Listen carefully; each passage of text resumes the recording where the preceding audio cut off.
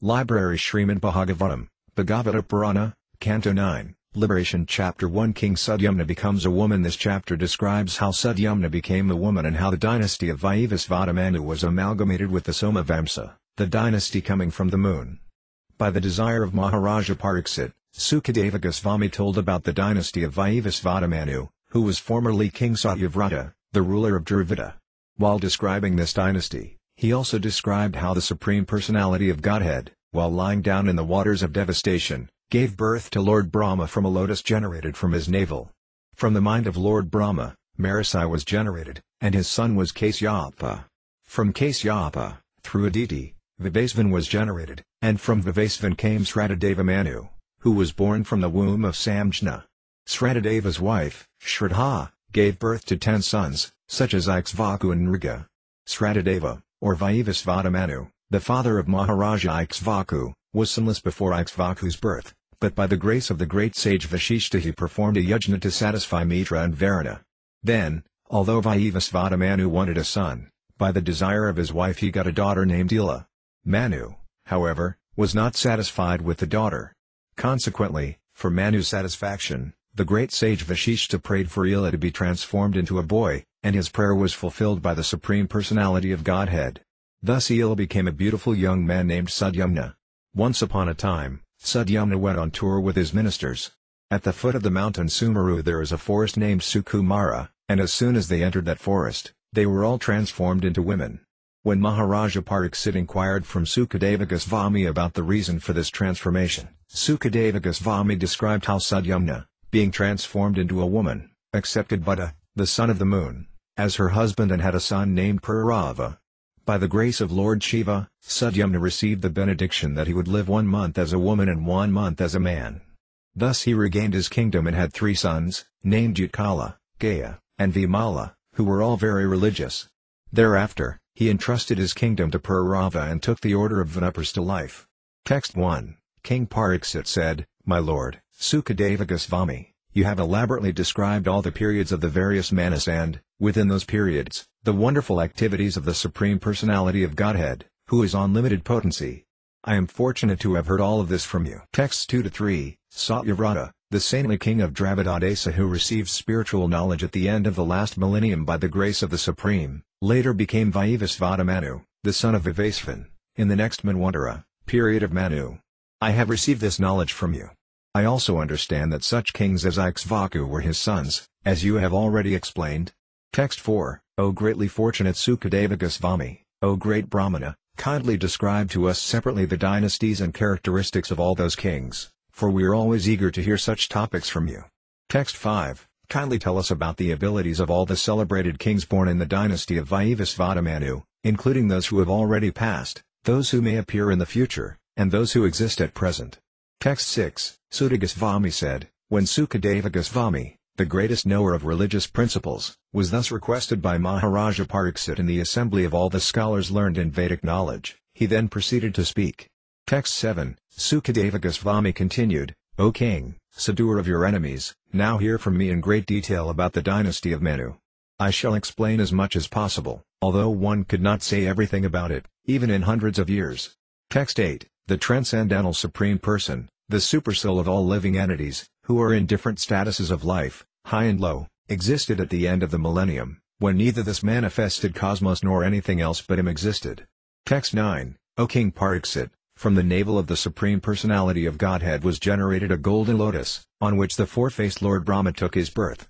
Text 10, from the mind of Lord Brahma, Marisi took birth, from the semen of Marisi, Kasyapa appeared, and from Kasyapa, by the womb of Daksha's daughter Aditi, Vivasvan took birth. Texts 11-12, O king, best of the Burda dynasty, from Vivasvan, by the womb of Samjna, Sratadeva Manu was born. Sratadeva Manu, having conquered his senses, begot 10 sons in the womb of his wife, Shraddha. The names of these sons were Ikshvaku, Nriga, Saryati, Dista, Drista, Karusaka, Narasyana, Prasadra, Nabhaga, and Kavi. Text 13, Manu at first had no sons. Therefore, in order to get a son for him, the great saint Vashishta, who was very powerful in spiritual knowledge, performed a sacrifice to satisfy the demigods Mitra and Varuna. Text 14, during that sacrifice, Shraddha, Manu's wife, who was observing the vow of subsisting only by drinking milk, approached the priest offering the sacrifice, offered obeisances to him and begged for a daughter. Text 15, told by the chief priest now offer oblations, the person in charge of oblations took clarified butter to offer. He then remembered the request of Manu's wife and performed the sacrifice while chanting the word Vashat. Text 16, Manu had begun that sacrifice for the sake of getting a son, but because the priest was diverted by the request of Manu's wife, a daughter named Ela was born. Upon seeing the daughter, Manu was not very satisfied. Thus he spoke to his guru, Vashishta, as follows. Text 17, My lord, all of you are expert in chanting the Vedic mantras. How then has the result been opposite to the one desired? This is a matter for lamentation. There should not have been such a reversal of the results of the Vedic mantras. Text 18, You are all self-controlled, well-balanced in mind, and aware of the absolute truth. And because of austerities and penances you are completely cleansed of all material contamination. Your words, like those of the demigods, are never baffled. Then how is it possible that your determination has failed? Text 19, The most powerful great-grandfather Vashishta, after hearing these words of Manu, understood the discrepancy on the part of the priest. Thus he spoke as follows to the son of the sun god. Text 20, This discrepancy in the objective is due to your priest's deviation from the original purpose. However, by my own prowess I shall give you a good son. Text 21, Sukadeva Goswami said, O King Pariksit, after the most famous and powerful Vashishta made this decision, he offered prayers to the Supreme Person, Vishnu, to transform Ela into a male. Text 22, The Supreme Personality of Godhead, the Supreme Controller, being pleased with Vashishta, gave him the benediction he desired. Thus Ela was transformed into a very fine male named Sudyamna. Texts 23-24, O King Pariksit, that hero Sudyamna, accompanied by a few ministers and associates and riding on a horse brought from Sindhu Pradesa, once went into the forest to hunt. He wore armor and was decorated with bows and arrows, and he was very beautiful. While following the animals and killing them, he reached the northern part of the forest.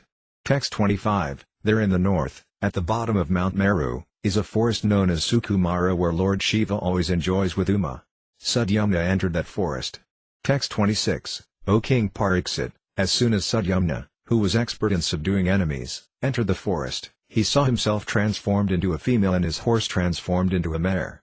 Text 27, When his followers also saw their identities transformed and their sex reversed, they were all very morose and just looked at one another.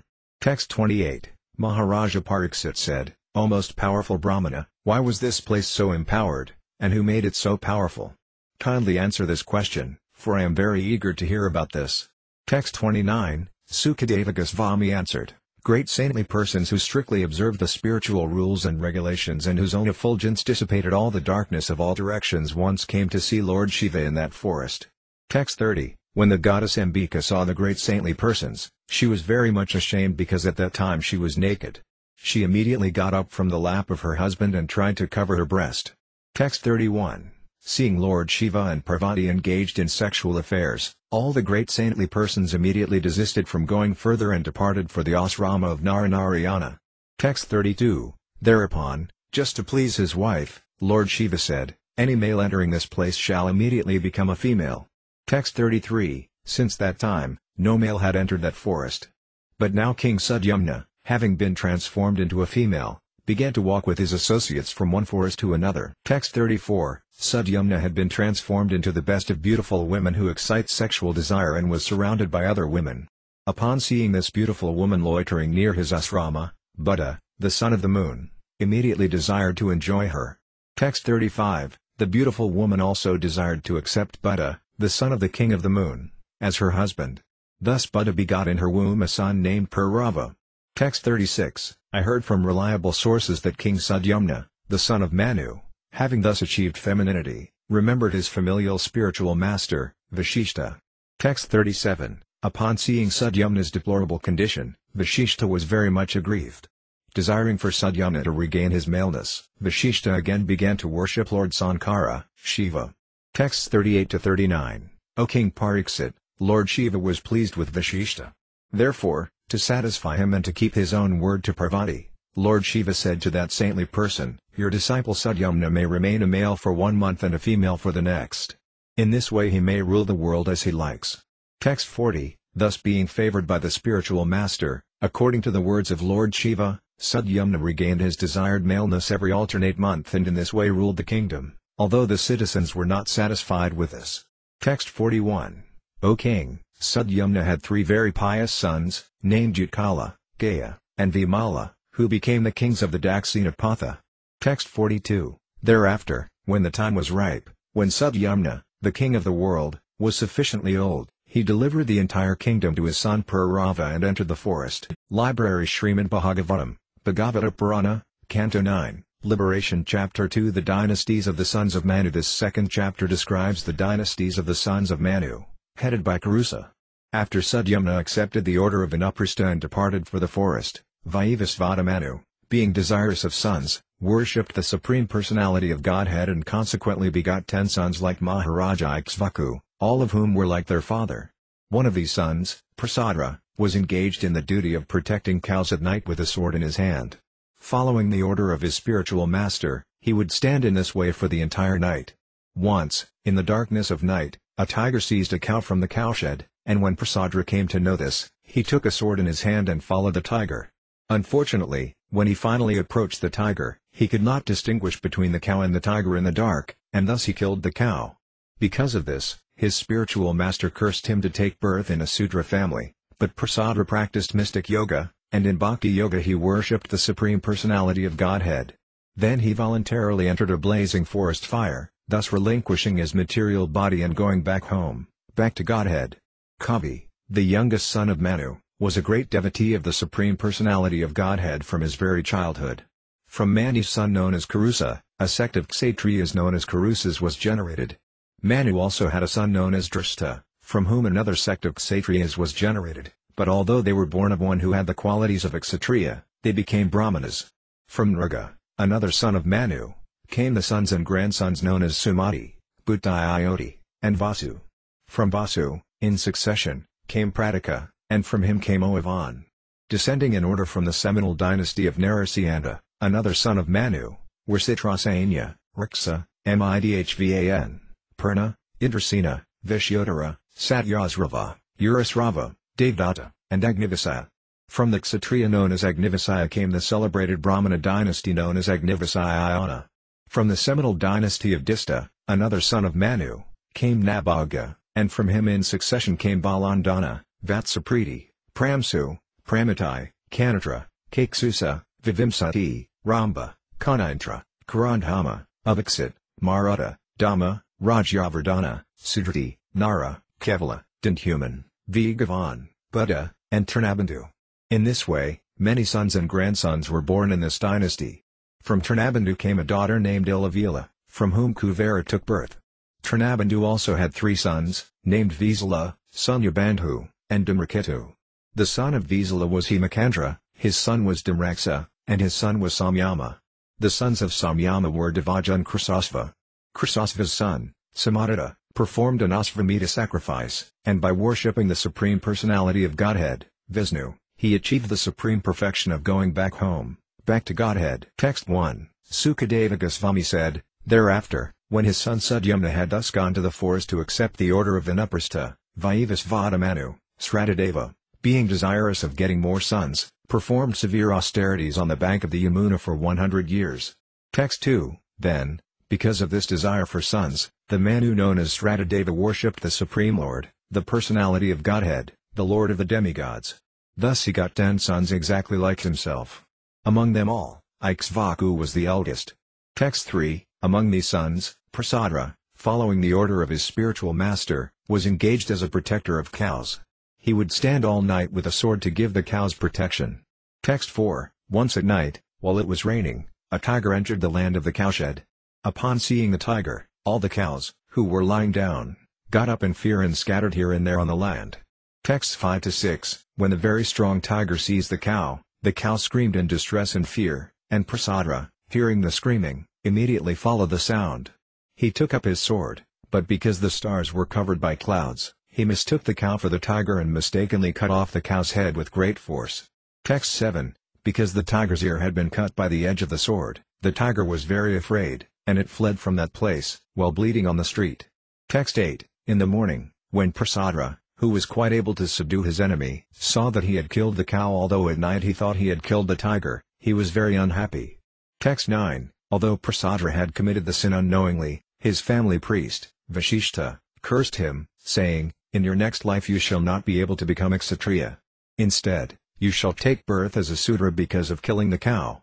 Text 10. When the hero Prasadra was thus cursed by his spiritual master, he accepted the curse with folded hands. Then, having controlled his senses, he took the vow of brahmacharya, which is approved by all great sages. Texts 11 to 13. Thereafter, Prasadra gained relief from all responsibilities, became peaceful in mind, and established control over all his senses. Being unaffected by material conditions, being pleased with whatever was available by the grace of the Lord to maintain body and soul together, and being equal toward everyone, he gave full attention to the Supreme Personality of Godhead, Vasudeva, who is the transcendental supersoul, free from material contamination. Thus Prasadra, fully satisfied in pure knowledge, always keeping his mind on the Supreme Personality of Godhead, achieved pure devotional service to the Lord and began traveling all over the world, without affection for material activities, as if he were deaf, dumb and blind. Text 14. With this attitude, Prasadra became a great saint, and when he entered the forest and saw a blazing forest fire, he took this opportunity to burn his body in the fire. Thus he achieved the transcendental, spiritual world. Text 15. Being reluctant to accept material enjoyment, Manu's youngest son, whose name was Kavi, gave up the kingdom before attaining full youth. Accompanied by his friends, he went to the forest, always thinking of the self-effulgent Supreme Personality of Godhead within the core of his heart. Thus he attained perfection. Text 16. From Kurusa, another son of Manu, came the Kurusa dynasty, a family of Kshatriyas. The Kurusa Kshatriyas were the kings of the northern direction. They were celebrated protectors of Brahminical culture and were all firmly religious. Text 17. From the son of Manu named Drishta came a Kshatriya caste called Darshta, whose members achieved the position of Brahmanas in this world. Then, from the son of Manu named Mriga came Sumati. From Sumati came Bhutayayoti, and from Bhutayayoti came Vasu. Text 18. The son of Vasu was Prataka, whose son was Oavan. Oavan's son was also known as Oavan, and his daughter was Oavati. Sudarsana married that daughter. Text 19. From Narasyana came a son named Citrasanya and from him a son named Riksa. From Riksa came Midhvan, from Midhvan came Purna, and from Purna came Indrasena. Text 20. From Indrasena came Vishyotara, from Vishyotara came Satyasrava, from Satyasrava came the son named Urasrava, and from Urasrava came Devdatta. Text 21. From Devdatta came a son known as Agnivasa, who was the fire god Agni himself. This son, who was a celebrated saint, was well known as Kanina and Jatukarnya. Text 22. O king, from Agnivasaya came a Brahminical dynasty known as Agnivasayana. Now that I have described the descendants of Narasyana, let me describe the descendants of Dista. Please hear from me. Texts 23 to 24. Dista had a son by the name Nabhaga. This Nabhaga, who was different from the Nabhaga described later, became a Vaisya by occupational duty. The son of Nabhaga was known as Balandana, the son of Balandana was Vatsapriti, and his son was Pramsu.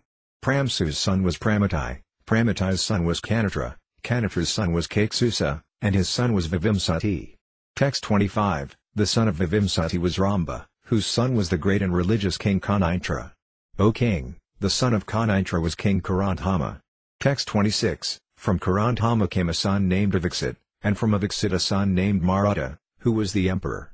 The great mystic Samvarta, the son of Angira, engaged Maratha in performing a sacrifice, yajna. Text 27. The sacrificial paraphernalia of King Maratha was extremely beautiful, for everything was made of gold. Indeed, no other sacrifice could compare to his. Text 28. In that sacrifice, King Indra became intoxicated by drinking a large quantity of samarasa. The Brahmanas received ample contributions, and therefore they were satisfied. For that sacrifice, the various demigods who control the winds offered foodstuffs, and the Vaivdavas were members of the assembly. Text 29. Maratha's son was Dhamma, Dhamma's son was Rajyavardhana, Rajyavardhana's son was Sudrati, and his son was Nara. Text 30. The son of Nara was Kevala, and his son was Danthuman, whose son was Vighavan. Vighavan's son was Buddha, and Buddha's son was Trinabandhu, who became the king of this earth. Text 31. The best of the Asparas, the highly qualified girl named Alambusa, accepted the similarly qualified Trinabandhu as her husband. She gave birth to a few sons and a daughter known as Ilavila. Text 32, after the great saint Visrava, the master of mystic yoga, received absolute knowledge from his father, he begot in the womb of Ilavila the greatly celebrated son known as Kuvera, the giver of money. Text 33, Trinabandhu had 3 sons, named Visala, Sunyabandhu, and Dhumraketu. Among these 3, Visala created a dynasty and constructed a palace called Vaishali.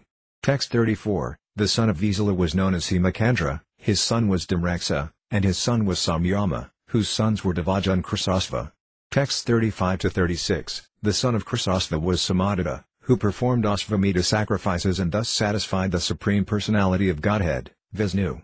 By worshipping the Supreme Lord, he achieved the most exalted post, a residence on the planet to which great mystic yogis are elevated.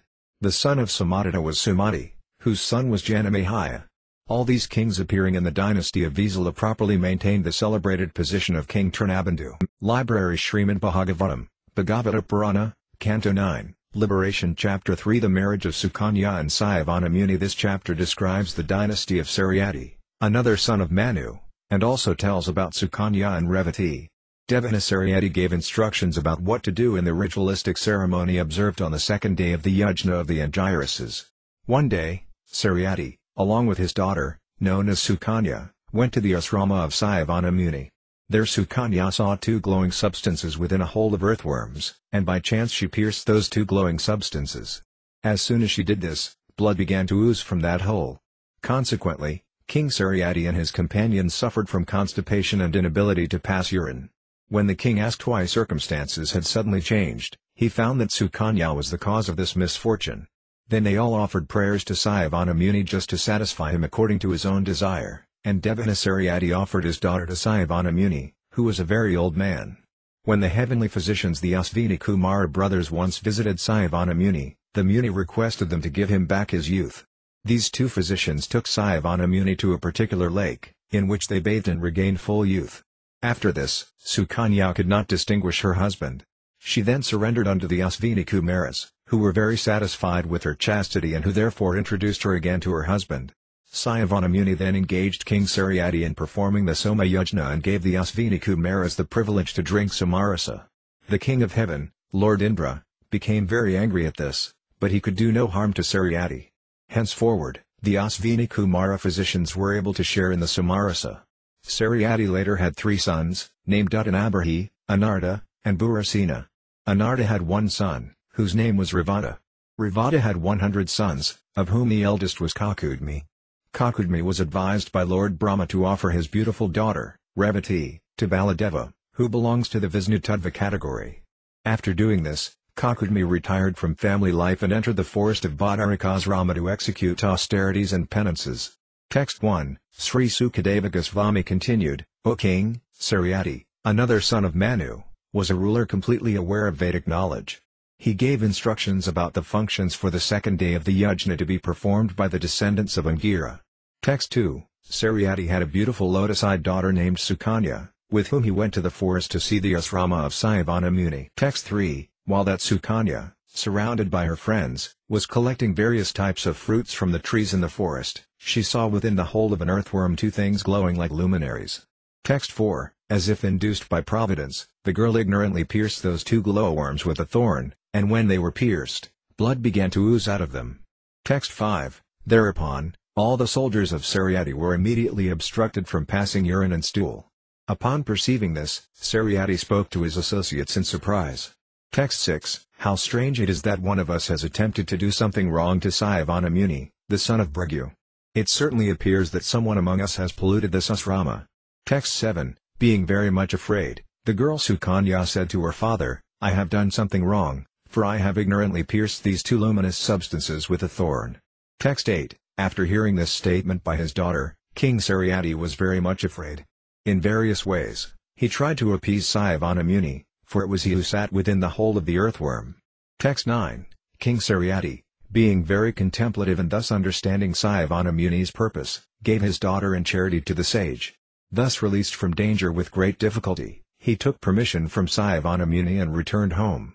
Text 10, Sayavana Muni was very irritable, but since Sukanya had gotten him as her husband, she dealt with him carefully, according to his mood. Knowing his mind, she performed service to him without being bewildered. Text 11. Thereafter, some time having passed, the Asvini Kumara brothers, the heavenly physicians, happened to come to Sayavana Muni's asrama. After offering them respectful obeisances, Sayavana Muni requested them to give him youthful life, for they were able to do so. Text 12. Sayavana Muni said, "Although you are ineligible to drink samarasa in sacrifices, I promise to give you a full pot of it. Kindly arrange beauty and youth for me, because they are attractive to young women." Text 13. The great physicians, the Asvini Kumaras, very gladly accepted Sayavana Muni's proposal. Thus they told the Brahmana, "Just dive into this lake of successful life. One who bathes in this lake has his desires fulfilled." Text 14. After saying this, the Asvini Kumaras caught hold of Sayavana Muni, who was an old, diseased invalid with loose skin, white hair, and veins visible all over his body, and all three of them entered the lake. Text 15. Thereafter, three men with very beautiful bodily features emerged from the lake. They were nicely dressed and decorated with earrings and garlands of lotuses. All of them were of the same standard of beauty. Text 16. The chaste and very beautiful Sukanya could not distinguish her husband from the two Asvini Kumaras, for they were equally beautiful. Not understanding who her real husband was, she took shelter of the Asvini Kumaras. Text 17. The Asvini Kumaras were very pleased to see Sukanya's chastity and faithfulness. Thus they showed her Sayavana Muni, her husband, and after taking permission from him, they returned to the heavenly planets in their plane. Text 18. Thereafter, King Saryati, desiring to perform a sacrifice, went to the residence of Sayavana Muni. There he saw by the side of his daughter a very beautiful young man, as bright as the sun. Text 19. After receiving obeisances from his daughter, the king, instead of offering blessings to her, appeared very displeased and spoke as follows. Text 20. "O unchaste girl, what is this that you have desired to do? You have cheated the most respectable husband, who is honored by everyone, for I see that because he was old, diseased and therefore unattractive, you have left his company to accept as your husband this young man, who appears to be a beggar from the street." Text 21. "O my daughter, who were born in a respectable family, how have you degraded your consciousness in this way? How is it that you are shamelessly maintaining a paramour? You will thus degrade the dynasties of both your father and your husband to hellish life." Text 22. Sukanya, however, being very proud of her chastity, smiled upon hearing the rebukes of her father. She smilingly told him, "My dear father, this young man by my side is your actual son-in-law, the great sage Sayavana, who was born in the family of Bhrigu." Text 23. Thus Sukanya explained how her husband had received the beautiful body of a young man. When the king heard this he was very surprised, and in great pleasure he embraced his beloved daughter. Text 24. Sayavana Muni, by his own prowess, enabled King Saryati to perform the Soma Yajna. The Muni offered a full pot of samarasa to the Asvini Kumaras, although they were unfit to drink it. Text 25. King Indra, being perturbed and angry, wanted to kill Sayavana Muni, and therefore he impetuously took up his thunderbolt. But Sayavana Muni, by his powers, paralyzed Indra's arm that held the thunderbolt. Text 26. Although the Asvini Kumaras were only physicians and were therefore excluded from drinking samarasa in sacrifices, the demigods agreed to allow them henceforward to drink it. Text 27. King Saryati begot three sons, named Uttanabarhi, Anarta, and Burasena. From Anarta came a son named Ravana. Text 28. O Maharaja Pariksit, subduer of enemies, this Ravana constructed a kingdom known as Kastali in the depths of the ocean. There he lived and ruled such tracts of land as Anarta, etc. He had 100 very nice sons, of whom the eldest was Kakudmi. Text 29. Taking his own daughter, Revati, Kakudmi went to Lord Brahma in Brahmaloka, which is transcendental to the three modes of material nature, and inquired about a husband for her. Text 30. When Kakudmi arrived there, Lord Brahma was engaged in hearing musical performances by the Gandharvas and had not a moment to talk with him. Therefore Kakudmi waited, and at the end of the musical performances he offered his obeisances to Lord Brahma and thus submitted his long-standing desire. Text 31. After hearing his words, Lord Brahma, who is most powerful, laughed loudly and said to Kakudmi, "O king, all those whom you may have decided within the core of your heart to accept as your son-in-law have passed away in the course of time." Text 32. 27 Chatur Yugas have already passed. Those upon whom you may have decided are now gone, and so are their sons, grandsons and other descendants. You cannot even hear about their names. Text 33. O king, leave here and offer your daughter to Lord Baladeva, who is still present. He is most powerful. Indeed, he is the Supreme Personality of Godhead, whose plenary portion is Lord Vishnu. Your daughter is fit to be given to him in charity. Text 34, Lord Baladeva is the Supreme Personality of Godhead. One who hears and chants about him is purified. Because he is always the well-wisher of all living entities, he is descended with all his paraphernalia to purify the entire world and lessen its burden. Text 35, having received this order from Lord Brahma, Kakudmi offered obeisances unto him and returned to his own residence. He then saw that his residence was vacant, having been abandoned by his brothers and other relatives, who were living in all directions because of fear of such higher living beings as the Yakshas. Text 36, thereafter, the king gave his most beautiful daughter in charity to the supremely powerful Baladeva and then retired from worldly life and went to Badarikasrama to please Narayana. Library Śrīmad Bhāgavatam, Bhagavata Purana, Canto 9, Liberation Chapter 4 Ambarasa Maharaja offended by Durvasa Muni. This chapter describes the history of Maharaja Nabhaga, of his son Nabhaga, and of Maharaja Ambarasa. The son of Manu was Nabhaga, and his son Nabhaga lived for many years in the Gurukula. In Nabhaga's absence, his brothers did not consider his share of the kingdom, but instead divided the property among themselves. When Nabhaga returned home, his brothers bestowed upon him their father as his share, but when Nabhaga went to his father and told him about the dealings of the brothers, his father informed him that this was cheating and advised him that for his livelihood he should go to the sacrificial arena and describe 2 mantras to be chanted there. Nabhaga executed the order of his father, and thus Angira and other great saintly persons gave him all the money collected in that sacrifice. To test Nabhaga, Lord Shiva challenged his claim to the wealth, but when Lord Shiva was satisfied by Nabhaga's behavior, Lord Shiva offered him all the riches. From Nabhaga was born Ambarasa, the most powerful and celebrated devotee. Maharaja Ambarasa was the emperor of the entire world, but he considered his opulence temporary. Indeed, knowing that such material opulence is the cause of downfall into conditional life, he was unattached to this opulence. He engaged his senses and mind in the service of the Lord. This process is called yukta vairagya, or feasible renunciation, which is quite suitable for worship of the Supreme Personality of Godhead. Because Maharaja Ambarasa, as the emperor, was immensely opulent, he performed devotional service with great opulence, and therefore, despite his wealth, he had no attachment to his wife, children or kingdom. He constantly engaged his senses and mind in the service of the Lord. Therefore, to say nothing of enjoying material opulence, he never desired even liberation. Once Maharaja Ambarasa was worshipping the Supreme Personality of Godhead in Vrindavana, observing the vow of Devadasi. On Devadasi, the day after Ekadashi, when he was about to break his Ekadashi fast, the great mystic yogi Durvasa appeared in his house and became his guest. King Ambarasa respectfully received Durvasa Muni, and Durvasa Muni, after accepting his invitation to eat there, went to bathe in the Yamuna river at noontime. Because he was absorbed in samadhi, he did not come back very soon.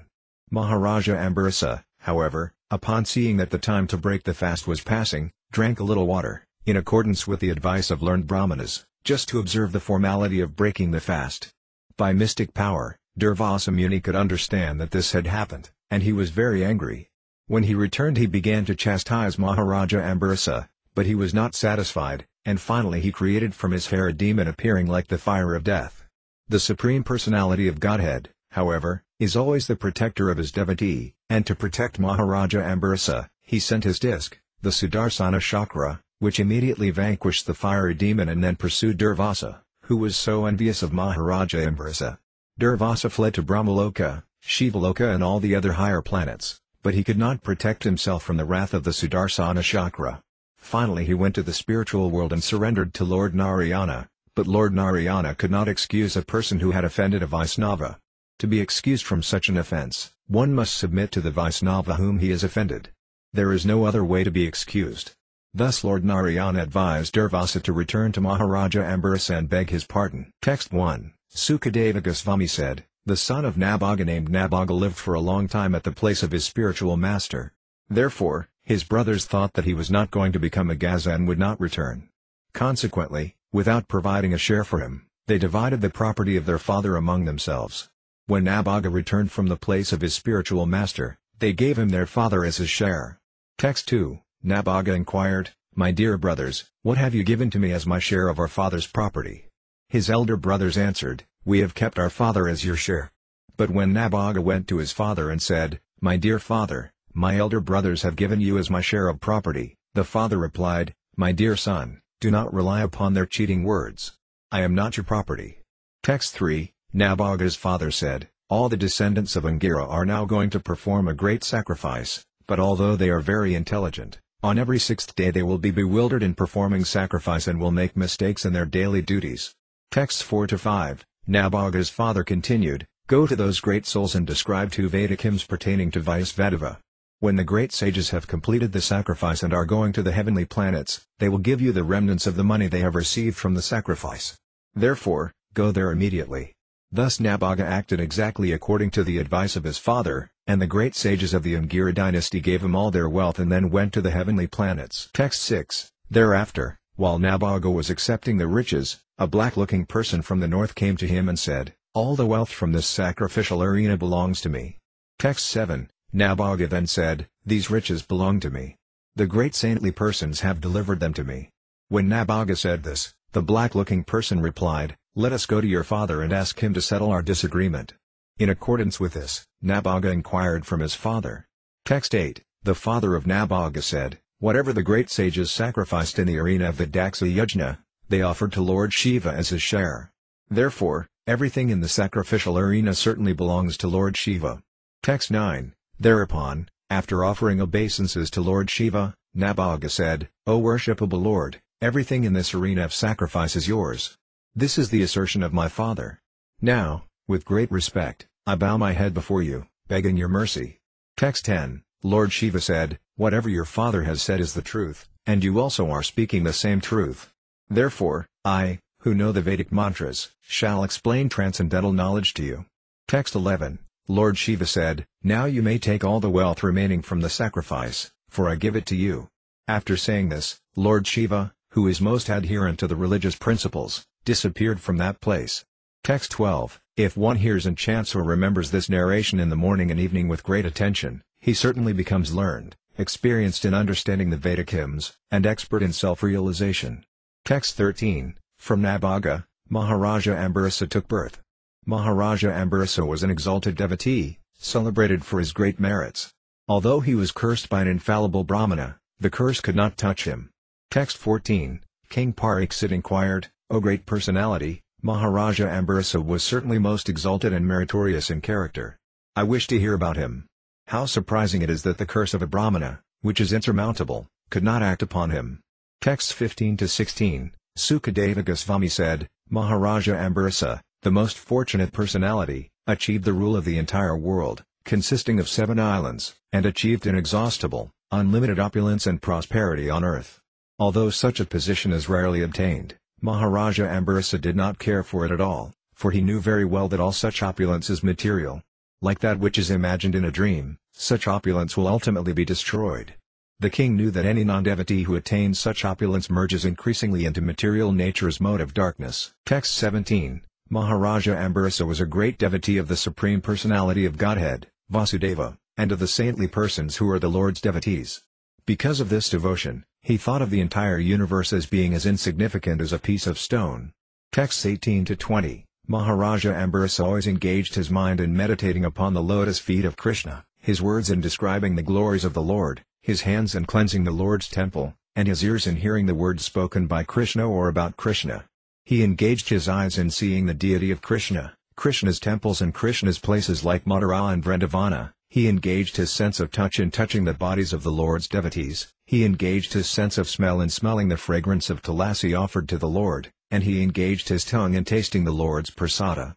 He engaged his legs in walking to the holy places and temples of the Lord, his head in bowing down before the Lord, and all his desires in serving the Lord, 24 hours a day. Indeed, Maharaja Ambarasa never desired anything for his own sense gratification. He engaged all his senses in devotional service, in various engagements related to the Lord. This is the way to increase attachment for the Lord and be completely free from all material desires. Text 21, In performing his prescribed duties as king, Maharaja Ambarasa always offered the results of his royal activities to the Supreme Personality of Godhead, Krishna, who is the enjoyer of everything and is beyond the perception of material senses. He certainly took advice from Brahmanas who were faithful devotees of the Lord, and thus he ruled the planet Earth without difficulty.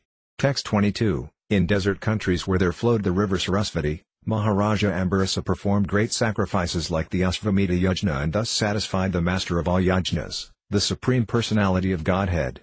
Such sacrifices were performed with great opulence and suitable paraphernalia and with contributions of Daksina to the Brahmanas, who were supervised by great personalities like Vashishta, Asita, and Gautama, representing the king, the performer of the sacrifices. Text 23, in the sacrifice arranged by Maharaja Ambarasa, the members of the assembly and the priests, especially Hota, Udgata, Brahma and Itayu, were gorgeously dressed, and they all looked exactly like demigods. They eagerly saw to the proper performance of the yajna. Text 24, the citizens of the state of Maharaja Ambarasa were accustomed to chanting and hearing about the glorious activities of the personality of Godhead. Thus they never aspired to be elevated to the heavenly planets, which are extremely dear even to the demigods. Text 25, those who are saturated with the transcendental happiness of rendering service to the Supreme Personality of Godhead are uninterested even in the achievements of great mystics, for such achievements do not enhance the transcendental bliss felt by a devotee who always thinks of Krishna within the core of his heart. Text 26, the king of this planet, Maharaja Ambarasa, thus performed devotional service to the Lord and in this endeavor practiced severe austerity. Always satisfying the Supreme Personality of Godhead by his constitutional activities, he gradually gave up all material desires. Text 27, Maharaja Ambarasa gave up all attachment to household affairs, wives, children, friends and relatives, to the best of powerful elephants, to beautiful chariots, carts, horses and inexhaustible jewels, and to ornaments, garments and an inexhaustible treasury. He gave up attachment to all of them, regarding them as temporary and material. Text 28, being very pleased by the unalloyed devotion of Maharaja Ambarasa, the Supreme Personality of Godhead gave the king his disc, which is fearful to enemies and which always protects the devotee from enemies and adversities. Text 29, to worship Lord Krishna, Maharaja Ambarasa, along with his queen, who was equally qualified, observed the vow of Ekadashi and Devadasi for 1 year. Text 30, in the month of Kartika, after observing that vow for 1 year, after observing a fast for 3 nights and after bathing in the Yamuna, Maharaja Ambarasa worshipped the Supreme Personality of Godhead, Hari, in Madhuvana. Texts 31-32, following the regulative principles of Mahabhisika, Maharaja Ambarasa performed the bathing ceremony for the deity of Lord Krishna with all paraphernalia, and then he dressed the deity with fine clothing, ornaments, fragrant flower garlands and other paraphernalia for worship of the Lord. With attention and devotion, he worshipped Krishna and all the greatly fortunate Brahmanas who were free from material desires. Texts 33-35, thereafter, Maharaja Ambarasa satisfied all the guests who arrived at his house, especially the Brahmanas. He gave in charity 60 crores of cows whose horns were covered with gold plate and whose hooves were covered with silver plate. All the cows were well decorated with garments and had full milk bags. They were mild-natured, young and beautiful and were accompanied by their calves. After giving these cows, the king first sumptuously fed all the Brahmanas, and when they were fully satisfied, he was about to observe the end of Ekadashi, with their permission, by breaking the fast. Exactly at that time, however, Durvasa Muni, the great and powerful mystic, appeared on the scene as an uninvited guest. Text 36, after standing up to receive Durvasa Muni, King Ambarasa offered him a seat and paraphernalia of worship. Then, sitting at his feet, the king requested the great sage to eat. Text 37, Durvasa Muni gladly accepted the request of Maharaja Ambarasa, but to perform the regulative ritualistic ceremonies he went to the river Yamuna. There he dipped into the water of the auspicious Yamuna and meditated upon the impersonal Brahman. Text 38, in the meantime, only a muhurta of the Devadasi day was left on which to break the fast. Consequently, it was imperative that the fast be broken immediately. In this dangerous situation, the king consulted learned Brahmanas. Texts 39-40, the king said, to transgress the laws of respectful behavior toward the Brahmanas is certainly a great offense. On the other hand, if one does not observe the breaking of the fast within the time of Devadasi, there is a flaw in one's observance of the vow. Therefore, O Brahmanas, if you think that it will be auspicious and not irreligious, I shall break the fast by drinking water. In this way, after consulting with the Brahmanas, the king reached this decision, for according to Brahminical opinion, drinking water may be accepted as eating and also as not eating. Text 41, Best of the Kuru dynasty, after he drank some water, King Ambarasa, meditating upon the Supreme Personality of Godhead within his heart, waited for the return of the great mystic Durvasa Muni. Text 42, after executing the ritualistic ceremonies to be performed at noon, Durvasa returned from the bank of the Yamuna. The king received him well, offering all respects, but Durvasa Muni, by his mystic power, could understand that King Ambarisa had drunk water without his permission. Text 43, still hungry, Durvasa Muni, his body trembling, his face curved and his eyebrows crooked in a frown, angrily spoke as follows to King Ambarisa, who stood before him with folded hands. Text 44, alas, just see the behavior of this cruel man. He is not a devotee of Lord Vishnu. Being proud of his material opulence and his position, he considers himself God. Just see how he has transgressed the laws of religion. Text 45, Maharaja Ambarisa, you have invited me to eat as a guest, but instead of feeding me, you yourself have eaten first. Because of your misbehavior, I shall show you something to punish you. Text 46, as Durvasa Muni said this, his face became red with anger. Uprooting a bunch of hair from his head, he created a demon resembling the blazing fire of devastation to punish Maharaja Ambarisa. Text 47, taking a trident in his hand and making the surface of the earth tremble with his footsteps, that blazing creature came before Maharaja Ambarisa. But the king, upon seeing him, was not at all disturbed and did not move even slightly from his position. Text 48, as fire in the forest immediately burns to ashes an angry snake, so, by the previous order of the Supreme Personality of Godhead, his disk, the Sudarsana Chakra, immediately burned to ashes the created demon to protect the Lord's devotee.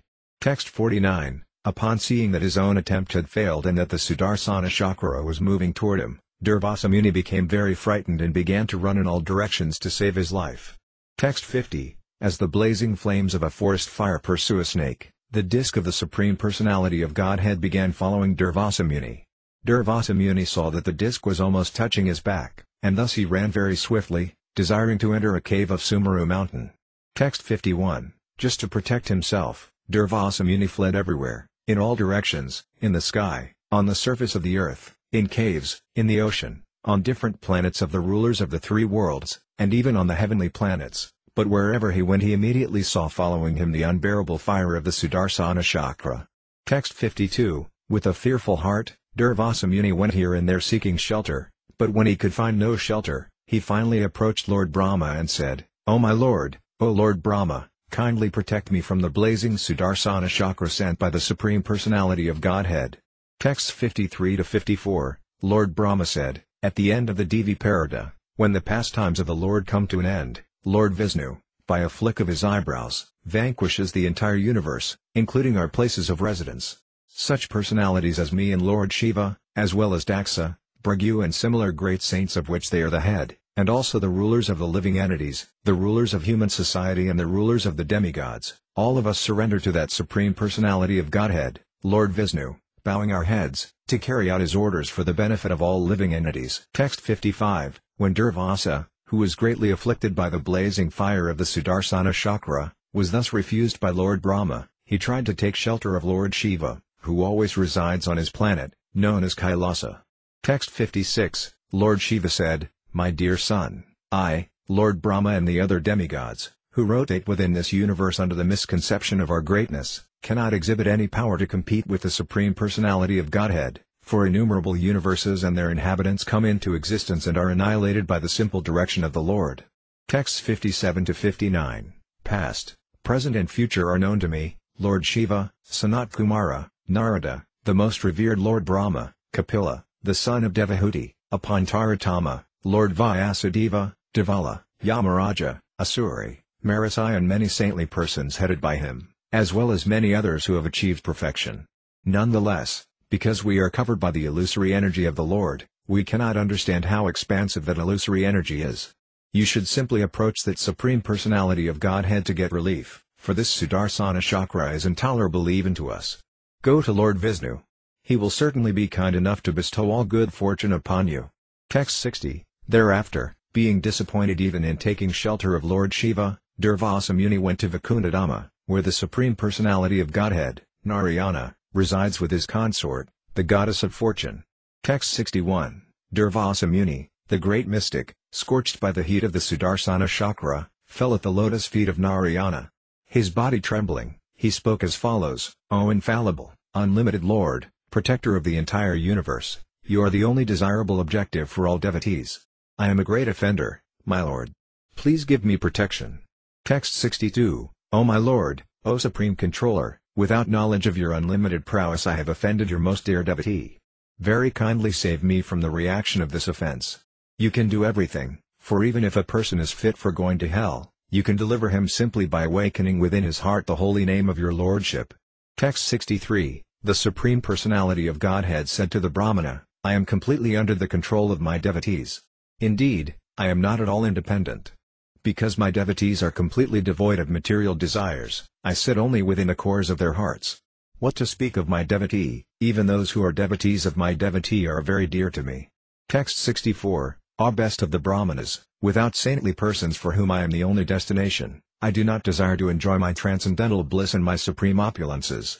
Text 65, since pure devotees give up their homes, wives, children, relatives, riches and even their lives simply to serve me, without any desire for material improvement in this life or in the next, how can I give up such devotees at any time? Text 66, as chaste women bring their gentle husbands under control by service, the pure devotees, who are equal to everyone and completely attached to me in the core of the heart, bring me under their full control. Text 67, my devotees, who are always satisfied to be engaged in my loving service, are not interested even in the four principles of liberation, Salakya, Sarupya, Samipya and Sarsti, although these are automatically achieved by their service. What then is to be said of such perishable happiness as elevation to the higher planetary systems? Text 68, the pure devotee is always within the core of my heart, and I am always in the heart of the pure devotee. My devotees do not know anything else but me, and I do not know anyone else but them. Text 69, O Brahmana, let me now advise you for your own protection. Please hear from me. By offending Maharaja Ambarasa, you have acted with self-envy. Therefore you should go to him immediately, without a moment's delay. One's so-called prowess, when employed against the devotee, certainly harms he who employs it. Thus it is the subject, not the object, who is harmed. Text 70, for a Brahmana, austerity and learning are certainly auspicious, but when acquired by a person who is not gentle, such austerity and learning are most dangerous. Text 71, O best of the Brahmanas, you should therefore go immediately to King Ambarasa, the son of Maharaja Nambhaga. I wish you all good fortune.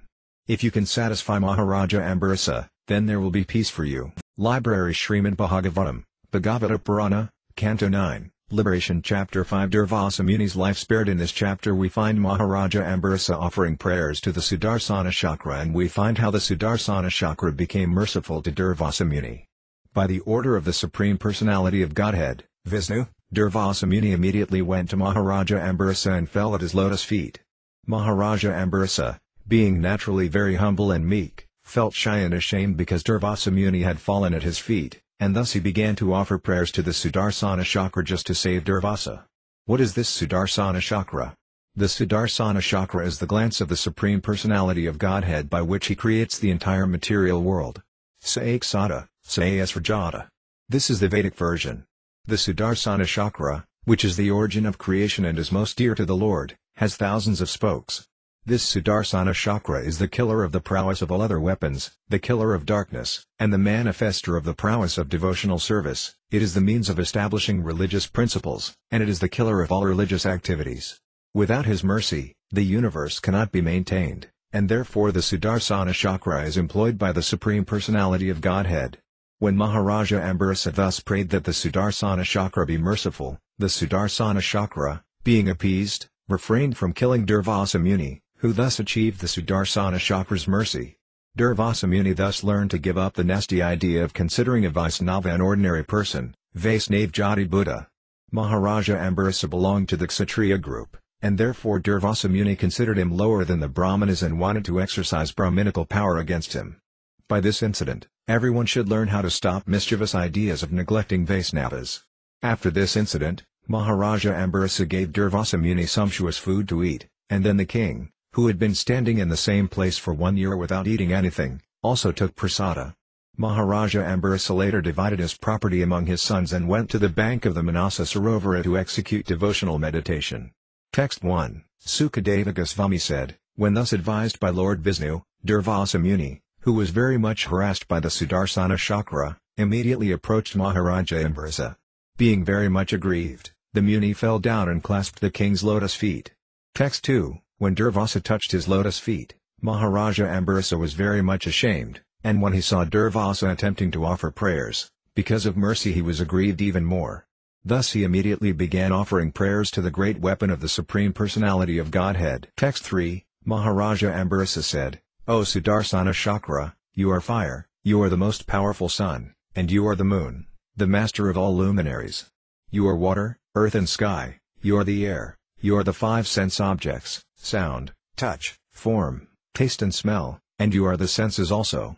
Text 4, O most favorite of Asayuta, the Supreme Personality of Godhead, you have thousands of spokes. O Master of the material world, destroyer of all weapons, original vision of the Personality of Godhead, I offer my respectful obeisances unto you. Kindly give shelter and be auspicious to this Brahmana. Text 5, O Sudarsana wheel, you are religion, you are truth, you are encouraging statements, you are sacrifice, and you are the enjoyer of the fruits of sacrifice. You are the maintainer of the entire universe, and you are the supreme transcendental prowess in the hands of the Supreme Personality of Godhead. You are the original vision of the Lord, and therefore you are known as Sudarsana. Everything has been created by your activities, and therefore you are all-pervading. Text 6, O Sudarsana, you have a very auspicious hub, and therefore you are the upholder of all religion. You are just like an inauspicious comet for the irreligious demons. Indeed, you are the maintainer of the three worlds, you are full of transcendental effulgence, you are as quick as the mind, and you are able to work wonders.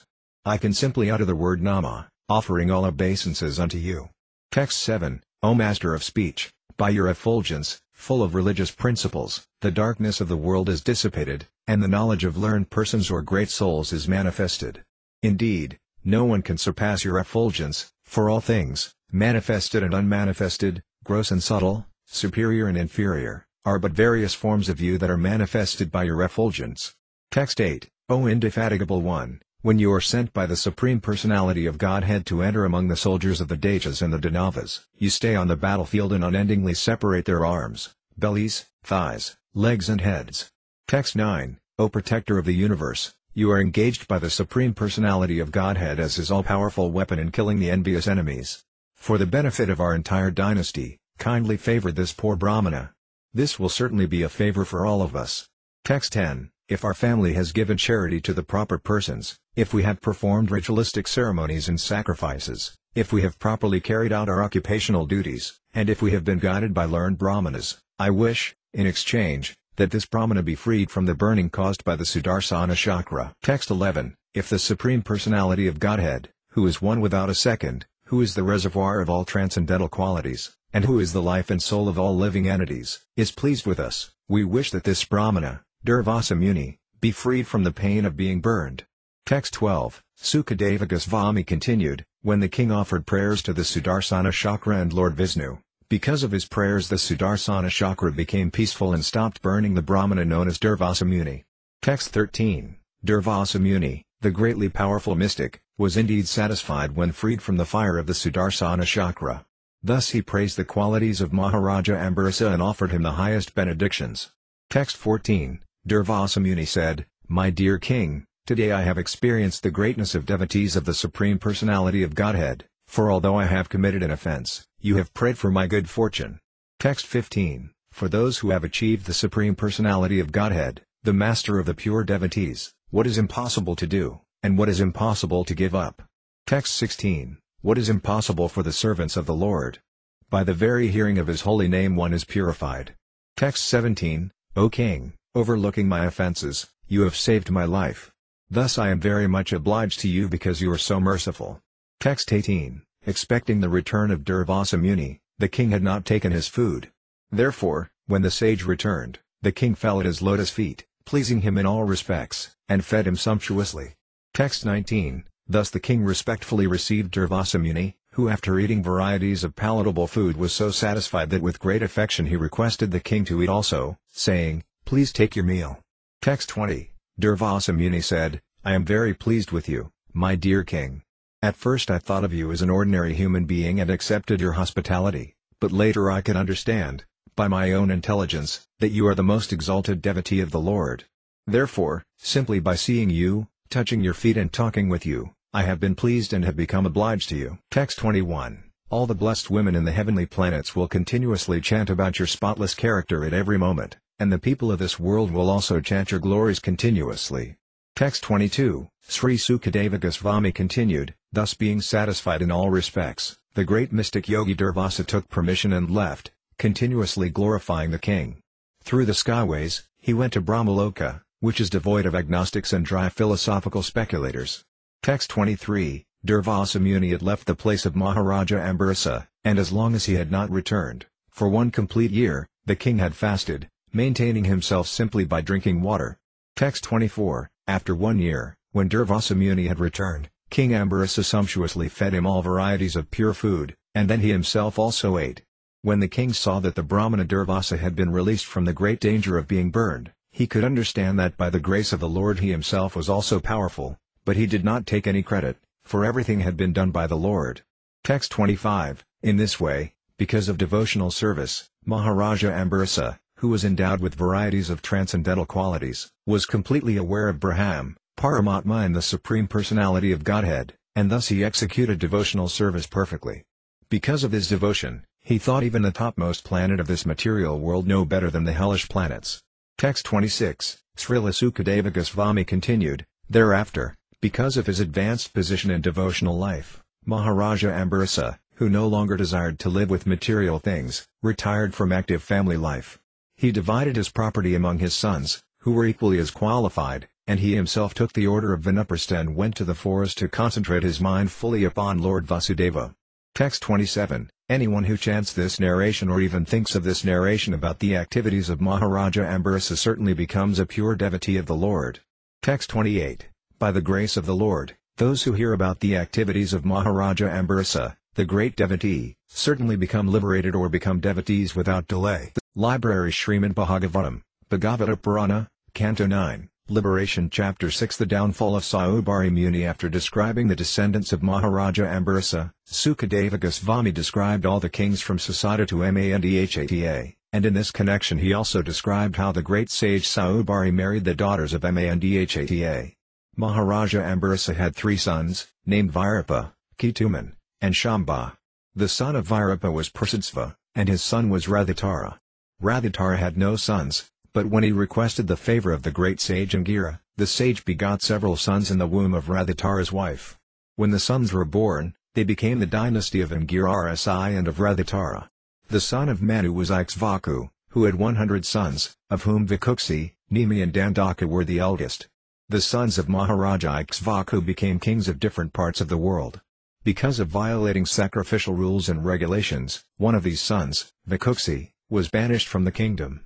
By the mercy of Vashishta and the power of mystic yoga, Maharaja Ikshvaku attained liberation after giving up his material body. When Maharaja Ikshvaku expired, his son Vikuksi returned and took charge of the kingdom. He performed various types of sacrifices, and thus he pleased the Supreme Personality of Godhead. This Vikuksi later became celebrated as Sasata. Vikuksi's son fought with the demons for the sake of the demigods, and because of his valuable service he became famous as Puranjaya, Indravaha, and Kakutstha. The son of Puranjaya was Anana, the son of Anana was Prithu, and the son of Prithu was Visvagandhi. The son of Visvagandhi was Khandra, the son of Khandra was Yuvanasva, and his son was Sravasta, who constructed Sravastipuri.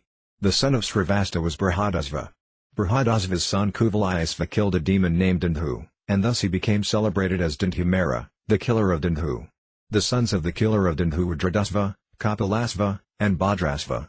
He also had thousands of other sons, but they burned to ashes in the fire emanating from Dindhu.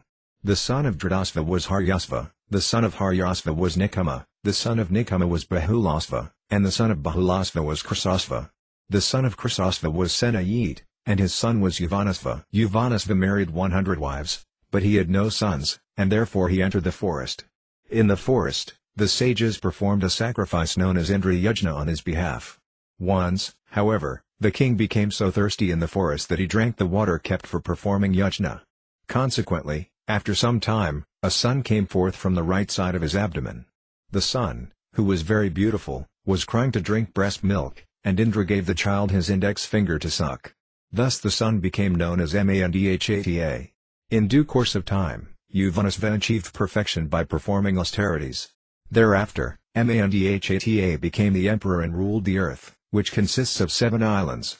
Thieves and rogues were very much afraid of this powerful king, and therefore the king was known as Trisadasu, meaning one who was very fearful to rogues and thieves. Mandhata begot sons in the womb of his wife, Bindumati. These sons were Purakutsa, Ambarasa, and Mukyukunda. These 3 sons had 50 sisters, all of whom became wives of the great sage known as Saubhari. In this connection, Sukadeva Goswami described the history of Saubhari Muni, who, because of sensual agitation caused by fish, fell from his yoga and wanted to marry all the daughters of Mandhata for sexual pleasure. Later, Saubhari Muni became very regretful. Thus he accepted the order of Vanaprastha, performed very severe austerities, and thus attained perfection. In this regard, Sukadeva Goswami described how Saubhari Muni's wives also became perfect. Text 1, Sukadeva Goswami said, O Maharaja Pariksit, Ambarasa had 3 sons, named Virapa, Ketuman, and Shamba. From Virapa came a son named Prasadstva, and from Prasadstva came a son named Radhatara. Text 2, Radhatara had no sons, and therefore he requested the great sage Angira to beget sons for him. Because of this request, Angira begot sons in the womb of Radhatara's wife. All these sons were born with Brahminical prowess. Text 3, having been born from the womb of Radhatara's wife, all these sons were known as the dynasty of Radhatara, but because they were born from the semen of Angira, they were also known as the dynasty of Angira. Among all the progeny of Radhatara, these sons were the most prominent because, owing to their birth, they were considered Brahmanas. Text 4, the son of Manu was Ikshvaku. When Manu was sneezing, Ikshvaku was born from Manu's nostrils. King Ikshvaku had 100 sons, of whom Vikuksi, Nemi and Dandaka were the most prominent. Text 5, of the 100 sons, 25 became kings in the western side of Aryavurta, a place between the Himalaya and Vindhya mountains. Another 25 sons became kings in the east of Aryavurta, and the 3 principal sons became kings in the middle. The other sons became kings in various other places. Text 6, during the months of January, February, and March, oblations offered to the forefathers are called Astaka Shraddha. The Shraddha ceremony is held during the dark fortnight of the month. When Maharaja Ikshvaku was performing his oblations in this ceremony, he ordered his son Vikuksi to go immediately to the forest to bring some pure flesh. Text 7, thereafter, Ikshvaku's son Vikuksi went to the forest and killed many animals suitable for being offered as oblations. But when fatigued and hungry he became forgetful and ate a rabbit he had killed. Text 8, Vikuksi offered the remnants of the flesh to King Ikshvaku, who gave it to Vashishta for purification. But Vashishta could immediately understand that part of the flesh had already been taken by Vikuksi, and therefore he said that it was unfit to be used in the Shraddha ceremony. Text 9, when King Ikshvaku, thus informed by Vashishta, understood what his son Vikuksi had done, he was extremely angry. Thus he ordered Vikuksi to leave the country because Vikuksi had violated the regulative principles. Text 10, having been instructed by the great and learned Brahmana Vashishta, who discoursed about the absolute truth, Maharaja Ikshvaku became renounced. By following the principles for a yogi, he certainly achieved the supreme perfection after giving up his material body. Text 11, after his father's disappearance, Vikuksi returned to the country and thus became the king, ruling the planet Earth and performing various sacrifices to satisfy the Supreme Personality of Godhead. Vikuksi later became celebrated as Sasata. Text 12, the son of Sasata was Puranjaya, who is also known as Indravaha and sometimes as Kakutstha. Please hear from me how he received different names for different activities. Text 13, formerly, there was a devastating war between the demigods and the demons. The demigods, having been defeated, accepted Puranjaya as their assistant and then conquered the demons. Therefore this hero is known as Puranjaya, he who conquered the residents of the demons. Text 14, Puranjaya agreed to kill all the demons, on the condition that Indra would be his carrier. Because of pride, Indra could not accept this proposal, but later, by the order of the Supreme Lord, Vishnu, Indra did accept it and became a great bull carrier for Puranjaya. Texts 15-16, well protected by armor and desiring to fight, Puranjaya took up a transcendental bow and very sharp arrows, and, while being highly praised by the demigods, he got up on the back of the bull, Indra, and sat on its hump. Thus he is known as Kakutstha. Being empowered by Lord Vishnu, who is the Supersoul and the Supreme Person, Puranjaya sat on the great bull and is therefore known as Indravaha. Surrounded by the demigods, he attacked the residents of the demons in the west. Text 17, there was a fierce battle between the demons and Puranjaya. Indeed, it was so fierce that when one hears about it one's hairs stand on end. All the demons bold enough to come before Puranjaya were immediately sent to the residence of Yamaraja by his arrows. Text 18, to save themselves from the blazing arrows of Indravaha, which resembled the flames of devastation at the end of the millennium. The demons who remained when the rest of their army was killed fled very quickly to their respective homes. Text 19. After conquering the enemy, the saintly king Puranjaya gave everything, including the enemy's riches and wives, to Indra, who carries a thunderbolt. For this he is celebrated as Puranjaya. Thus Puranjaya is known by different names because of his different activities. Text 20. The son of Puranjaya was known as Anana. Anana's son was Prithu, and Prithu's son was Visvagandhi. Visvagandhi's son was Khandra, and Khandra's son was Yuvanasva. Text 21. The son of Yuvanasva was Sravasta, who constructed a township known as Sravastipuri. The son of Sravasta was Brihadasva, and his son was Kuvalayasva. In this way the dynasty increased. Text 22. To satisfy the sage Utanka, the greatly powerful Kuvalayasva killed a demon named Andhu. He did this with the assistance of his 21,000 sons. Texts 23-24, O Maharaja Pariksit, for this reason Kuvalayasva is celebrated as Dandhumara, the killer of Dandhu. All but 3 of his sons, however, were burned to ashes by the fire emanating from Dandhu's mouth. The remaining sons were Dradasva, Kapilasva, and Bhadrasva. From Dradasva came a son named Haryasva, whose son is celebrated as Nikama. Text 25, the son of Nikama was Bahulasva, the son of Bahulasva was Krisasva, the son of Krisasva was Senayid, and the son of Senayid was Yuvanasva. Yuvanasva had no sons, and thus he retired from family life and went to the forest. Text 26, although Yuvanasva went into the forest with his 100 wives, all of them were very morose. The sages in the forest, however, being very kind to the king, began very carefully and attentively performing an Indra yajna so that the king might have a son.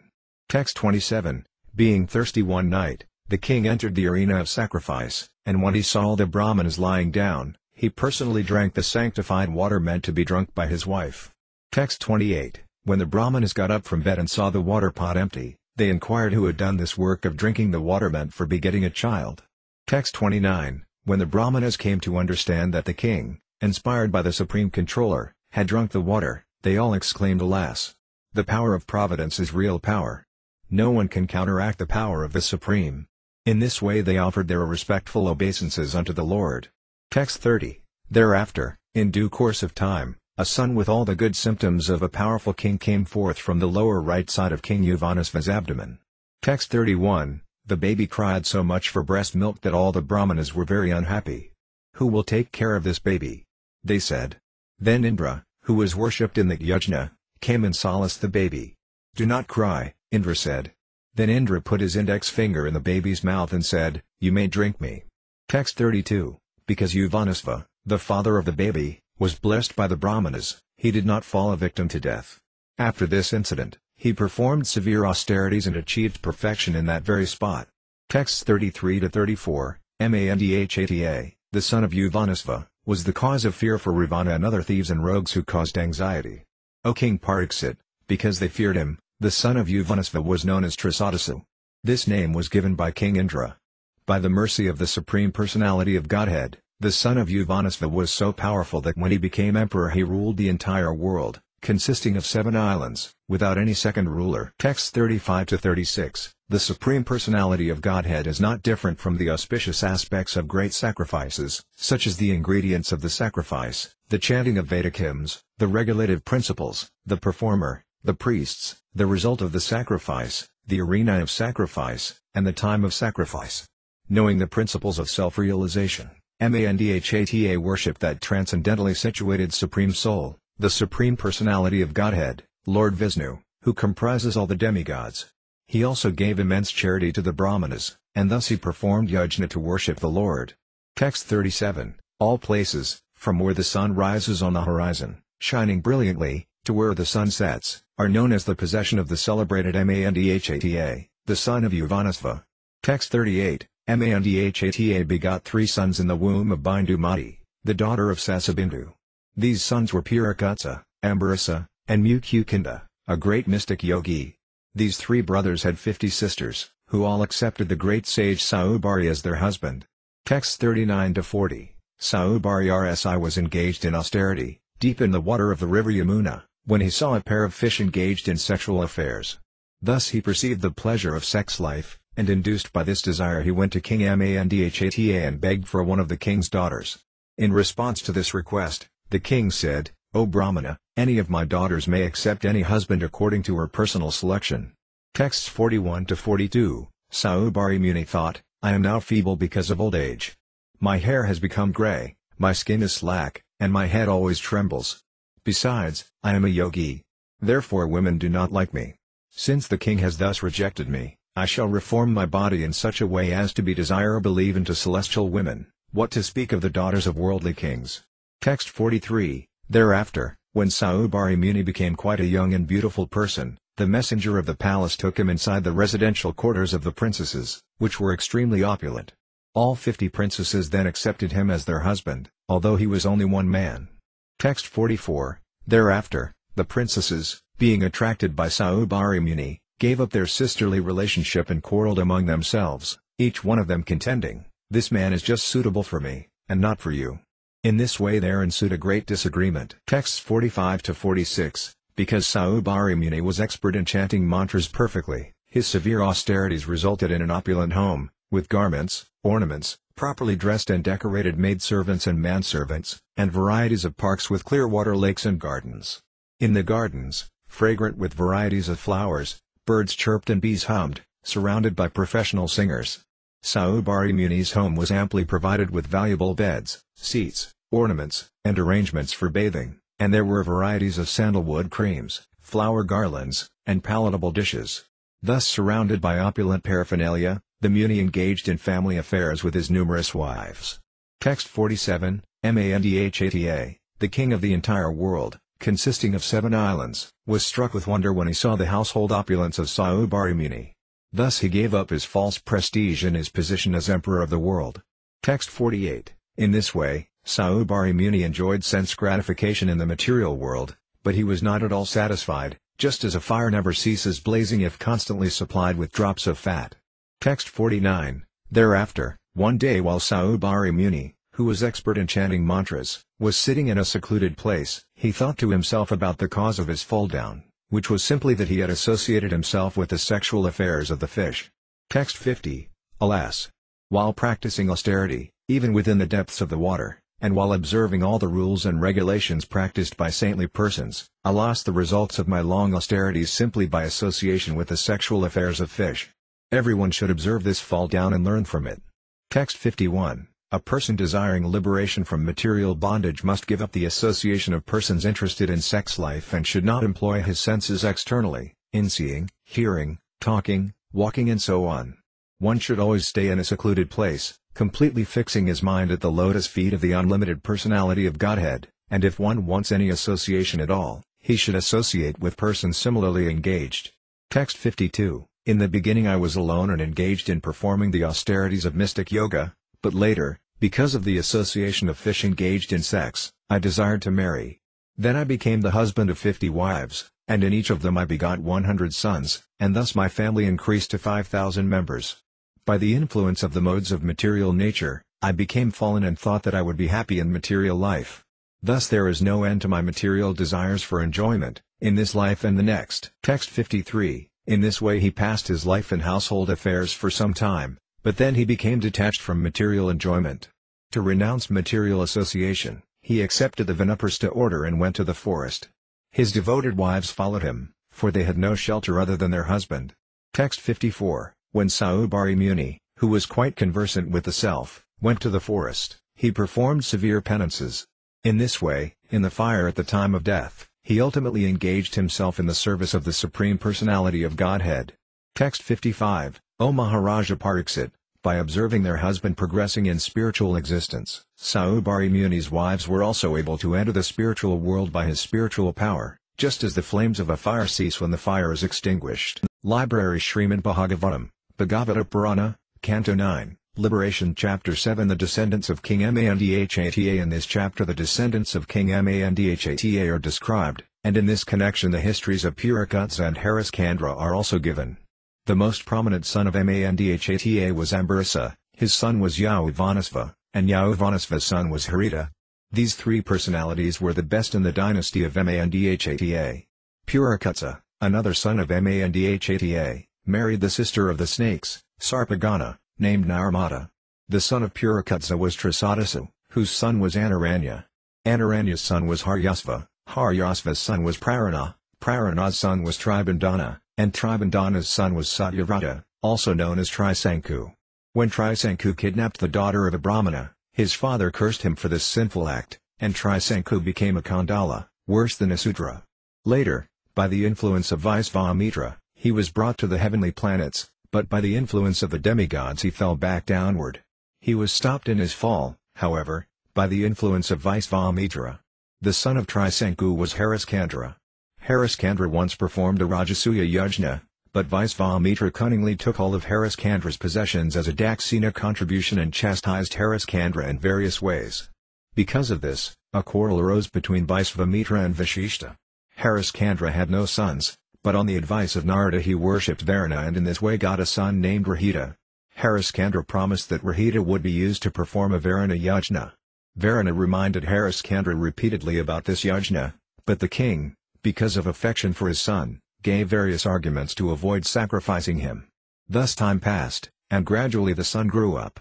To safeguard his life, the boy then took bow and arrows in hand and went to the forest.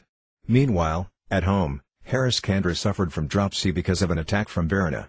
When Rahita received the news that his father was suffering, he wanted to return to the capital, but King Indra prevented him from doing so. Following the instructions of Indra, Rahita lived in the forest for 6 years and then returned home. Rahita purchased son Asefa, the second son of Ajagartha, and gave him to his father, Hariskandra, as the sacrificial animal. In this way, the sacrifice was performed, Varuna and the other demigods were pacified, and Hariskandra was freed from disease. In this sacrifice, Vaisvamitra was the Hota priest, Jamadagni was the Adryu, Vashishta was the Brahma, and Ayasaya was the Udgata. King Indra, being very satisfied by the sacrifice, gave Hariskandra a golden chariot, and Vaisvamitra gave him transcendental knowledge. Thus Sukadeva Goswami describes how Hariskandra achieved perfection. Text 1. Sukadeva Goswami said, "The most prominent among the sons of Mandhata was he who was celebrated as Ambarisa. Ambarisa was accepted as son by his grandfather Yavanasva. Ambarisa's son was Yavanasva, and Yavanasva's son was Harita. In Mandhata's dynasty, Ambarisa, Harita and Yavanasva were very prominent." Text 2. The serpent brothers of Narmada gave Narmada to Purakutsa. Being sent by Vasuki, she took Purakutsa to the lower region of the universe. Text 3. There in Rasatala, the lower region of the universe, Purakutsa, being empowered by Lord Vishnu, was able to kill all the Gandharvas who deserved to be killed. Purakutsa received the benediction from the serpents that anyone who remembers this history of his being brought by Narmada to the lower region of the universe will be assured of safety from the attack of snakes. Text 4. The son of Purakutsa was Trisadasu, who was the father of Anaranya. Anaranya's son was Haryasva, the father of Prarana. Prarana was the father of Tribandana. Texts 5-6. The son of Tribandana was Satyavrata, who is celebrated by the name Trisanku. Because he kidnapped the daughter of a Brahmana when she was being married, his father cursed him to become a Khandala, lower than a Sudra. Thereafter, by the influence of Vaisvamitra, he went to the higher planetary system, the heavenly planets, in his material body, but because of the prowess of the demigods he fell back downward. Nonetheless, by the power of Vaisvamitra, he did not fall all the way down. Even today he can still be seen hanging in the sky, head downward. Text 7. The son of Trisanku was Hariskandra. Because of Hariskandra there was a quarrel between Vaisvamitra and Vashishta, who for many years fought one another, having been transformed into birds. Text 8. Hariskandra had no son and was therefore extremely morose. Once, therefore, following the advice of Narada, he took shelter of Varuna and said to him, "My lord, I have no son. Would you kindly give me one?" Text 9. O King Pariksit, Hariskandra begged Varuna, "My lord, if a son is born to me, with that son I shall perform a sacrifice for your satisfaction." When Hariskandra said this, Varuna replied, "Let it be so." Because of Varuna's benediction, Hariskandra begot a son named Rahita. Text 10. Thereafter, when the child was born, Varuna approached Hariskandra and said, "Now you have a son. With this son you can offer me a sacrifice." In answer to this, Hariskandra said, "After 10 days have passed since an animal's birth, the animal becomes fit to be sacrificed." Text 11. After 10 days, Varuna came again and said to Hariskandra, "Now you can perform the sacrifice." Hariskandra replied, "When an animal grows teeth, then it becomes pure enough to be sacrificed." Text 12. When the teeth grew, Varuna came and said to Hariskandra, "Now the animal has grown teeth, and you can perform the sacrifice." Hariskandra replied, "When all its teeth have fallen out, then it will be fit for sacrifice." Text 13. When the teeth had fallen out, Varuna returned and said to Hariskandra, "Now the animal's teeth have fallen out, and you can perform the sacrifice." But Hariskandra replied, "When the animal's teeth grow in again, then he will be pure enough to be sacrificed." Text 14. When the teeth grew in again, Varuna came and said to Hariskandra, "Now you can perform the sacrifice." But Hariskandra then said, "O king, when the sacrificial animal becomes a kshatriya and is able to shield himself to fight with the enemy, then he will be purified." Text 15. Hariskandra was certainly very much attached to his son. Because of this affection, he asked the demigod Varuna to wait. Thus Varuna waited and waited for the time to come. Text 16. Rohita could understand that his father intended to offer him as the animal for sacrifice. Therefore, just to save himself from death, he equipped himself with bow and arrows and went to the forest. Text 17. When Rohita heard that his father had been attacked by dropsy due to Varuna and that his abdomen had grown very large, he wanted to return to the capital, but King Indra forbade him to do so. Text 18. King Indra advised Rohita to travel to different pilgrimage sites and holy places, for such activities are pious indeed. Following this instruction, Rohita went to the forest for 1 year. Text 19. In this way, at the end of the second, third, fourth and fifth years, when Rohita wanted to return to his capital, the king of heaven, Indra, approached him as an old Brahmana and forbade him to return, repeating the same words as in the previous year. Text 20. Thereafter, in the 6th year, after wandering in the forest, Rohita returned to the capital of his father. He purchased from a Jagarta his second son, named Sunasefa.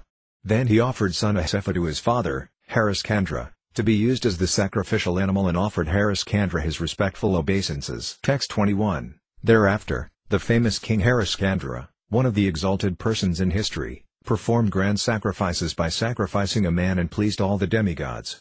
In this way his dropsy created by Varuna was cured. Text 22. In that great human sacrifice, Vaisvamitra was the chief priest to offer oblations. The perfectly self-realized Jamadagni had the responsibility for chanting the mantras from the Yajurveda, Vashishta was the chief Brahminical priest, and the sage Ayasaya was the reciter of the hymns of the Samaveda. Text 23. King Indra, being very pleased with Hariskandra, offered him a gift of a golden chariot. Sunasefa's glories will be presented along with the description of the son of Vaisvamitra. Text 24. The great sage Vaisvamitra saw that Maharaja Hariskandra, along with his wife, was truthful, forbearing and concerned with the essence. Thus he gave them imperishable knowledge for fulfillment of the human mission. Texts 25-26. Maharaja Hariskandra first purified his mind, which was full of material enjoyment, by amalgamating it with the earth. Then he amalgamated the earth with water, the water with fire, the fire with the air, and the air with the sky. Thereafter, he amalgamated the sky with the total material energy, and the total material energy with spiritual knowledge. This spiritual knowledge is realization of oneself as part of the Supreme Lord. When the self-realized spiritual soul is engaged in service to the Lord, he is eternally imperceptible and inconceivable. Thus established in spiritual knowledge, he is completely freed from material bondage. Library Śrīmad Bhāgavatam, Bhagavata Purana, Canto 9, Liberation Chapter 8. The sons of Sagara meet Lord Kapiladeva. In this 8th chapter the descendants of Rohita are described. In the dynasty of Rohita there was a king named Sagara, whose history is described in relation to Kapiladeva and the destruction of the sons of Sagara. The son of Rohita was known as Harita, and the son of Harita was Kampa, who constructed a township known as Kampapuri. The son of Kampa was Zudeva, the son of Zudeva was Vijaya, the son of Vijaya was Baruka, and the son of Baruka was Vrka. Bahuka, the son of Vrka, was greatly disturbed by his enemies, and therefore he left home with his wife and went to the forest. When he died there, his wife wanted to accept the principles of sati, dying with her husband, but when she was about to die a sage named Uddhava found that she was pregnant and forbade her to do so.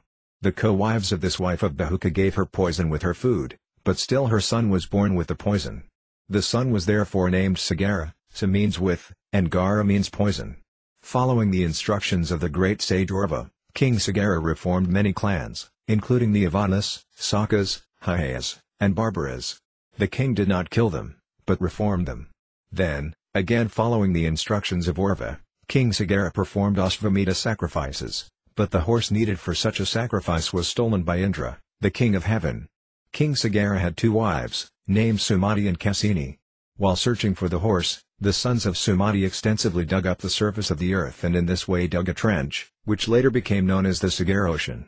In the course of this search, they came upon the great personality Kapiladeva and thought him to have stolen the horse. With this offensive understanding, they attacked him and were all burned to ashes.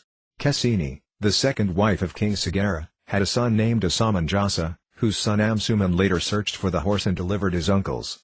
Upon approaching Kapiladeva, Amsuman saw both the horse meant for sacrifice and a pile of ashes. Amsuman offered prayers to Kapiladeva, who was very pleased by his prayers and who returned the horse. After getting back the horse, however, Amsuman still stood before Kapiladeva, and Kapiladeva could understand that Amsuman was praying for the deliverance of his forefathers. Thus Kapiladeva offered the instruction that they could be delivered by water from the Ganges. Amsuman then offered respectful obeisances to Kapiladeva, circumambulated him, and left that place with the horse for sacrifice. When King Sagara finished his yajna, he handed over the kingdom to Amsuman and, following the advice of Uddhava, attained salvation. Text 1. Sukadeva Goswami continued, the son of Rahita was Harita, and Harita's son was Kampa, who constructed the town of Kampapuri. The son of Kampa was Uddhava, and his son was Vijaya. Text 2. The son of Vijaya was Baruka, Baruka's son was Vrika, and Vrika's son was Bahuka. The enemies of King Bahuka took away all his possessions, and therefore the king entered the order of Vanuprastha and went to the forest with his wife. Text 3. Bahuka died when he was old, and one of his wives wanted to die with him, following the sati rite. At that time, however, Urva Muni, knowing her to be pregnant, forbade her to die. Text 4. Knowing that she was pregnant, the co-wives of the wife of Bahuka conspired to give her poison with her food, but it did not act. Instead, the son was born along with the poison.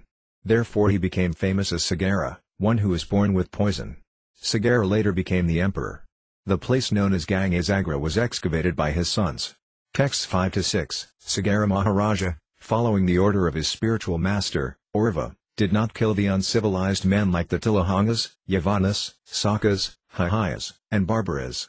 Instead, some of them he made dress awkwardly, some of them he shaved clean but allowed to wear mustaches, some of them he left wearing loose hair, some he half-shaved, some he left without underwear, and some without external garments. Thus these different clans were made to dress differently, but King Sagara did not kill them. Text 7. Following the instructions of the great sage Urva, Sagara Maharaja performed Ashvamedha sacrifices and thus satisfied the Supreme Lord, who is the Supreme Controller, the Super-Soul of all learned scholars, and the knower of all Vedic knowledge, the Supreme Personality of Godhead. But Indra, the King of Heaven, stole the horse meant to be offered at the sacrifice. Text 8. King Sagara had two wives, Sumati and Cassini, the sons of Sumati, who were very proud of their prowess and influence, following the order of their father, searched for the lost horse. While doing so, they dug into the earth very extensively. Texts 9-10. Thereafter, in the northeastern direction, they saw the horse near the asrama of Kapila Muni. "Here is the man who has stolen the horse," they said. "He is staying there with closed eyes. Certainly he is very sinful. Kill him! Kill him!" Shouting like this, the sons of Sagara, 60,000 altogether, raised their weapons. When they approached the sage opened his eyes. Text 11. By the influence of Indra, the king of heaven, the sons of Sagara had lost their intelligence and disrespected a great personality. Consequently, fire emanated from their own bodies, and they were immediately burned to ashes. Text 12. It is sometimes argued that the sons of King Sagara were burned to ashes by the fire emanating from the eyes of Kapila Muni. This statement, however, is not approved by great learned persons, for Kapila Muni's body is completely in the mode of goodness and therefore cannot manifest the mode of ignorance in the form of anger, just as the pure sky cannot be polluted by the dust of the earth. Text 13. Kapila Muni enunciated in this material world the Sankhya philosophy, which is a strong boat with which to cross over the ocean of nescience. Indeed, a person eager to cross the ocean of the material world may take shelter of this philosophy. In such a greatly learned person, situated on the elevated platform of transcendence, how can there be any distinction between enemy and friend? Text 14. Among the sons of Sagara Maharaja was one named Asamanjasa, who was born from the king's second wife, Cassini. The son of Asamanjasa was known as Amsuman, and he was always engaged in working for the good of Sagara Maharaja, his grandfather. Texts 15-16. Formerly, in his previous birth, Asamanjasa had been a great mystic yogi, but by bad association he had fallen from his exalted position. Now, in this life, he was born in a royal family and was a Jati Smara, that is, he had the special advantage of being able to remember his past birth. Nonetheless, he wanted to display himself as a miscreant, and therefore he would do things that were abominable in the eyes of the public and unfavorable to his relatives. He would disturb the boys sporting in the river Sarayu by throwing them into the depths of the water. Text 17. Because Asamandjasa engaged in such abominable activities, his father gave up affection for him and had him exiled. Then Asamandjasa exhibited his mystic power by reviving the boys and showing them to the king and their parents. After this, Asamandjasa left Ayodhya. Text 18. O King Pariksit, when all the inhabitants of Ayodhya saw that their boys have come back to life, they were astounded, and King Sagara greatly lamented the absence of his son. Text 19. Thereafter, Amsuman, the grandson of Maharaja Sagara, was ordered by the king to search for the horse. Following the same path traversed by his uncles, Amsuman gradually reached the stack of ashes and found the horse nearby. Text 20. The great Amsuman saw the sage named Kapila, the saint who is an incarnation of Vishnu, sitting there by the horse. Amsuman offered him respectful obeisances, folded his hands and offered him prayers with great attention. Text 21. Amsuman said, My lord, even Lord Brahma is to this very day unable to understand your position, which is far beyond himself, either by meditation or by mental speculation. So what to speak of others like us, who have been created by Brahma in various forms as demigods, animals, human beings, birds and beasts? We are completely in ignorance. Therefore, how can we know you, who are the transcendents? Text 22. My lord, you are fully situated in everyone's heart, but the living entities, covered by the material body, cannot see you, for they are influenced by the external energy, conducted by the three modes of material nature. Their intelligence being covered by sattva guna, rajoguna and tamoguna, they can see only the actions and reactions of these three modes of material nature. Because of the actions and reactions of the mode of ignorance, whether the living entities are awake or sleeping, they can see only the workings of material nature, they cannot see your lordship. Text 23. O my lord, sages freed from the influence of the three modes of material nature, sages such as the four Kumaras, Sanat, Sanaka, Sanandana and Sanatana, are able to think of you, who are concentrated knowledge. But how can an ignorant person like me think of you? Text 24. O completely peaceful Lord, although material nature, fruitive activities and their consequent material names and forms are your creation, you are unaffected by them. Therefore, your transcendental name is different from material names, and your form is different from material forms. You assume a form resembling a material body just to give us instructions like those of Bhagavad Gita, but actually you are the supreme original person. I therefore offer my respectful obeisances unto you. Text 25. O my lord, those whose hearts are bewildered by the influence of lust, greed, envy and delusion are interested only in false hearth and home in this world created by your Maya. Attached to home, wife and children, they wander in this material world perpetually. Text 26. O Supersoul of all living entities, O Personality of Godhead, simply by seeing you I have now been freed from all lusty desires, which are the root cause of insurmountable illusion and bondage in the material world. Text 27. O King Pariksit, when Amsuman had glorified the Lord in this way, the great sage Kapila, the powerful incarnation of Vishnu, being very merciful to him, explained to him the path of knowledge. Text 28. The Personality of Godhead said, My dear Amsuman, here is the animal sought by your grandfather for sacrifice. Please take it. As for your forefathers, who have been burnt to ashes, they can be delivered only by Ganges water, and not by any other means. Text 29. Thereafter, Amsuman circumambulated Kapila Muni and offered him respectful obeisances, bowing his head. After fully satisfying him in this way, Amsuman brought back the horse meant for sacrifice, and with this horse Maharaja Sagara performed the remaining ritualistic ceremonies. Text 30. After delivering charge of his kingdom to Amsuman and thus being freed from all material anxiety and bondage, Sagara Maharaja, following the means instructed by Uddhava Muni, achieved the supreme destination. Library SRIMAD Bhāgavatam, Bhagavata Purana, Canto 9, Liberation Chapter 9. The Dynasty of Amsuman. This chapter describes the history of the dynasty of Amsuman, up to Katvenga, and it also describes how Bhagiratha brought the water of the Ganges to this earth. The son of Maharaja Amsuman was Dilapa, who tried to bring the Ganges to this world but who died without success. Bhagiratha, the son of Dilapa, was determined to bring the Ganges to the material world, and for this purpose he underwent severe austerities. Mother Ganges, being fully satisfied by his austerities, made herself visible to him, wanting to give him a benediction. Bhagirath then asked her to deliver his forefathers. Although Mother Ganges agreed to come down to earth, she made two conditions. First, she wanted some suitable male to be able to control her waves. Second, although all sinful men would be freed from sinful reactions by bathing in the Ganges, Mother Ganges did not want to keep all these sinful reactions. These two conditions were subject matters for consideration. Bhagiratha replied to Mother Ganges, "The personality of Godhead Lord Shiva will be completely able to control the waves of your water, and when pure devotees bathe in your water, the sinful reactions left by sinful men will be counteracted." Bhagiratha then performed austerities to satisfy Lord Shiva, who is called Ajutosa because he is naturally satisfied very easily. Lord Shiva agreed to Bhagiratha's proposal to check the force of the Ganges. In this way, simply by the touch of the Ganges, Bhagiratha's forefathers were delivered and allowed to go to the heavenly planets. The son of Bhagiratha was Sruta, the son of Sruta was Nabha, and Nabha's son was Sindhudvipa. The son of Sindhudvipa was Utayu, and the son of Utayu was Richaparna, who was a friend of Nala. Richaparna gave Nala the art of gambling and learned from him the art of Asvavidya.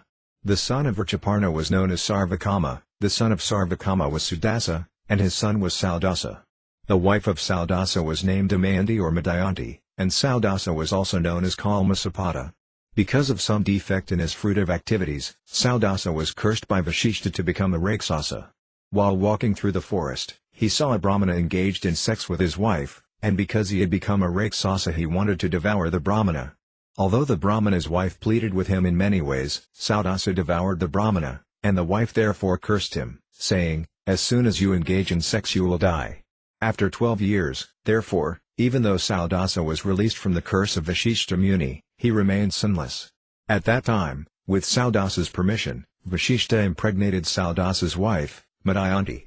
Because Madayanti bore the child for many years but still could not give birth, Vashishta struck her abdomen with a stone, and thus a son was born. The son was named Asmaka. The son of Asmaka was known as Balaka. He was protected from the curse of Parasurama because of being surrounded by many women, and therefore he is also known as Narakavaka.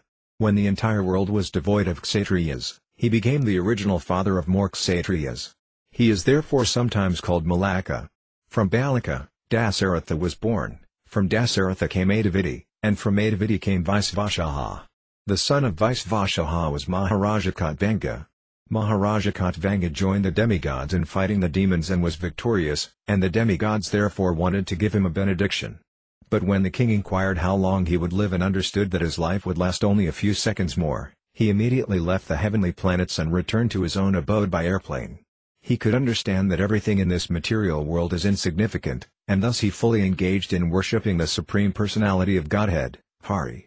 Text 1, Sukadeva Goswami continued, King Amsuman, like his grandfather, performed austerities for a very long time.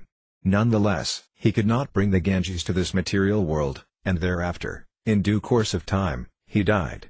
Text 2, like Amsuman himself, Dilapa, his son, was unable to bring the Ganges to this material world, and he also became a victim of death in due course of time. Then Dilapa's son, Bhagiratha, performed very severe austerities to bring the Ganges to this material world. Text 3, thereafter, Mother Ganges appeared before King Bhagiratha and said, I am very much satisfied with your austerities and am now prepared to give you benedictions as you desire. Being thus addressed by Ganga Devi, Mother Ganges, the king bowed his head before her and explained his desire. Text 4, Mother Ganges replied, When I fall from the sky to the surface of the planet Earth, the water will certainly be very forceful. Who will sustain that force? If I am not sustained, I shall pierce the surface of the earth and go down to Rasatala, the Patala area of the universe. Text 5, O King, I do not wish to go down to the planet Earth, for there the people in general will bathe in my water to cleanse themselves of the reactions of their sinful deeds. When all these sinful reactions accumulate in me, how shall I become free from them? You must consider this very carefully. Text 6, Bhagiratha said, Those who are saintly because of devotional service and are therefore in the renounced order, free from material desires, and who are pure devotees, expert in following the regulative principles mentioned in the Vedas, are always glorious and pure in behavior and are able to deliver all fallen souls. When such pure devotees bathe in your water, the sinful reactions accumulated from other people will certainly be counteracted, for such devotees always keep in the core of their hearts the Supreme Personality of Godhead, who can vanquish all sinful reactions. Text 7, Like a cloth woven of threads extending for its length and breadth, This entire universe, in all its latitude and longitude, is situated under different potencies of the Supreme Personality of Godhead. Lord Shiva is the incarnation of the Lord, and thus he represents the supersoul and the embodied soul. He can sustain your forceful waves on his head. Text 8. After saying this, Bhagirath satisfied Lord Shiva by performing austerities. O King Pariksit, Lord Shiva was very quickly satisfied with Bhagiratha. Text 9. When King Bhagiratha approached Lord Shiva and requested him to sustain the forceful waves of the Ganges, Lord Shiva accepted the proposal by saying, "Let it be so." Then, with great attention, he sustained the Ganges on his head, for the water of the Ganges is purifying, having emanated from the toes of Lord Vishnu. Text 10. The great and saintly King Bhagiratha brought the Ganges, which can deliver all the fallen souls, to that place on earth where the bodies of his forefathers lay burnt to ashes. Text 11. Bhagiratha mounted a swift chariot and drove before Mother Ganges, who followed him, purifying many countries, until they reached the ashes of Bhagiratha's forefathers, the sons of Sagara, who were thus sprinkled with water from the Ganges. Text 12. Because the sons of Sagara Maharaja had offended a great personality, the heat of their bodies had increased, and they were burned to ashes. But simply by being sprinkled with water from the Ganges, all of them became eligible to go to the heavenly planets. What then is to be said of those who use the water of Mother Ganges to worship her? Text 13. Simply by having water from the Ganges come in contact with the ashes of their burnt bodies, the sons of Sagara Maharaja were elevated to the heavenly planets. Therefore, what is to be said of a devotee who worships Mother Ganges faithfully with a determined vow? One can only imagine the benefit that accrues to such a devotee. Text 14. Because Mother Ganges emanates from the lotus toe of the Supreme Personality of Godhead, Ananda Deva, she is able to liberate one from material bondage. Therefore whatever is described herewith about her is not at all wonderful. Text 15. Great sages, completely freed from material lusty desires, devote their minds fully to the service of the Lord. Such persons are liberated from material bondage without difficulty, and they become transcendentally situated, acquiring the spiritual quality of the Lord. This is the glory of the Supreme Personality of Godhead. Text 16-17. Bhagiratha had a son named Sruta, whose son was Nabha. This son was different from the Nabha previously described. Nabha had a son named Sindhudvipa, from Sindhudvipa came Atayu, and from Atayu came Richaparna, who became a friend of Nalaraja. Richaparna taught Nalaraja the art of gambling, and Nalaraja gave Richaparna lessons in controlling and maintaining horses. The son of Richaparna was Sarvakama. Text 18. Sarvakama had a son named Sudasa, whose son, known as Saudasa, was the husband of Damayanti. Saudasa is sometimes known as Mitrasaha or Kalmasapata. Because of his own misdeed, Mitrasaha was sinless and was cursed by Vashishta to become a man-eater, Rakshasa. Text 19. King Pariksit said, "O Sukadeva Goswami, why did Vashishta, the spiritual master of Saudasa, curse that great soul? I wish to know of this. If it is not a confidential matter, please describe it to me." Texts 20-21, Sukadeva Goswami said, once Saudasa went to live in the forest, where he killed a man-eater, Rakshasa, but forgave and released the man-eater's brother. That brother, however, decided to take revenge. Thinking to harm the king, he became the cook at the king's house. One day, the king's spiritual master, Vashishta Muni, was invited for dinner, and the Rakshasa cook served him human flesh. Text 22. While examining the food given to him, Vashishta Muni, by his mystic power, could understand that it was unfit to eat, being the flesh of a human being. He was very angry at this and immediately cursed Saudasa to become a man-eater. Texts 23-24, when Vashishta understood that the human flesh had been served by the Rakshasa, not by the king, he undertook 12 years of austerity to cleanse himself for having cursed the faultless king. Meanwhile, King Saudasa took water and chanted the Sapa mantra, preparing to curse Vashishta, but his wife, Madhyayanti, forbade him to do so. Then the king saw that the 10 directions, the sky and the surface of the globe were full of living entities everywhere. Text 25, Saudasa thus acquired the propensity of a man-eater and received on his leg a black spot, for which he was known as Kalmasapata. Once King Kalmasapata saw a Brahmana couple engaged in sexual intercourse in the forest. Texts 26-27, being influenced by the propensity of a Rakshasa and being very hungry, King Saudasa seized the Brahmana. Then the poor woman, the Brahmana's wife, said to the king, "O hero, you are not actually a man-eater, rather, you are among the descendants of Maharaja Ikshvaku. Indeed, you are a great fighter, the husband of Madhyayanti. You should not act irreligiously in this way." I desire to have a son. Please, therefore, return my husband, who has not yet impregnated me. Text 28. O king, O hero, this human body is meant for universal benefits. If you kill this body untimely, you will kill all the benefits of human life. Text 29. Here is a learned, highly qualified Brahmana, engaged in performing austerity and eagerly desiring to worship the Supreme Lord, the Supersoul who lives within the core of the heart in all living entities.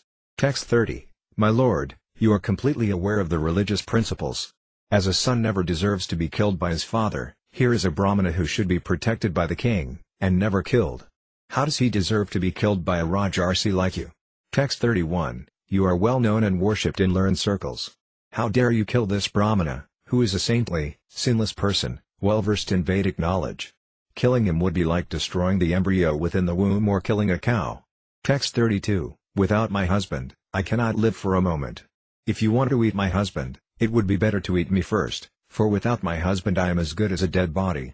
Text 33. Being condemned by the curse of Vashishta, King Saudasa devoured the Brahmana, exactly as a tiger eats its prey. Even though the Brahmana's wife spoke so pitiably, Saudasa was unmoved by her lamentation. Text 34. When the chaste wife of the Brahmana saw that her husband, who was about to discharge semen, had been eaten by the man-eater, she was overwhelmed with grief and lamentation. Thus she angrily cursed the king. Text 35. O foolish, sinful person, because you have eaten my husband when I was sexually inclined and desiring to have the seed of a child, I shall also see you die when you attempt to discharge semen in your wife. In other words, whenever you attempt to sexually unite with your wife, you shall die. Text 36. Thus the wife of the Brahmana cursed King Saudasa, known as Mitrasaha. Then, being inclined to go with her husband, she set fire to her husband's bones, fell into the fire herself, and went with him to the same destination. Text 37. After 12 years, when King Saudasa was released from the curse by Vashishta, he wanted to have sexual intercourse with his wife. But the queen reminded him about the curse by the Brahmani, and thus he was checked from sexual intercourse. Text 38. After being thus instructed, the king gave up the future happiness of sexual intercourse and by destiny remained sinless. Later, with the king's permission, the great saint Vashishta begot a child in the womb of Madhyanti. Text 39. Madhyanti bore the child within the womb for 7 years and did not give birth. Therefore Vashishta struck her abdomen with a stone, and then the child was born. Consequently, the child was known as Asmaka, the child born of a stone. Text 40. From Asmaka, Balaka took birth. Because Balaka was surrounded by women and was therefore saved from the anger of Parasirama, he was known as Narakavaka, one who is protected by women. When Parasirama vanquished all the Kshatriyas, Balaka became the progenitor of more Kshatriyas. Therefore he was known as Malaka, the root of the Kshatriya dynasty. Text 41. From Balaka came a son named Dasaratha, from Dasaratha came a son named Adavidi, and from Adavidi came King Vaisvashaha. The son of King Vaisvashaha was the famous Maharaja Katvanga. Text 42. King Katvanga was unconquerable in any fight. Requested by the demigods to join them in fighting the demons, he won victory, and the demigods, being very pleased, wanted to give him a benediction. The king inquired from them about the duration of his life and was informed that he had only 1 moment more. Thus he immediately left his palace and went to his own residence, where he engaged his mind fully on the lotus feet of the Lord. Text 43. Maharaja Katvanga thought, not even my life is dearer to me than the Brahminical culture and the Brahmanas, who are worshipped by my family. What then is to be said of my kingdom, land, wife, children and opulence? Nothing is dearer to me than the Brahmanas. Text 44. I was never attracted, even in my childhood, by insignificant things or irreligious principles. I did not find anything more substantial than the Supreme Personality of Godhead. Text 45. The demigods, the directors of the 3 worlds, wanted to give me whatever benediction I desired. I did not want their benedictions, however, because I am interested in the Supreme Personality of Godhead, who created everything in this material world. I am more interested in the Supreme Personality of Godhead than in all material benedictions. Text 46. Even though the demigods have the advantages of being situated in the higher planetary system, their minds, senses and intelligence are agitated by material conditions. Therefore, even such elevated persons fail to realize the Supreme Personality of Godhead, who is eternally situated in the core of the heart. What then is to be said of others, such as human beings, who have fewer advantages? Text 47. Therefore I should now give up my attachment for things created by the external energy of the Supreme Personality of Godhead. I should engage in thought of the Lord and should thus surrender unto Him. This material creation, having been created by the external energy of the Lord, is like an imaginary town visualized on a hill or in a forest.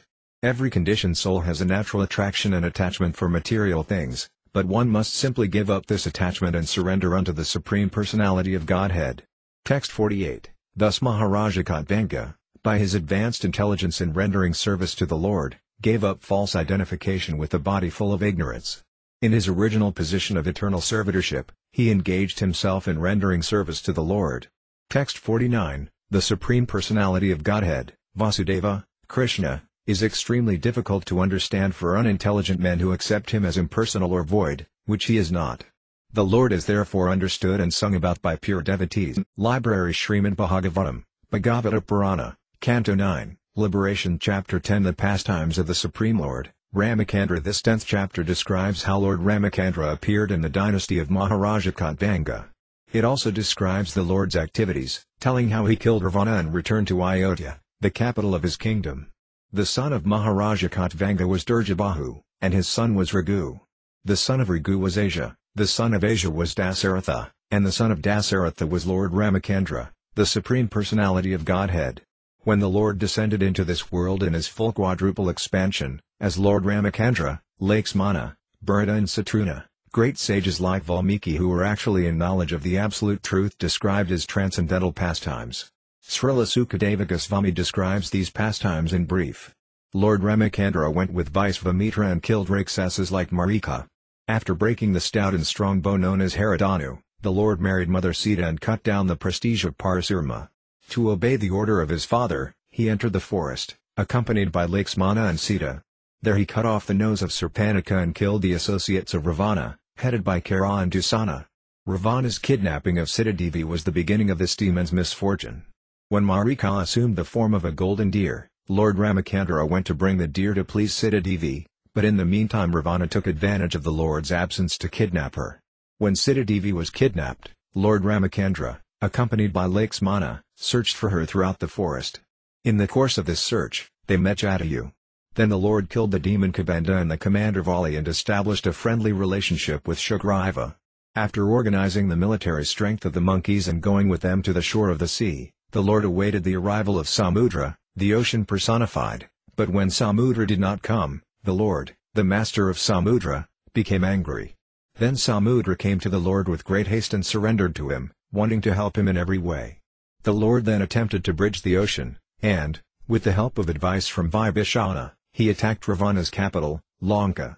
Previously, Hanuman, the eternal servant of the Lord, had set fire to Lanka, and now, with the help of Lakshmana, the forces of Lord Ramacandra killed all the Rakshasa soldiers. Then Lord Ramacandra personally killed Ravana. Mandodari and other wives lamented for Ravana, and in accordance with Lord Ramacandra's order, Vibhishana performed the funeral ceremonies for all the dead in the family.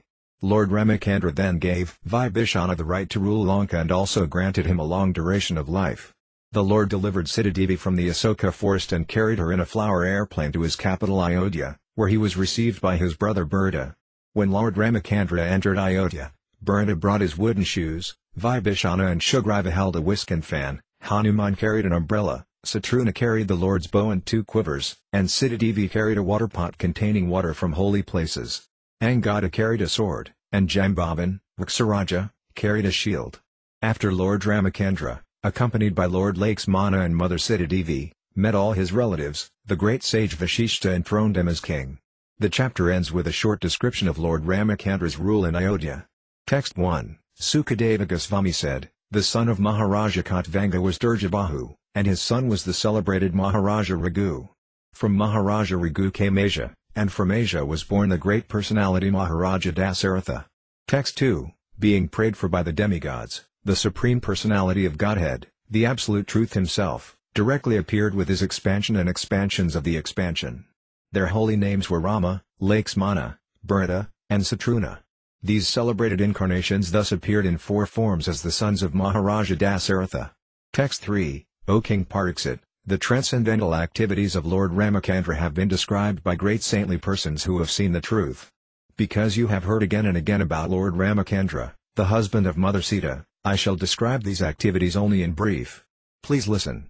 Text 4. To keep the promise of his father intact, Lord Ramachandra immediately gave up the position of king and, accompanied by his wife, Mother Sita, wandered from one forest to another on his lotus feet, which were so delicate that they were unable to bear even the touch of Sita's palms.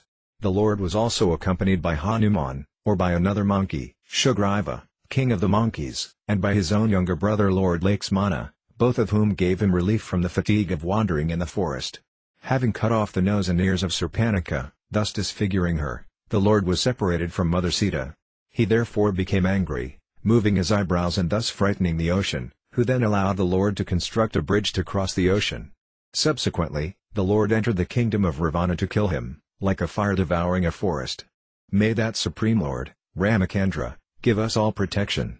Text 5. In the arena of the sacrifice performed by Visvamitra, Lord Ramachandra, the king of Ayodhya, killed many demons, Rakshasas and uncivilized men who wandered at night in the mode of darkness.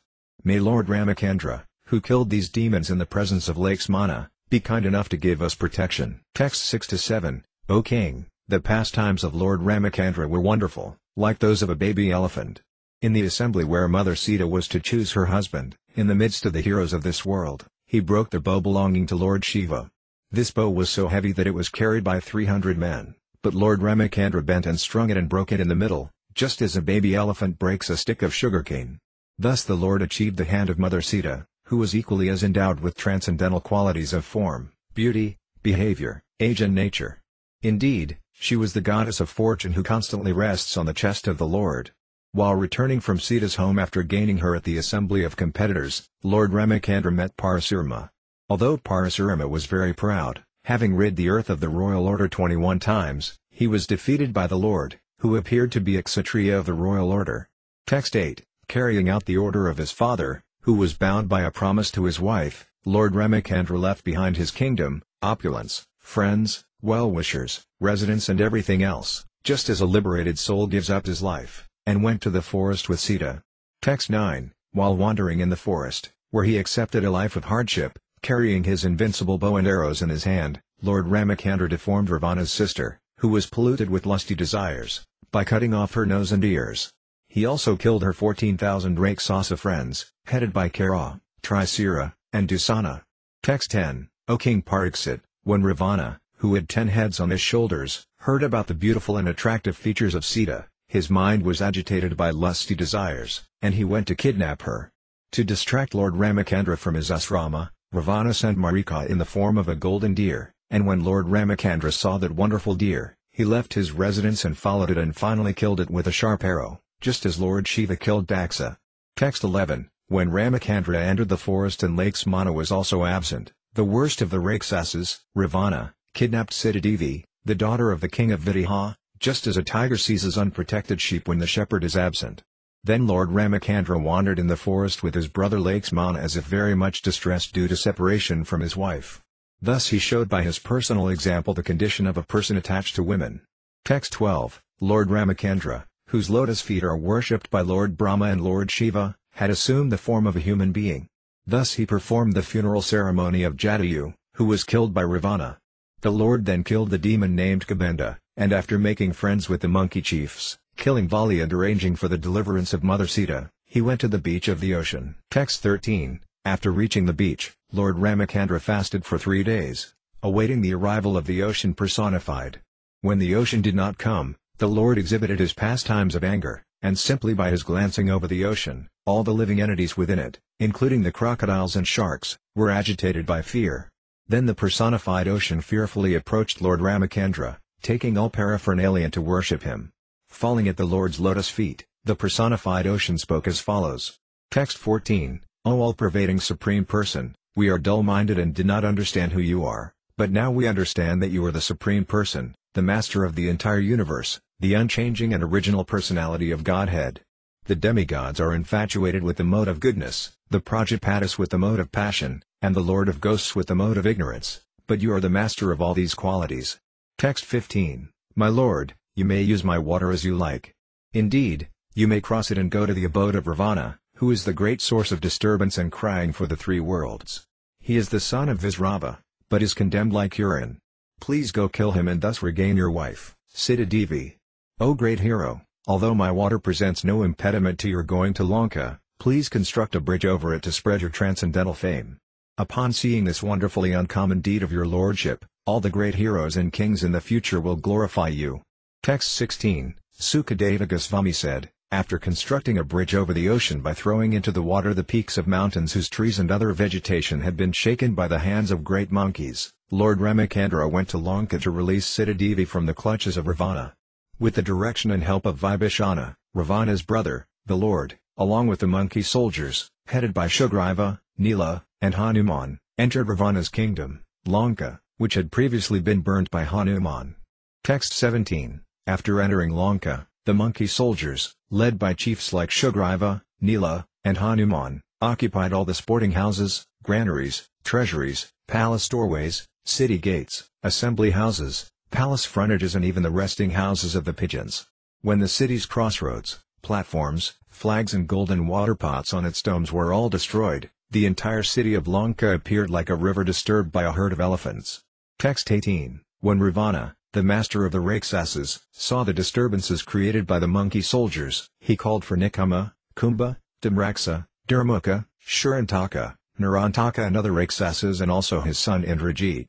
Thereafter he called for Prayasta, Adikaya, Vikampana and finally Kumbhakarna. Then he induced all his followers to fight against the enemies. Text 19, Lord Ramachandra, surrounded by Lakshmana and monkey soldiers like Sugriva, Hanuman, Gandhamata, Nila, Angada, Jambavan, and Panasa, attacked the soldiers of the Rakshasas, who were fully equipped with various invincible weapons like swords, lances, bows, prasas, ristas, sakti arrows, kajas and tamaras. Text 20, Angada and the other commanders of the soldiers of Ramachandra faced the elephants, infantry, horses and chariots of the enemy and hurled against them big trees, mountain peaks, clubs and arrows. Thus the soldiers of Lord Ramachandra killed Ravana's soldiers, who had lost all good fortune because Ravana had been condemned by the anger of Mother Sita. Text 21, thereafter, when Ravana, the king of the Rakshasas, observed that his soldiers had been lost, he was extremely angry. Thus he mounted his airplane, which was decorated with flowers, and proceeded toward Lord Ramachandra, who sat on the effulgent chariot brought by Mitali, the chariot driver of Indra. Then Ravana struck Lord Ramachandra with sharp arrows. Text 22, Lord Ramachandra said to Ravana, "You are the most abominable of the man-eaters. Indeed, you are like their stuli. You resemble a dog, for as a dog steals eatables from the kitchen in the absence of the householder, in my absence you kidnapped my wife, Sita Devi. Therefore as Yamaraja punishes sinful men, I shall also punish you. You are most abominable, sinful and shameless. Today, therefore, I, whose attempt never fails, shall punish you." Text 23, after thus rebuking Ravana, Lord Ramachandra fixed an arrow to his bow, aimed at Ravana, and released the arrow, which pierced Ravana's heart like a thunderbolt. Upon seeing this, Ravana's followers raised a tumultuous sound, crying, "Alas! Alas! What has happened? What has happened?" As Ravana, vomiting blood from his 10 mouths, fell from his airplane, just as a pious man falls to earth from the heavenly planets when the results of his pious activities are exhausted. Text 24, thereafter, all the women whose husbands had fallen in the battle, headed by Mandodari, the wife of Ravana, came out of Lanka. Continuously crying, they approached the dead bodies of Ravana and the other Rakshasas. Text 25, striking their breasts in affliction because their husbands had been killed by the arrows of Lakshmana, the women embraced their respective husbands and cried piteously in voices appealing to everyone. Text 26, O my lord, O master! You epitomized trouble for others, and therefore you were called Ravana. But now that you have been defeated, we also are defeated, for without you the state of Lanka has been conquered by the enemy. To whom will it go for shelter? Text 27, O greatly fortunate one, you came under the influence of lusty desires, and therefore you could not understand the influence of Mother Sita. Now, because of her curse, you have been reduced to this state, having been killed by Lord Ramachandra. Text 28, O pleasure of the Rakshasa dynasty, because of you the state of Lanka and also we ourselves now have no protector. By your deeds you have made your body fit to be eaten by vultures and your soul fit to go to hell. Text 29, Sri Sukadeva Goswami said, Vibhishana, the pious brother of Ravana and devotee of Lord Ramachandra, received approval from Lord Ramachandra, the king of Kosala. Then he performed the prescribed funeral ceremonies for his family members to save them from the path to hell. Text 30, thereafter, Lord Ramachandra found Sita Devi sitting in a small cottage beneath the tree named Simshapa in a forest of Asoka trees. She was lean and thin, being aggrieved because of separation from him. Text 31. Seeing his wife in that condition, Lord Ramachandra was very compassionate. When Ramachandra came before her, she was exceedingly happy to see her beloved, and her lotus-like mouth showed her joy. Text 32. After giving Vibhishana the power to rule the Rakshasa population of Lanka for the duration of one kalpa, Lord Ramachandra, the Supreme Personality of Godhead, Bhagavan, placed Sita Devi on an airplane decorated with flowers and then got on the plane himself. The period for his living in the forest having ended, the Lord returned to Ayodhya, accompanied by Hanuman, Sugriva and his brother Lakshmana. Text 33. When Lord Ramachandra returned to his capital, Ayodhya, he was greeted on the road by the princely order, who showered his body with beautiful, fragrant flowers, while great personalities like Lord Brahma and other demigods glorified the activities of the Lord in great jubilation. Text 34. Upon reaching Ayodhya, Lord Ramachandra heard that in his absence his brother Bharata was eating barley cooked in the urine of a cow, covering his body with the bark of trees, wearing matted locks of hair, and lying on a mattress of kusa. The most merciful Lord very much lamented this. Text 35-38. When Lord Bharata understood that Lord Ramachandra was returning to the capital, Ayodhya, he immediately took upon his own head Lord Ramachandra's wooden shoes and came out from his camp at Nandagrama. Lord Bharata was accompanied by ministers, priests and other respectable citizens, by professional musicians vibrating pleasing musical sounds, and by learned brahmanas loudly chanting Vedic hymns. Following in the procession were chariots drawn by beautiful horses with harnesses of golden rope. These chariots were decorated by flags with golden embroidery and by other flags of various sizes and patterns. There were soldiers bedecked with golden armor, servants bearing betel nut, and many well-known and beautiful prostitutes. Many servants followed on foot, bearing an umbrella, whisks, different grades of precious jewels, and other paraphernalia befitting a royal reception.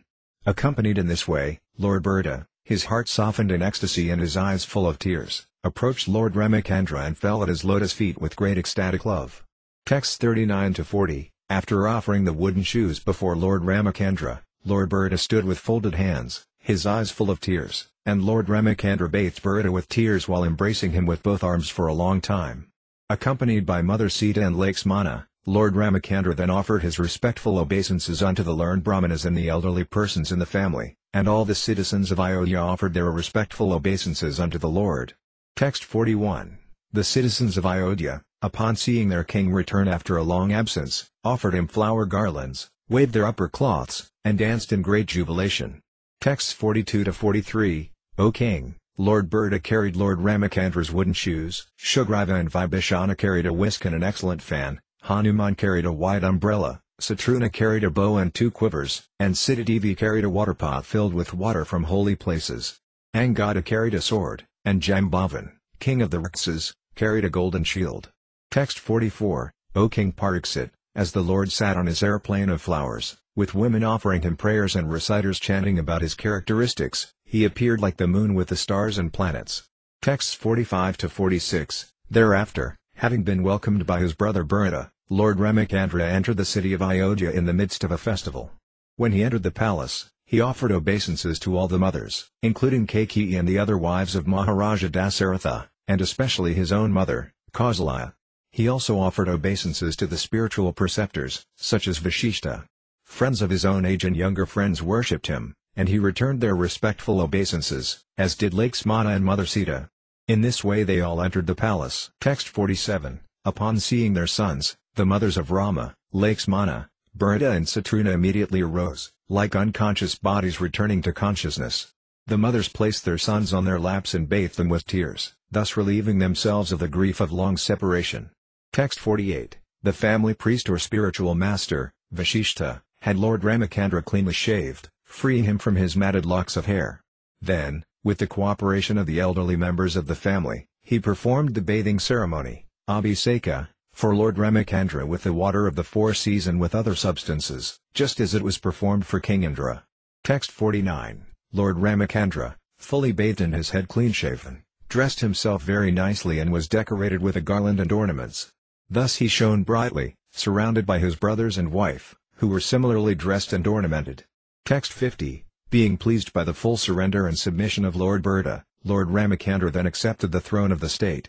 He cared for the citizens exactly like a father, and the citizens, being fully engaged in their occupational duties of Varna and Asrama, accepted him as their father. Text 51. Lord Ramachandra became king during Treta Yuga, but because of his good government, the age was like Satya Yuga. Everyone was religious and completely happy. Text 52. O Maharaja Pariksit, best of the Burda dynasty, during the reign of Lord Ramachandra the forests, the rivers, the hills and mountains, the states, the 7 islands and the 7 seas were all favorable in supplying the necessities of life for all living beings. Text 53. When Lord Ramachandra, the Supreme Personality of Godhead, was the king of this world, all bodily and mental suffering, disease, old age, bereavement, lamentation, distress, fear and fatigue were completely absent. There was even no death for those who did not want it. Text 54. Lord Ramachandra took a vow to accept only one wife and have no connection with any other women. He was a saintly king, and everything in his character was good, untinged by qualities like anger. He taught good behavior for everyone, especially for householders, in terms of Varnasrama Dharma. Thus he taught the general public by his personal activities. Text 55. Mother Sita was very submissive, faithful, shy and chaste, always understanding the attitude of her husband. Thus by her character and her love and service she completely attracted the mind of the Lord. Library Śrīmad Bhāgavatam, Bhagavata Purana, Canto 9, Liberation Chapter 11 Lord Ramachandra rules the world. This chapter describes how Lord Ramachandra resided in Ayodhya with his younger brothers and performed various sacrifices. Lord Ramachandra, the Supreme Personality of Godhead, performed various sacrifices by which to worship himself, and at the end of these sacrifices he gave land to the Hota, Atvaryu, Uddhava and Brahma priests. He gave them the eastern, western, northern and southern directions respectively, and the balance he gave to the Acharya. Lord Ramachandra's faith in the Brahmanas and affection for his servants was observed by all the Brahmanas, who then offered their prayers to the Lord and returned whatever they had taken from him. They regarded the enlightenment given to them by the Lord within the core of their hearts as a sufficient contribution. Lord Ramachandra subsequently dressed himself like an ordinary person and began wandering within the capital to understand what impression the citizens had of him. By chance, one night he heard a man talking to his wife, who had gone to another man's house. In the course of rebuking his wife, the man spoke suspiciously of the character of Sita Devi. The Lord immediately returned home, and, fearing such rumors, he superficially decided to give up Sita Devi's company. Thus he banished Sita Devi, who was pregnant, to the shelter of Valmiki Muni, where she gave birth to twin sons, named Lava and Kusa. In Ayodhya, Lakshmana begot 2 sons named Angada and Citractu, Burda begot 2 sons named Tiksa and Puskala, and Satruna begot 2 sons named Sabahu and Srutasanya. When Burda went out to conquer various lands on behalf of the emperor, Lord Ramachandra, he fought many millions of Gandharvas. By killing them in the fight, he acquired immense wealth, which he then brought home. Satruna killed a demon named Lavana at Madhuvana and thus established the capital of Mathura. Meanwhile, Sita Devi placed her 2 sons in the care of Valmiki Muni and then entered into the earth. Upon hearing of this, Lord Ramachandra was very much aggrieved, and thus he performed sacrifices for 13,000 years. After describing the pastimes of Lord Ramachandra's disappearance and establishing that the Lord appears for his pastimes only, Sukadeva Goswami ends this chapter by describing the results of hearing about the activities of Lord Ramachandra and by describing how the Lord protected his citizens and displayed affection for his brothers. Text 1. Sukadeva Goswami said, Thereafter, the Supreme Personality of Godhead, Lord Ramachandra, accepted an Acharya and performed sacrifices, yajnas, with opulent paraphernalia. Thus he himself worshipped himself, for he is the Supreme Lord of all demigods. Text 2. Lord Ramachandra gave the entire east to the Hota priest, the entire south to the Brahma priest, the west to the Atvaryu priest, and the north to the Uddhava priest, the reciter of the Samaveda. In this way, he donated his kingdom. Text 3. Thereafter, thinking that because the Brahmanas have no material desires they should possess the entire world, Lord Ramachandra delivered the land between the east, west, north and south to the Acharya.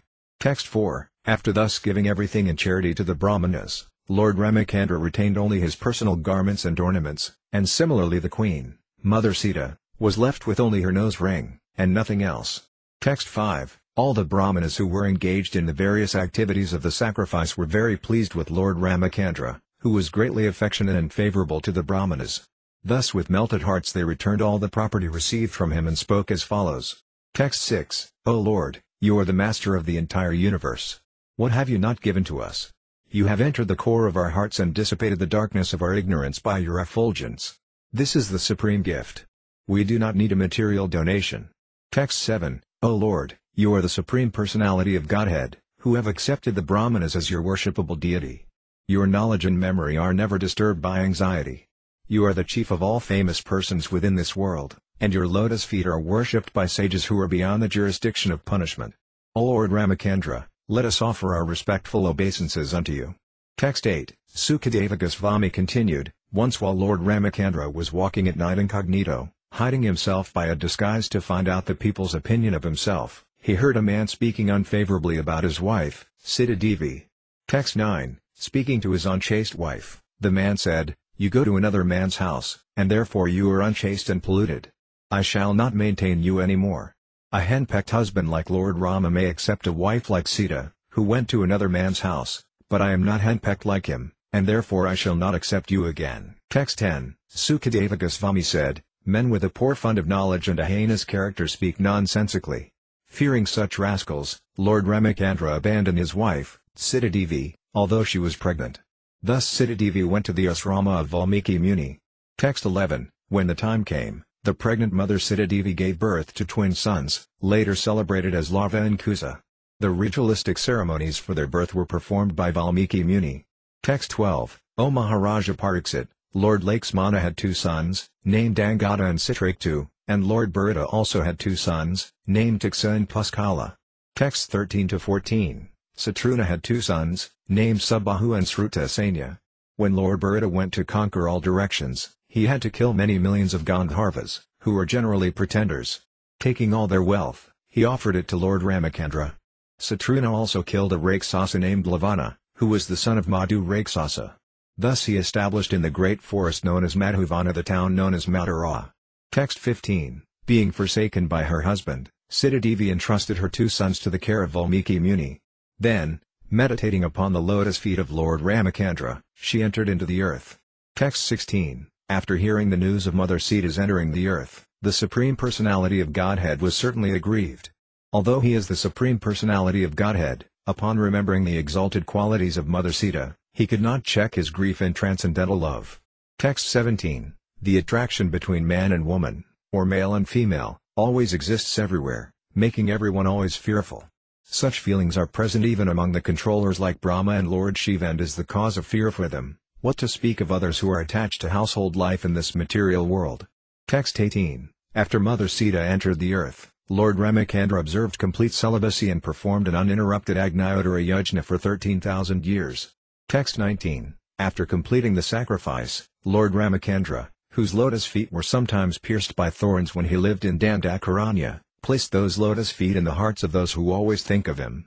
Then he entered his own abode, the Vaikuntha planet beyond the Brahmajyoti. Text 20, Lord Ramacandra's reputation for having killed Ravana with showers of arrows at the request of the demigods and for having built a bridge over the ocean does not constitute the factual glory of the Supreme Personality of Godhead Lord Ramacandra, whose spiritual body is always engaged in various pastimes. Lord Ramacandra has no equal or superior, and therefore he had no need to take help from the monkeys to gain victory over Ravana. Text 21, Lord Ramacandra's spotless name and fame, which vanquish all sinful reactions, are celebrated in all directions, like the ornamental cloth of the victorious elephant that conquers all directions. Great saintly persons like Markandeya Rsi still glorify his characteristics in the assemblies of great emperors like Maharaja Yudhishthira. Similarly, all the saintly kings and all the demigods, including Lord Shiva and Lord Brahma, worship the Lord by bowing down with their helmets. Let me offer my obeisances unto his lotus feet. Text 22, Lord Ramacandra returned to his abode, to which bhakti yogis are promoted. This is the place to which all the inhabitants of Ayodhya went after they served the Lord in his manifest pastimes by offering him obeisances, touching his lotus feet, fully observing him as a father-like king, sitting or lying down with him like equals, or even just accompanying him. Text 23, O King Pariksit, anyone who orally receives the narrations concerning the characteristics of Lord Ramacandra's pastimes will ultimately be freed from the disease of envy and thus be liberated from the bondage of fruitive activities. Text 24, Maharaja Pariksit inquired from Sukadeva Goswami, how did the Lord conduct himself, and how did he behave in relationship with his brothers, who were expansions of his own self? And how did his brothers and the inhabitants of Ayodhya treat him? Text 25, Sukadeva Goswami replied, after accepting the throne of the government by the fervent request of his younger brother Bharata, Lord Ramachandra ordered his younger brothers to go out and conquer the entire world, while he personally remained in the capital to give audience to all the citizens and residents of the palace and supervise the governmental affairs with his other assistants. Text 26. During the reign of Lord Ramachandra, the streets of the capital, Ayodhya, were sprinkled with perfumed water and drops of perfumed liquor, thrown about by elephants from their trunks. When the citizens saw the Lord personally supervising the affairs of the city in such opulence, they appreciated this opulence very much. Text 27. The palaces, the palace gates, the assembly houses, the platforms for meeting places, the temples and all such places were decorated with golden water pots and bedecked with various types of flags. Text 28. Wherever Lord Ramachandra visited, auspicious welcome gates were constructed, with banana trees and betel nut trees, full of flowers and fruits. The gates were decorated with various flags made of colorful cloth and with tapestries, mirrors and garlands. Text 29. Wherever Lord Ramachandra visited, the people approached him with paraphernalia of worship and begged the Lord's blessings. "O Lord," they said, "as you rescued the earth from the bottom of the sea in your incarnation as a boar, may you now maintain it. Thus we beg your blessings." Text 30. Thereafter, not having seen the Lord for a long time, the citizens, both men and women, being very eager to see him, left their homes and got up on the roofs of the palaces. Being incompletely satiated with seeing the face of the lotus-eyed Lord Ramachandra, they showered flowers upon him. Texts 31-34. Thereafter, Lord Ramachandra entered the palace of his forefathers. Within the palace were various treasures and valuable wardrobes. The sitting places on the two sides of the entrance door were made of coral, the yards were surrounded by pillars of Vaiduryamani, the floor was made of highly polished Marakatamani, and the foundation was made of marble. The entire palace was decorated with flags and garlands and bedecked with valuable stones, shining with a celestial effulgence. The palace was fully decorated with pearls and surrounded by lamps and incense.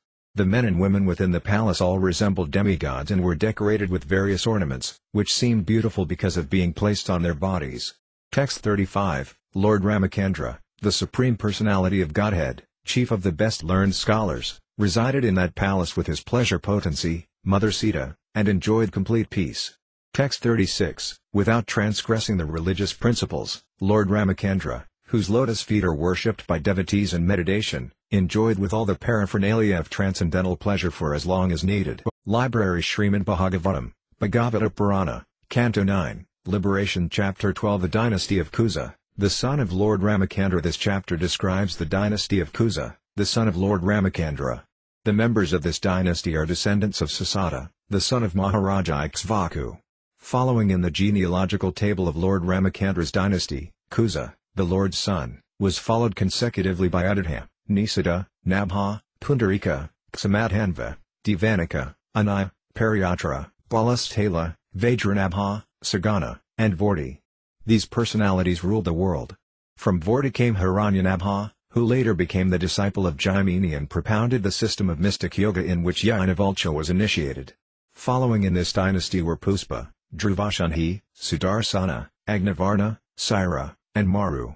Maru attained full perfection in the practice of yoga, and he still lives in the village of Kalapa. At the end of this age of Kali, he will revive the dynasty of the sun god. Next in the dynasty were Prasusruta, Sandi, Amrishana, Mahusvan, Vaisvabahu, Prasenajit, Taksaka, and Brihadbala, who was later killed by Abhimanyu.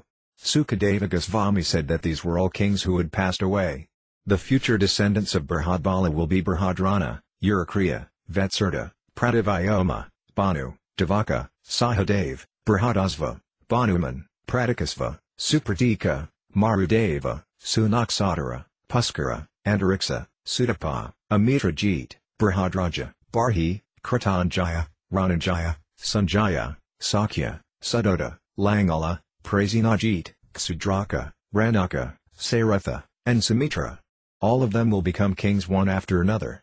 Sumitra, coming in this age of Kali, will be the last king in the Ikshvaku dynasty. After him, the dynasty will be extinguished. Text 1. Sukadeva Goswami said, the son of Ramachandra was Kusa, the son of Kusa was Uddhava, the son of Uddhava was Nisada, and the son of Nisada was Nabha. The son of Nabha was Pundarika, and from Pundarika came a son named Ksamadhanva. Text 2. The son of Ksamadhanva was Devanika, Devanika's son was Anaya, Anaya's son was Periatara, and Periatra's son was Balasthala. The son of Balasthala was Vajranabha, who was said to have been born from the effulgence of the sun god. Text 3-4, the son of Vajranabha was Sagana, and his son was Vorti. The son of Vorti was Hiranyanabha, who became a disciple of Jaimini and became a great Acharya of mystic yoga. It is from Hiranyanabha that the great saint Yagnavulcha learned the highly elevated system of mystic yoga known as Adhyatma yoga, which can loosen the knots of material attachment in the heart. Text 5, the son of Hiranyanabha was Puspa, and the son of Puspa was Druvashanhi. The son of Druvashanhi was Sudarsana, whose son was Agnavarna. The son of Agnavarna was named Saira, and his son was Maru. Text 6, having achieved perfection in the power of mystic yoga, Maru still lives in a place known as Kalapagrama. At the end of Kali Yuga, he will revive the lost Surya dynasty by begetting a son. Text 7, from Maru was born a son named Prasusruta, from Prasusruta came Sandi, from Sandi came Amarshana, and from Amarshana a son named Mahasvan. From Mahasvan, Vaisvabahu took his birth. Text 8, from Vaisvabahu came a son named Prasenajit, from Prasenajit came Taksaka, and from Taksaka came Brihadbala, who was killed in a fight by your father. Text 9, all these kings in the dynasty of Ikshvaku have passed away. Now please listen as I describe the kings who will be born in the future. From Brihadbala will come Brihadrana. Text 10, the son of Brihadrana will be Urukriya, who will have a son named Vetsarta. Vetsarta will have a son named Prativyoma, and Prativyoma will have a son named Banu, from whom Devaka, a great commander of soldiers, will take birth. Text 11, thereafter, from Devaka will come a son named Sahadev, and from Sahadev a great hero named Brihadasva. From Brihadasva will come Banuman, and from Banuman will come Pratikasva. The son of Pratikasva will be Supratika. Text 12, thereafter, from Supratika will come Marudeva, from Marudeva, Sunaksatra, from Sunaksatra, Puskara, and from Puskara, Anariksa. The son of Anariksa will be Sudapa, and his son will be Amitrajit. Text 13, from Amitrajit will come a son named Brihadraja, from Brihadraja will come Barhi, and from Barhi will come Kritanjaya. The son of Kritanjaya will be known as Rananjaya, and from him will come a son named Sanjaya. Text 14, from Sanjaya will come Sakya, from Sakya will come Sudota, and from Sudota will come Langala. From Langala will come Prasenajit, and from Prasenajit, Ksudraka. Text 15, from Ksudraka will come Ranaka, from Ranaka will come Saritha, and from Saritha will come Sumitra, ending the dynasty. This is a description of the dynasty of Brihadbala. Text 16, the last king in the dynasty of Ikshvaku will be Sumitra. After Sumitra there will be no more sons in the dynasty of the sun god, and thus the dynasty will end. Library Śrīmad Bhāgavatam, Bhagavata Purana, Canto 9, Liberation Chapter 13 The Dynasty of Maharaja Nimi. This chapter describes the dynasty in which the great and learned scholar Janaka was born. This is the dynasty of Maharaja Nimi, who is said to have been the son of Ikshvaku. When Maharaja Nimi began performing great sacrifices, he appointed Vashishta to be chief priest, but Vashishta refused, for he had already agreed to be priest in performing a yajna for Lord Indra. Vashishta therefore requested Maharaja Nimi to wait until Lord Indra's sacrifice was finished, but Maharaja Nimi did not wait. He thought, life is very short, so there is no need to wait. He therefore appointed another priest to perform the yajna. Vashishta was very angry at King Nimi and cursed him, saying, "May your body fall down." Cursed in that way, Maharaja Nimi also became very angry and retaliated by saying, "May your body also fall down." As a result of this cursing and counter-cursing, both of them died. After this incident, Vashishta took birth again, begotten by Mitra and Varuna, who were agitated by Urvasi. The priests who were engaged in the sacrifice for King Nimi preserved Nimi's body in fragrant chemicals. When the sacrifice was over, the priests prayed for Nimi's life to all the demigods who had come to the arena of Yajna, but Maharaja Nimi refused to take birth again in a material body because he considered the material body obnoxious. The great sages then churned Nimi's body, and as a result of this churning, Janaka was born. The son of Janaka was Uddavasu, and the son of Uddavasu was Nandavardhana. The son of Nandavardhana was Suketu, and his descendants continued as follows: Devarata, Brihadratha, Mahavirya, Sudati, Drishtaketu, Haryasva, Maru, Pratipaka, Kritaratha, Devamida, Visruta, Mahadrati, Kritirata, Maharoma, Svarnaroma, Risvaroma, and Siradvaja. All these sons appeared in the dynasty one after another. From Siradvaja, Mother Sita Devi was born. Saradvaja's son was Kusadvaja, and the son of Kusadvaja was Dharmadvaja. The sons of Dharmadvaja were Kritadvaja and Maitadvaja. The son of Kritadvaja was Kesivaja, and the son of Maitadvaja was Kandikya. Kesivaja was a self-realized soul, and his son was Banuman, whose descendants were as follows: Satadyamna, Suchi, Sanadvaja, Urjakatu, Asia, Purayit, Aristanemi, Srudayu, Suparsvaka, Citraratha, Ksamati, Samaratha, Satiratha, Upagaru, Upagupta, Vasvananta, Uyuda, Subhasana, Sruta, Jaya, Vijaya, Rita, Sunaka, Vitahavya, Driti, Bahulasva, Kriti, and Mahavasi. All of these sons were great self-controlled personalities.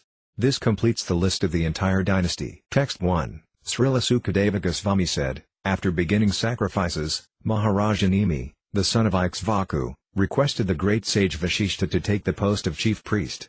At that time, Vashishta replied, "My dear Maharaja Nimi, I have already accepted the same post in a sacrifice begun by Lord Indra." Text 2. I shall return here after finishing the yajna for Indra. Kindly wait for me until then. Maharaja Nimi remained silent, and Vashishta began to perform the sacrifice for Lord Indra. Text 3. Maharaja Nimi, being a self-realized soul, considered that this life is flickering.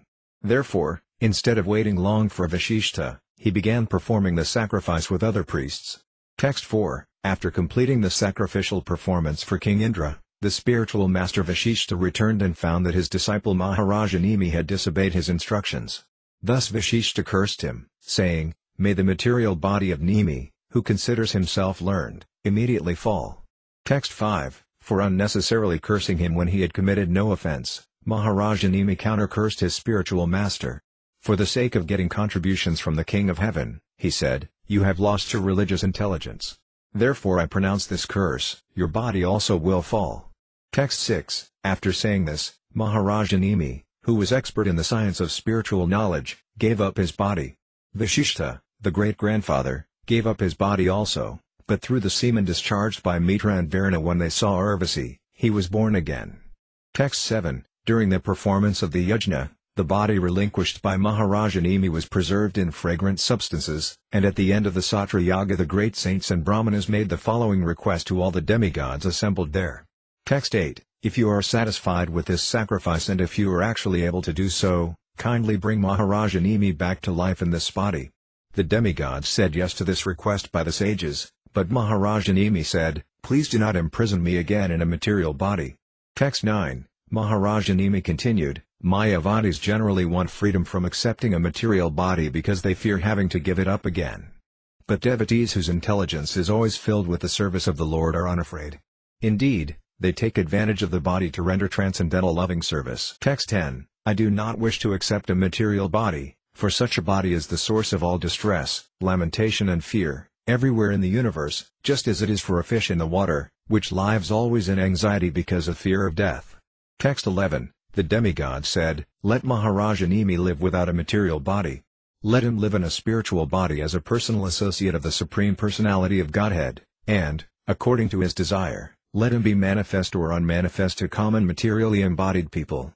Text 12. Thereafter, to save the people from the danger of an unregulated government, the sages churned Maharaja Nimi's material body, from which, as a result, a son was born. Text 13. Because he was born in an unusual way, the son was called Janaka, and because he was born from the dead body of his father, he was known as Veda. Because he was born from the churning of his father's material body, he was known as Mithila, and because he constructed a city as King Mithila, the city was called Mithila. Text 14. O King Pariksit, from Mithila came a son named Uddavasu, from Uddavasu, Nandavardhana, from Nandavardhana, Suketu, and from Suketu, Devarata. Text 15. From Devarata came a son named Brihadratha and from Brihadratha a son named Mahavirya, who became the father of Sudrati. The son of Sudrati was known as Drastakatu, and from Drastakatu came Haryasva. From Haryasva came a son named Maru. Text 16. The son of Maru was Pratipaka, and the son of Pratipaka was Kritaratha. From Kritaratha came Devamida, from Devamida, Visruta, and from Visruta, Mahadri. Text 17. From Mahadri was born a son named Kritarata. From Kritarata was born Maharoma, from Maharoma came a son named Svarnaroma, and from Svarnaroma came Risvaroma. Text 18. From Risvaroma came a son named Saradvaja, also called Janaka. When Saradvaja was plowing a field, from the front of his plow, Sira, appeared a daughter named Sita Devi, who later became the wife of Lord Ramacandra. Thus he was known as Saradvaja. Text 19, the son of Saradvaja was Kusadvaja, and the son of Kusadvaja was King Dharmadvaja, who had two sons, namely Kritadvaja and Maitadvaja. Texts 20-21, O Maharaja Pariksit, the son of Kritadvaja was Kesivaja, and the son of Maitadvaja was Kandikya. The son of Kritadvaja was expert in spiritual knowledge, and the son of Maitadvaja was expert in Vedic ritualistic ceremonies. Kandikya fled in fear of Kesivaja. The son of Kesivaja was Banuman, and the son of Banuman was Satadyamna. Text 22, the son of Satadyamna was named Suchi. From Suchi, Sanadvaja was born, and from Sanadvaja came a son named Urjakatu. The son of Urjakatu was Asia, and the son of Asia was Puriyit. Text 23, the son of Puriyit was Aristanemi, and his son was Srudayu. Srudayu begot a son named Suparsvaka, and Suparsvaka begot Citraratha. The son of Citraratha was Ksamadhi, who became the king of Mithila. Text 24, the son of Ksamadhi was Samaratha, and his son was Sataratha. The son of Sataratha was Upaguru, and the son of Upaguru was Upagupta, a partial expansion of the fire god. Text 25, the son of Upagupta was Vasvananda, the son of Vasvananda was Uyuda, the son of Uyuda was Subhasana, and the son of Subhasana was Sruta. The son of Sruta was Jaya, from whom there came Vijaya. The son of Vijaya was Rata. Text 26, the son of Rata was Sunaka, the son of Sunaka was Vidahavya, the son of Vidahavya was Driti, and the son of Driti was Bahulasva. The son of Bahulasva was Kriti, and his son was Mahavasi. Text 27, Sukadeva Goswami said, My dear King Pariksit, all the kings of the dynasty of Mithila were completely in knowledge of their spiritual identity. Therefore, even though staying at home, they were liberated from the duality of material existence. Library Śrīmad Bhāgavatam, Bhagavata Purana, Canto 9, Liberation Chapter 14 King Purava enchanted by Urvasi. The summary of this 14th chapter is given as follows. This chapter describes Soma and how he kidnapped the wife of Brihaspati and begot in her womb a son named Buddha. Buddha begot Purava, who begot 6 sons, headed by Ayu, in the womb of Urvasi.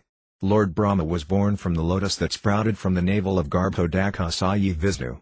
Brahma had a son named Atri, and Atri's son was Soma, the king of all drugs and stars.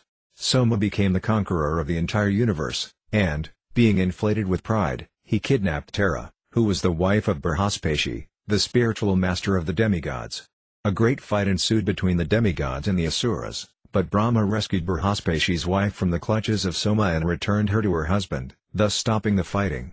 In the womb of Tara, Soma begot a son named Buddha, who later begot in the womb of Ila a son named Ila, or Purava. Urvasi was captivated by Purava's beauty, and therefore she lived with him for some time, but when she left his company he became almost like a madman. While traveling all over the world, he met Urvasi again at Kurukshetra, but she agreed to join with him for only one night in a year. 1 year later, Purava saw Urvasi at Kurukshetra and was glad to be with her for one night, but when he thought of her leaving him again, he was overwhelmed by grief. Urvasi then advised Purava to worship the Gandharvas. Being satisfied with Purava, the Gandharvas gave him a woman known as Agnisthali. Purava mistook Agnisthali for Urvasi, but while he was wandering in the forest his misunderstanding was cleared, and he immediately gave up her company.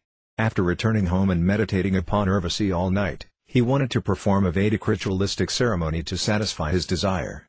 Thereafter he went to the same place where he had left Agnisthali, and there he saw that from the womb of a Sami tree had come an Asvatha tree.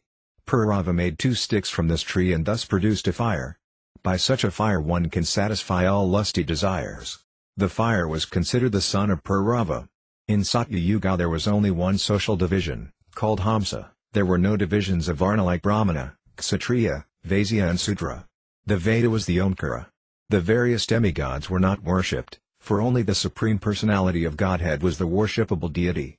Text 1, Srila Sukadeva Goswami said to Maharaja Pariksit, O king, thus far you have heard the description of the dynasty of the sun god. Now hear the most glorious and purifying description of the dynasty of the moon god. This description mentions kings like Ila, Purava, of whom it is glorious to hear. Text 2, Lord Vishnu, Garbhodakasaya Vishnu, is also known as Sahasra Sirsa Purusa. From the lake of his navel sprang a lotus, on which Lord Brahma was generated. Atri, the son of Lord Brahma, was as qualified as his father. Text 3, from Atri's tears of jubilation was born a son named Soma, the moon, who was full of soothing rays. Lord Brahma appointed him the director of the Brahmanas, drugs and luminaries. Text 4, after conquering the three worlds, the upper, middle and lower planetary systems, Soma, the moon god, performed a great sacrifice known as the Rajasuya Yajna. Because he was very much puffed up, he forcibly kidnapped Brihaspati's wife, whose name was Tara. Text 5, although requested again and again by Brihaspati, the spiritual master of the demigods, Soma did not return Tara. This was due to his false pride. Consequently, a fight ensued between the demigods and the demons. Text 6, because of enmity between Brihaspati and Shukra, Shukra took the side of the moon god and was joined by the demons. But Lord Shiva, because of affection for the son of his spiritual master, joined the side of Brihaspati and was accompanied by all the ghosts and hobgoblins. Text 7, King Indra, accompanied by all kinds of demigods, joined the side of Brihaspati. Thus there was a great fight, destroying both demons and demigods, only for the sake of Tara, Brihaspati's wife. Text 8, when Lord Brahma was fully informed by Angira about the entire incident, he severely chastised the moon god, Soma. Thus Lord Brahma delivered Tara to her husband, who could then understand that she was pregnant. Text 9, Brihaspati said, "You foolish woman, your womb, which was meant for me to impregnate, has been impregnated by someone other than me. Immediately deliver your child. Immediately deliver it. Be assured that after the child is delivered, I shall not burn you to ashes. I know that although you are unchaste, you wanted a son. Therefore I shall not punish you." Text 10, Sukadeva Goswami continued, by Brihaspati's order, Tara, who was very much ashamed, immediately gave birth to the child, who was very beautiful, with a golden bodily hue. Both Brihaspati and the moon god, Soma, desired the beautiful child. Text 11, fighting again broke out between Brihaspati and the moon god, both of whom claimed, "This is my child, not yours." All the saints and demigods present asked Tara whose child the newborn baby actually was, but because she was ashamed she could not immediately answer. Text 12, the child then became very angry and demanded that his mother immediately tell the truth. "You unchaste woman," he said, "what is the use of your unnecessary shame? Why do you not admit your fault? Immediately tell me about your faulty behavior." Text 13, Lord Brahma then brought Tara to a secluded place, and after pacifying her he asked to whom the child actually belonged. She replied very slowly, "This is the son of Soma, the moon god." Then the moon god immediately took charge of the child. Text 14, O Maharaja Pariksit, when Lord Brahma saw that the child was deeply intelligent, he gave the child the name Buddha. The moon god, the ruler of the stars, enjoyed great jubilation because of this son. Texts 15 to 16, thereafter, from Buddha, through the womb of Ela, a son was born named Purava, who was described in the beginning of the 9th canto. When his beauty, personal qualities, magnanimity, behavior, wealth and power were described by Narada in the court of Lord Indra, the celestial woman Urvasi was attracted to him. Pierced by the arrow of Cupid, she thus approached him. Texts 17 to 18, having been cursed by Mitra and Varuna, the celestial woman Urvasi had acquired the habits of a human being. Therefore, upon seeing Purava, the best of males, whose beauty resembled that of Cupid, she controlled herself and then approached him. When King Purava saw Urvasi, his eyes became jubilant in the ecstasy of joy, and the hairs on his body stood on end. With mild, pleasing words, he spoke to her as follows. Text 19, King Purava said, "O most beautiful woman, you are welcome. Please sit here and tell me what I can do for you. You may enjoy with me as long as you desire. Let us pass our life happily in a sexual relationship." Text 20, Urvasi replied, "O most handsome man, who is the woman whose mind and sight would not be attracted by you? If a woman takes shelter of your chest, she cannot refuse to enjoy with you in a sexual relationship." Text 21, My dear King Purava, please give protection to these two lambs, who have fallen down with me. Although I belong to the heavenly planets and you belong to Earth, I shall certainly enjoy sexual union with you. I have no objection to accepting you as my husband, for you are superior in every respect. Text 22, Urvasi said, "My dear hero, only preparations made in ghee, clarified butter, will be my eatables, and I shall not want to see you naked at any time, except at the time of sexual intercourse." The great-minded King Purava accepted these proposals. Text 23, Purava replied, "O beautiful one, your beauty is wonderful and your gestures are also wonderful. Indeed, you are attractive to all human society. Therefore, since you have come of your own accord from the heavenly planets, who on earth would not agree to serve a demigoddess such as you? Text 24, Sukadeva Goswami continued, the best of human beings, Purava, began freely enjoying the company of Urvasi, who engaged in sexual activities with him in many celestial places, such as Kshetraratha and Nandanakanana, where the demigods enjoy. Text 25, Urvasi's body was as fragrant as the saffron of a lotus. Being enlivened by the fragrance of her face and body, Purava enjoyed her company for many days with great jubilation. Text 26, not seeing Urvasi in his assembly, the king of heaven, Lord Indra, said, without Urvasi my assembly is no longer beautiful. Considering this, he requested the Gandharvas to bring her back to his heavenly planet. Text 27, thus the Gandharvas came to earth, and at midnight, when everything was dark, they appeared in the house of Purava and stole the 2 lambs entrusted to the king by his wife, Urvasi. Text 28, Urvasi treated the 2 lambs like her own sons. Therefore, when they were being taken by the Gandharvas and began crying, Urvasi heard them and rebuked her husband. Now I am being killed, she said, under the protection of an unworthy husband, who is a coward and a eunuch although he thinks himself a great hero. Text 29, because I depended on him, the plunderers have deprived me of my 2 sons the lambs, and therefore I am now lost. My husband lies down at night in fear, exactly like a woman, although he appears to be a man during the day. Text 30, Purava, stricken by the sharp words of Urvasi like an elephant struck by its driver's pointed rod, became very angry. Not even dressing himself properly, he took a sword in hand and went out naked into the night to follow the Gandharvas who had stolen the lambs. Text 31, after giving up the 2 lambs, the Gandharvas shone brightly like lightning, thus illuminating the house of Purava. Urvasi then saw her husband returning with the lambs in hand, but he was naked, and therefore she left. Text 32, no longer seeing Urvasi on his bed, Purava was most aggrieved. Because of his great attraction for her, he was very much disturbed. Thus, lamenting, he began traveling about the earth like a madman. Text 33, once during his travels all over the world, Purava saw Urvasi, accompanied by 5 companions, on the bank of the Sarasvati at Kurukshetra. With jubilation in his face, he then spoke to her in sweet words as follows. Text 34, O my dear wife, O most cruel one, kindly stay, kindly stay. I know that I have never made you happy until now, but you should not give me up for that reason. This is not proper for you. Even if you have decided to give up my company, let us nonetheless talk for some time. Text 35, O goddess, now that you have refused me, my beautiful body will fall down here, and because it is unsuitable for your pleasure, it will be eaten by foxes and vultures. Text 36, Urvasi said, my dear king, you are a man, a hero. Don't be impatient and give up your life. Be sober and don't allow the senses to overcome you like foxes. Don't let the foxes eat you. In other words, you should not be controlled by your senses. Rather, you should know that the heart of a woman is like that of a fox. There is no use making friendship with women. Text 37, women as a class are merciless and cunning. They cannot tolerate even a slight offense. For their own pleasure they can do anything irreligious, and therefore they do not fear killing even a faithful husband or brother. Text 38, women are very easily seduced by men. Therefore, polluted women give up the friendship of a man who is their well-wisher and establish false friendship among fools. Indeed, they seek newer and newer friends, one after another. Text 39, O my dear king, you will be able to enjoy with me as my husband at the end of every year, for one night only. In this way you will have other children, one after another. Text 40, understanding that Urvasi was pregnant, Purava returned to his palace. At the end of the year, there at Kurukshetra, he again obtained the association of Urvasi, who was then the mother of a heroic son. Text 41, having regained Urvasi at the end of the year, King Purava was most jubilant, and he enjoyed her company and sex for one night. But then he was very sorry at the thought of separation from her, so Urvasi spoke to him as follows. Text 42, Urvasi said, my dear king, seek shelter of the Gandharvas, for they will be able to deliver me to you again.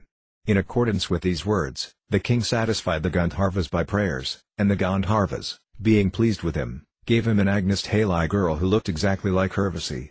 Thinking that the girl was Urvasi, the king began walking with her in the forest, but later he could understand that she was not Urvasi but Agnesthali. Text 43, King Purava then left Agnesthali in the forest and returned home, where he meditated all night upon Urvasi. In the course of his meditation, the Treta millennium began, and therefore the principles of the three Vedas, including the process of performing yajna to fulfill fruitive activities, appeared within his heart. Texts 44-45, when the process of fruitive yajna became manifest within his heart, King Purava went to the same spot where he had left Agnes Haley. There he saw that from the womb of a Sami tree, an Asvatha tree had grown. He then took a piece of wood from that tree and made it into two Aranis. Desiring to go to the planet where Urvasi resided, he chanted mantras, meditating upon the lower Arani as Urvasi, the upper one as himself, and the piece of wood between them as his son. In this way he began to ignite a fire.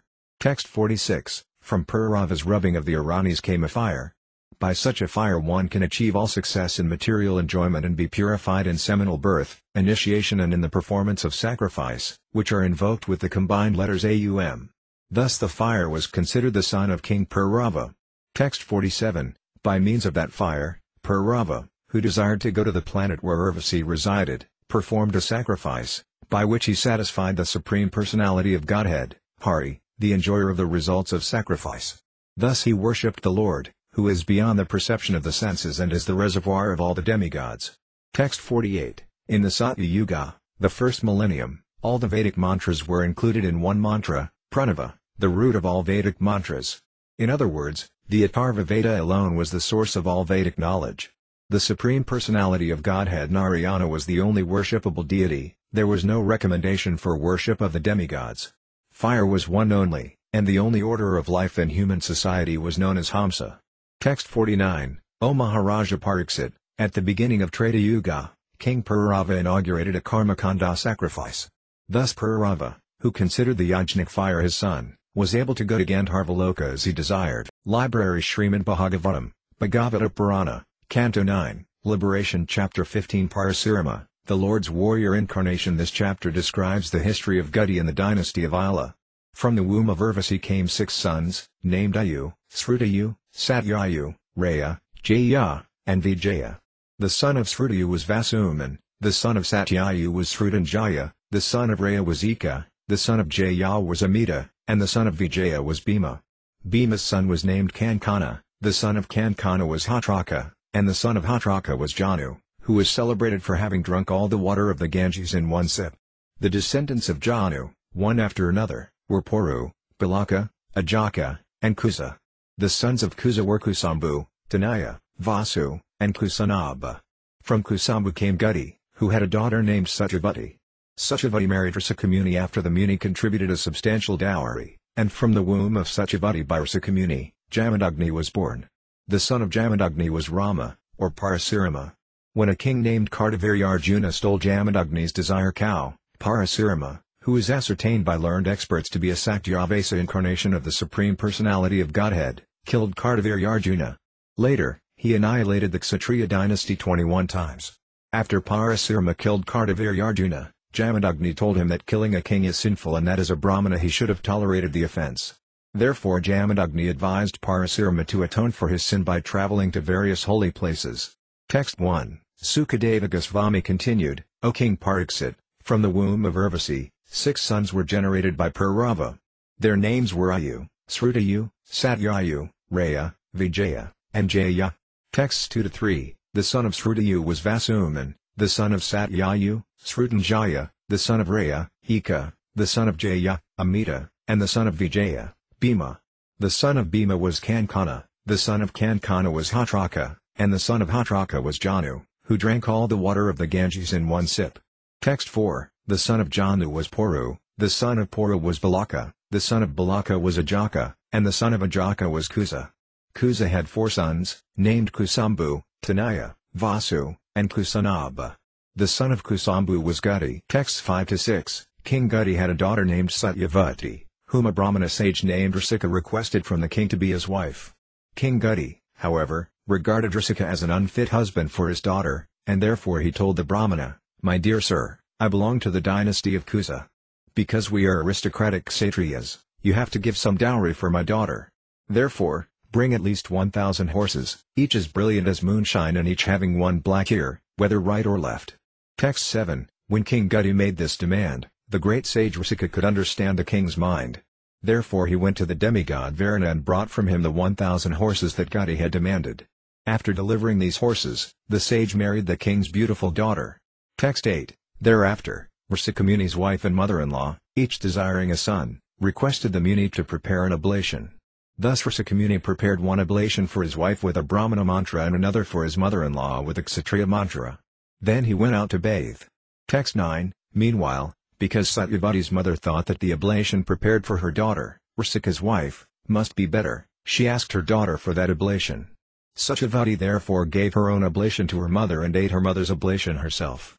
Text 10. When the great sage Risika returned home after bathing and understood what had happened in his absence, he said to his wife, Satyavati, you have done a great wrong.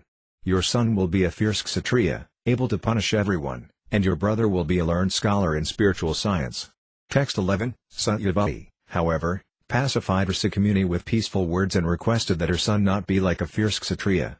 Risika Muni replied, then your grandson will be of a Kshatriya spirit. Thus Jamadagni was born as the son of Satyavati.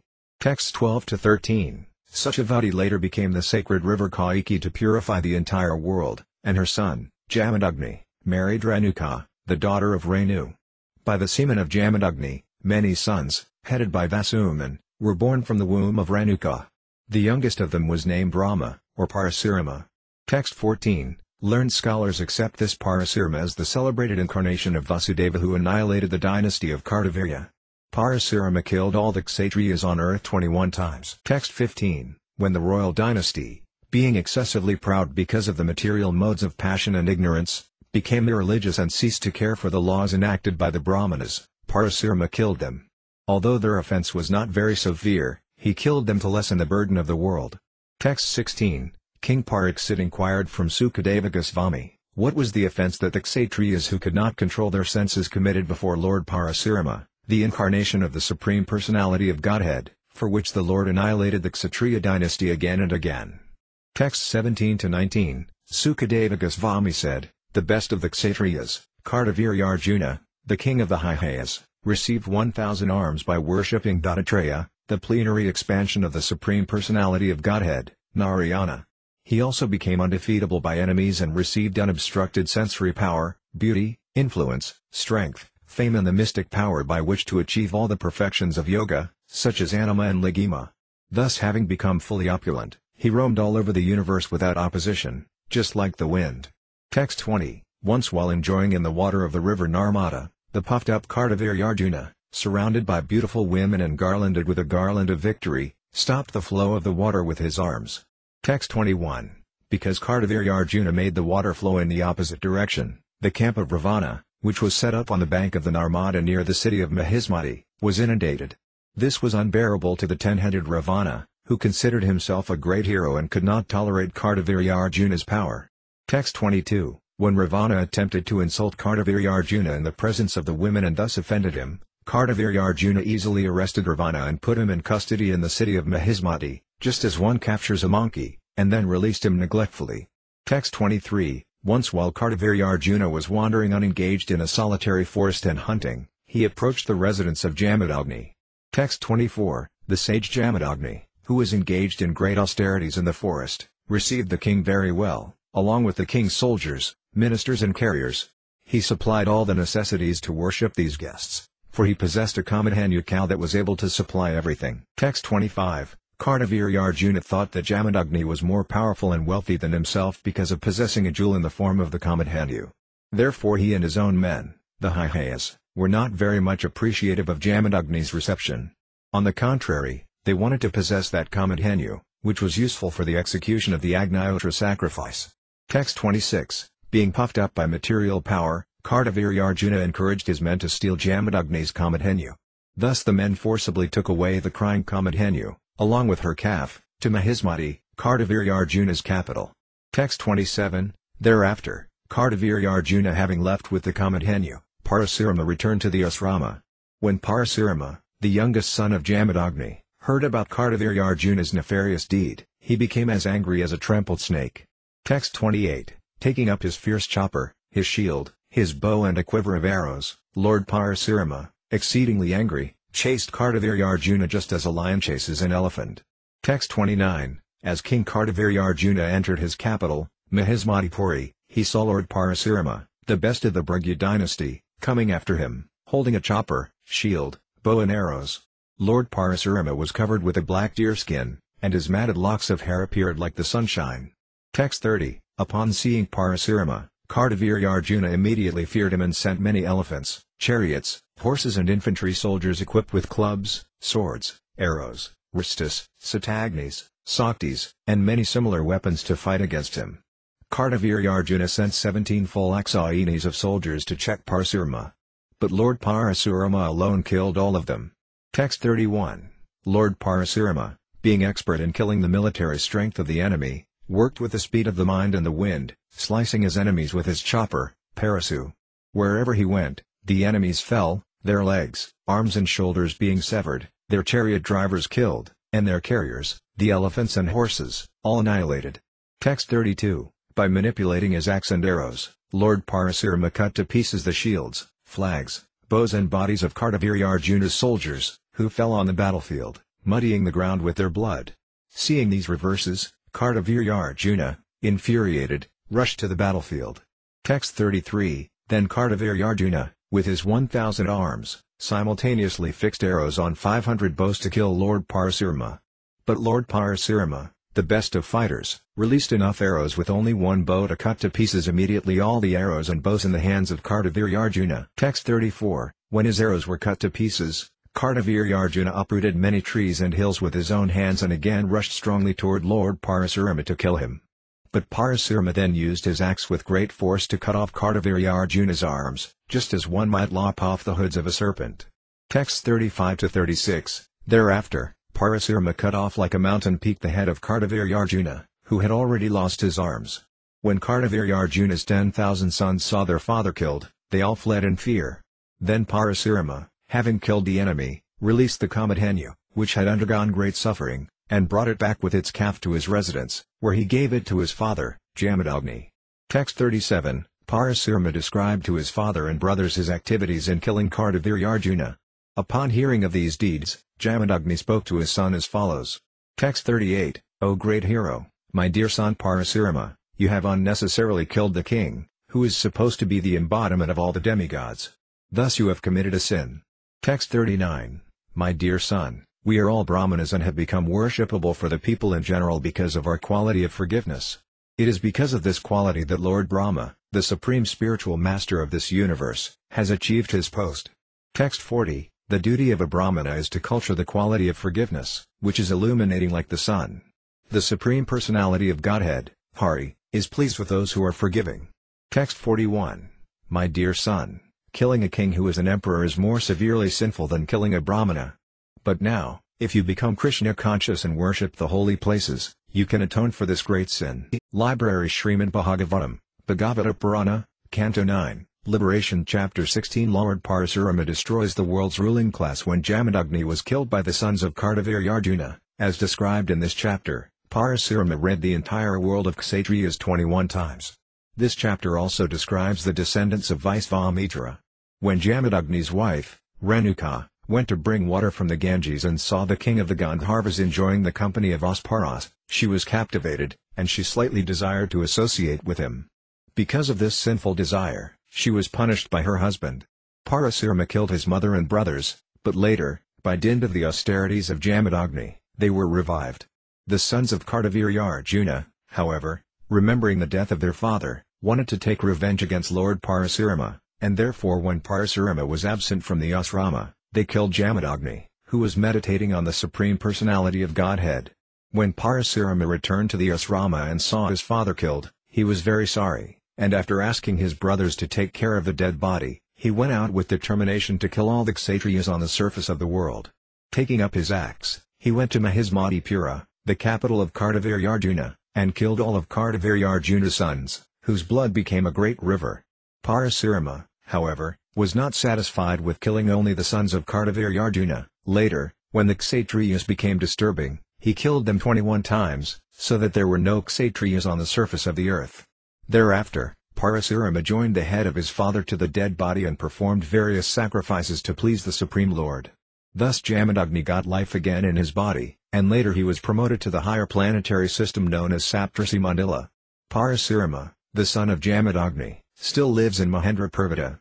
In the next Manvantara, he will become a preacher of Vedic knowledge. In the dynasty of Gudi, the most powerful Vaisvamitra took birth. By dint of his austerity and penance, he became a Brahmana. He had 101 sons, who were celebrated as the Madhukandas. In the sacrificial arena of Hariskandra, the son of a Jagarda named Sunasefa was meant to be sacrificed, but by the mercy of the Prajapatis he was released. Thereafter, he became Devarata in the dynasty of Gudi. The 50 elder sons of Vaisvamitra, however, did not accept Sunasefa as their elder brother, and therefore Vaisvamitra cursed them to become Mukhas, unfaithful to the Vedic civilization. Vaisvamitra's 51st son, along with his younger brothers, then accepted Sunasefa as their eldest brother, and their father, Vaisvamitra, being satisfied, blessed them. Thus Devarata was accepted in the dynasty of Kausika, and consequently there are different divisions of that dynasty. Text 1. Sukadeva Goswami said, "My dear Maharaja Pariksit, son of the Kuru dynasty, when Lord Parasurama was given this order by his father, he immediately agreed, saying, 'Let it be so.' For 1 complete year he traveled to holy places. Then he returned to his father's residence." Text 2. Once when Renuka, the wife of Jamadagni, went to the bank of the Ganges to get water, she saw the king of the Gandharvas, decorated with a garland of lotuses and sporting in the Ganges with celestial women, Asparas.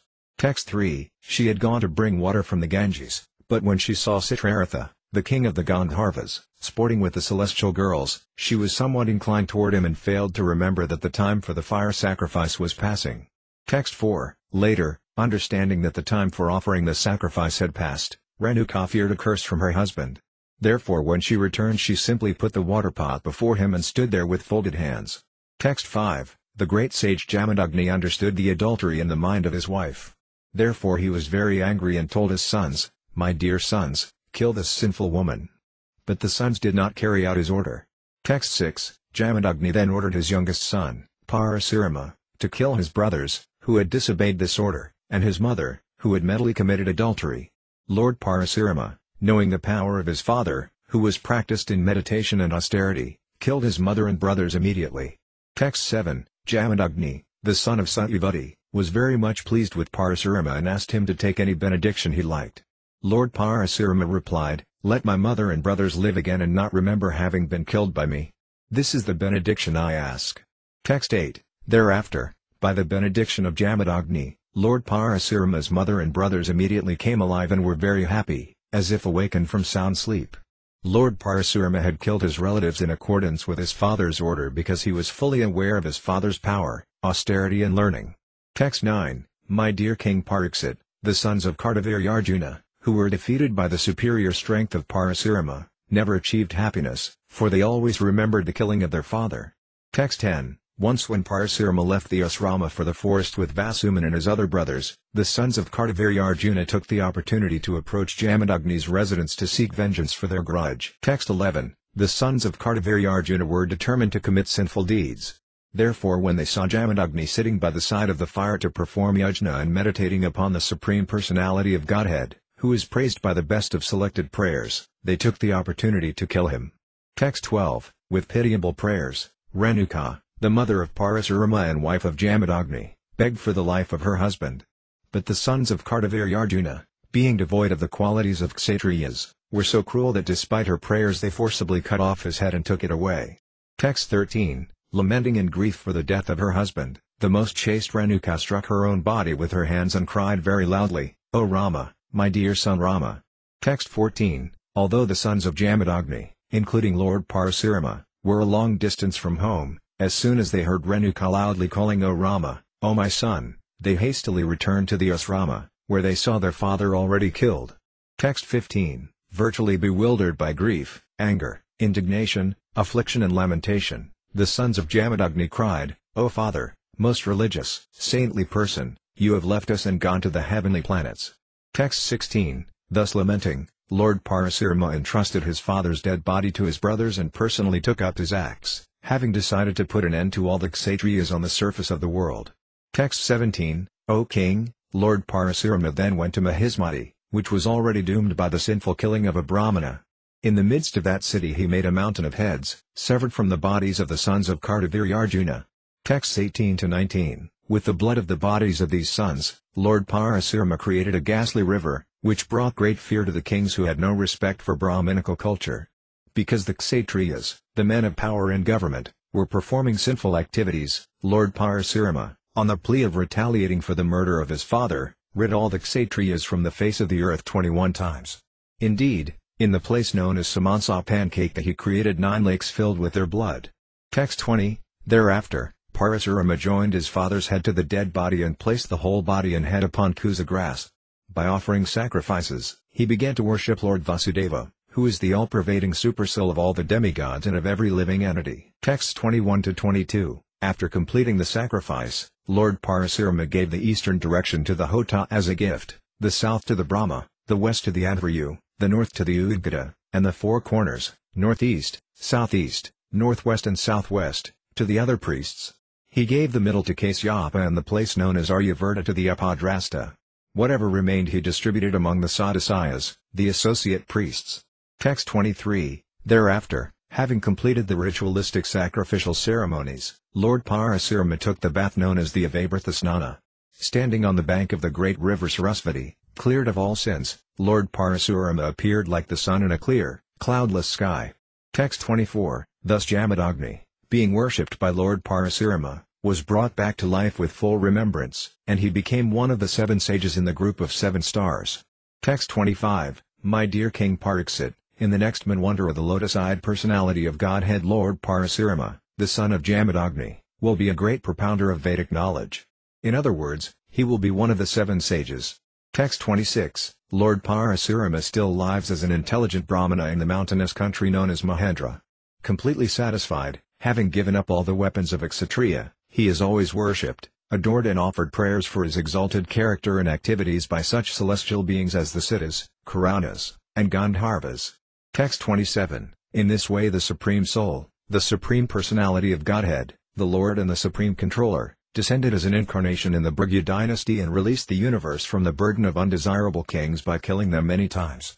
Text 28, Vaisvamitra, the son of Maharaja Gudi, was as powerful as the flames of fire. From the position of a Kshatriya, he achieved the position of a powerful Brahmana by undergoing penances and austerities.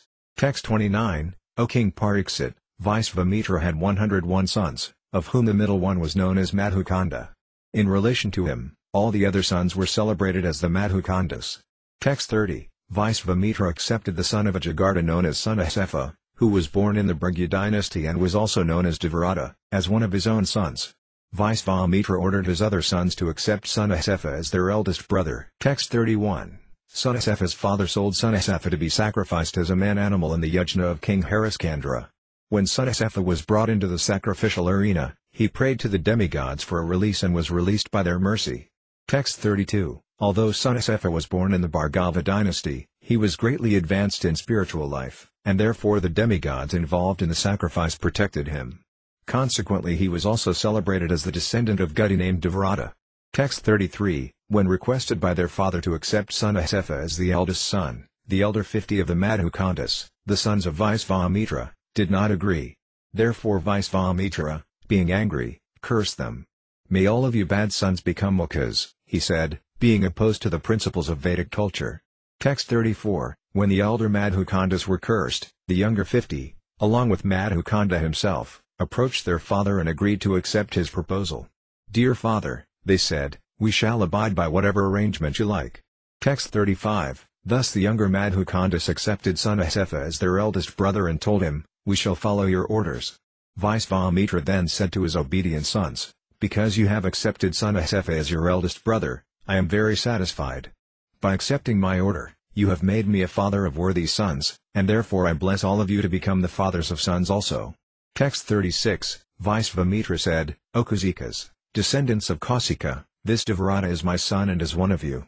Please obey his orders. O King Pariksit, Vaisvamitra had many other sons, such as Astaka, Harita, Jaya, and Kratuman. Text 37, Vaisvamitra cursed some of his sons and blessed the others, and he also adopted a son. Thus there were varieties in the Kausika dynasty, but among all the sons, Devarata was considered the eldest. Library Śrīmad Bhāgavatam, Bhagavata Purana, Canto 9, Liberation Chapter 17 The dynasties of the sons of Puravayu, the eldest son of Purava, had 5 sons. This chapter describes the dynasties of 4 of them, beginning with Kshatravarta. Ayu, the son of Purava, had 5 sons, Nausa, Kshatravarta, Raji, Rabha, and Anana. The son of Kshatravarta was Suhotra, who had 3 sons, named Kasya, Kusa, and Gritsamata. The son of Gritsamata was Sunaka, and his son was Sanaka. The son of Kasya was Kasi. From Kasi came the sons and grandsons known as Rashtra, Duratama and then Dhanvantari, who was the inaugurator of medical science and was the Sakyavasa incarnation of the Supreme Personality of Godhead, Vasudeva. The descendants of Dhanvantari were Ketuman, Vimaratha, Devodasa, and Dayuman, who was also known as Pratardana, Satrayit, Vatsa, Ratadvaja, and Kuvalayasva. The son of Dayuman was Alarka, who reigned over the kingdom for many years. Following in the dynasty of Alarka were Santati, Sunita, Naikitana, Dharmaketu, Satyaketu, Drishtaketu, Sukumara, Vishyodhara, Bharga, and Bhargabhumi. All of them belonged to the dynasty of Kasi, the descendant of Kshatravarta. The son of Rabha was Rabasa, and his son was Gambhira. Gambhira's son was Akriya, and from Akriya came Brahmavat. The son of Anana was Suta, and his son was Suchi. The son of Suchi was Citrakrit, whose son was Santaraja. Raji had 500 sons, all of extraordinary strength. Raji was personally very powerful and was given the kingdom of heaven by Lord Indra. Later, after Raji's death, when the sons of Raji refused to return the kingdom to Indra, by Brihaspati's arrangement they became unintelligent, and Lord Indra conquered them. The grandson of Kshatravarta named Kusa gave birth to a son named Prati. From Prati came Sanjaya, from Sanjaya, Jaya, from Jaya, Krita, and from Krita, Haryabala. The son of Haryabala was Sahadev, the son of Sahadev, Hina, the son of Hina, Jayasena, the son of Jayasena, Sankriti, and the son of Sankriti, Jaya. Texts 1-3, Sukadeva Goswami said, from Purava came a son named Ayu, whose very powerful sons were Nausa, Kshatravarta, Raji, Rabha, and Anana. O Maharaja Pariksit, now hear about the dynasty of Kshatravarta. Kshatravarta's son was Suhotra, who had 3 sons, named Kasya, Kusa, and Gritsamata. From Gritsamata came Sunaka, and from him came Sanaka, the great saint, the best of those conversant with the Arjuna Veda. Text 4, the son of Kasya was Kasi, and his son was Rashtra, the father of Duratama. Duratama had a son named Dhanvantari, who was the inaugurator of the medical science and an incarnation of Lord Vasudeva, the enjoyer of the results of sacrifices. One who remembers the name of Dhanvantari can be released from all disease. Text 5, the son of Dhanvantari was Ketuman, and his son was Vimaratha. The son of Vimaratha was Devodasa, and the son of Devodasa was Dayuman, also known as Pratardana. Text 6, Dayuman was also known as Satrayit, Vatsa, Ratadvaja, and Kuvalayasva. From him were born Alarka and other sons. Text 7, Alarka, the son of Dayuman, reigned over the earth for 66,000 years, my dear King Pariksit. No one other than him has reigned over the earth for so long as a young man. Text 8, from Alarka came a son named Santati, and his son was Sunita. The son of Sunita was Naikitana, the son of Naikitana was Dharmaketu, and the son of Dharmaketu was Satyaketu. Text 9, O King Pariksit, from Satyaketu came a son named Drishtaketu, and from Drishtaketu came Sukumara, the emperor of the entire world. From Sukumara came a son named Vishyodhara, from Vishyodhara, Bharga, and from Bharga, Bhargabhumi. Text 10, O Maharaja Pariksit, all of these kings were descendants of Kasi, and they could also be called descendants of Kshatravarta. The son of Rabha was Rabasa, from Rabasa came Gambhira, and from Gambhira came a son named Akriya. Text 11, the son of Akriya was known as Brahmavat, O king. Now hear about the descendants of Anana. From Anana came a son named Suta, and his son was Suchi. The son of Suchi was Dharmasarati, also called Citrakrit. Text 12, from Citrakrit was born a son named Sanaraja, a self-realized soul who performed all kinds of Vedic ritualistic ceremonies and therefore did not beget any progeny. The sons of Raji were 500, all very powerful.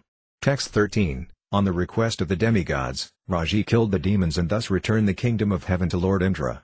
But Indra, fearing such demons as Prahlada, returned the kingdom of heaven to Raji and surrendered himself at Raji's lotus feet. Text 14, upon Raji's death, Indra begged Raji's sons for the return of the heavenly planet.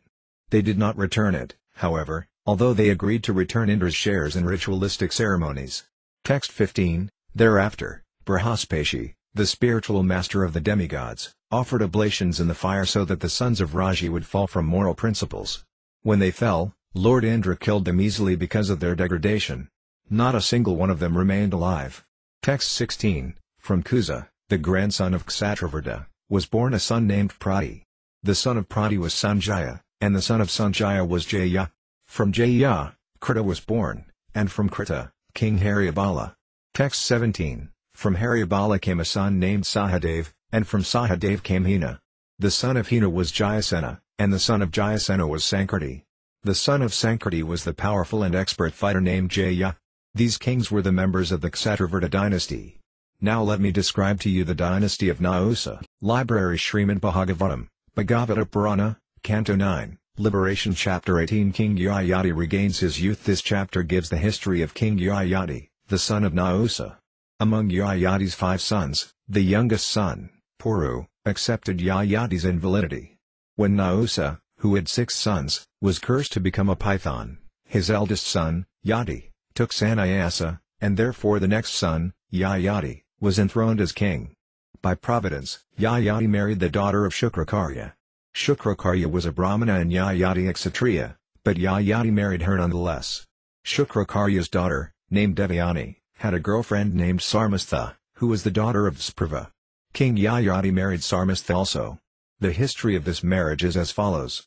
Once Sarmastha was sporting in the water with thousands of her girlfriends, and Devayani was also there. When the young girls saw Lord Shiva, seated on his bull with Uma, they immediately dressed themselves, but Sarmastha mistakenly put on Devayani's clothes. Devayani, being very angry, rebuked Sarmastha, who also became very angry and responded by rebuking Devayani and throwing her into a well. By chance, King Yayati came to that well to drink water, and he found Devayani and rescued her. Thus Devayani accepted Maharaja Yayati as her husband. Thereafter, Devayani, crying loudly, told her father about Sarmastha's behavior. Upon hearing of this incident, Shukrakarya was very angry and wanted to chastise Sprava, Sarmastha's father. Sprava, however, satisfied Shukrakarya by offering Sarmastha as Devayani's maidservant. Thus Sarmastha, as the maidservant of Devayani, also went to the house of Devayani's husband. When Sarmastha found her friend Devayani with a son, she also desired to have a son. Therefore, at the proper time for conception, she also requested Maharaja Yayati for sex. When Sarmastha became pregnant also, Devayani was very envious.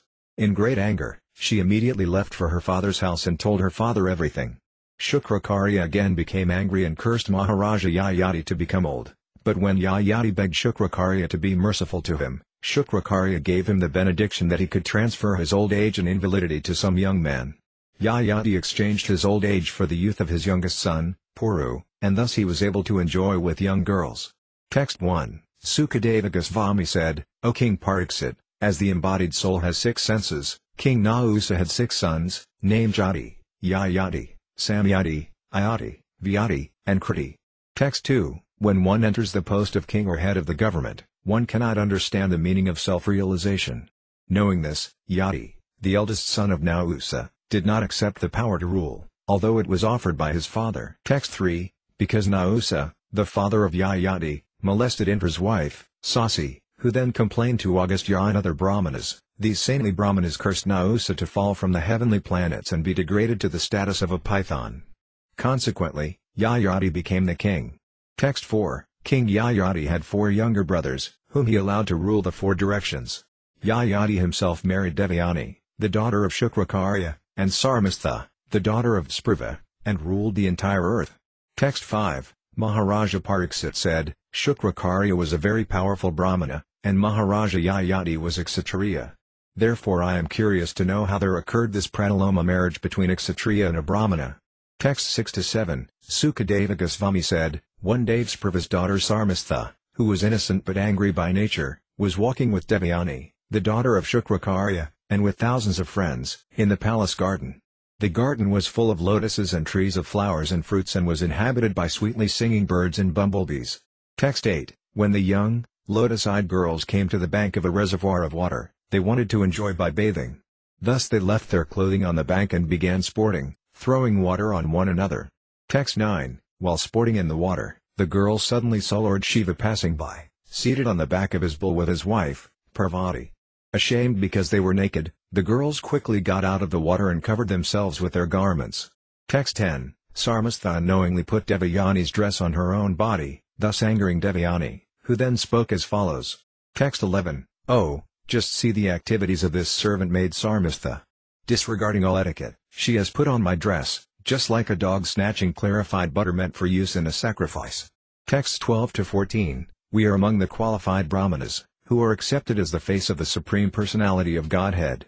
The Brahmanas have created the entire universe by their austerity, and they always keep the absolute truth within the core of their hearts. They have directed the path of good fortune, the path of Vedic civilization, and because they are the only worshipable objects within this world, they are offered prayers and worshipped even by the great demigods, the directors of the various planets, and even by the Supreme Personality of Godhead, the Supersoul, the Supreme Purifier, the husband of the Goddess of Fortune. And we are even more respectable because we are in the dynasty of Bhrigu. Yet although this woman's father, being among the demons, is our disciple, she has put on my dress, exactly like a Sudra taking charge of Vedic knowledge. Text 15. Sukadeva Goswami said, when thus rebuked in cruel words, Sarmastha was very angry. Breathing heavily like a serpent and biting her lower lip with her teeth, she spoke to the daughter of Shukrakarya as follows. Text 16. You beggar, since you don't understand your position, why should you unnecessarily talk so much? Don't all of you wait at our house, depending on us for your livelihood like crows? Text 17. Using such unkind words, Sarmastha rebuked Devayani, the daughter of Shukrakarya. In anger, she took away Devayani's garments and threw Devayani into a well. Text 18. After throwing Devayani into the well, Sarmastha went home. Meanwhile, King Yayati, while engaged in a hunting excursion, went to the well to drink water and by chance saw Devayani. Text 19. Seeing Devayani naked in the well, King Yayati immediately gave her his upper cloth. Being very kind to her, he caught her hand with his own and lifted her out. Texts 20 to 21. With words saturated with love and affection, Devayani said to King Yayati, O great hero, O king, conqueror of the cities of your enemies, by accepting my hand you have accepted me as your married wife. Let me not be touched by others, for our relationship as husband and wife has been made possible by providence, not by any human being.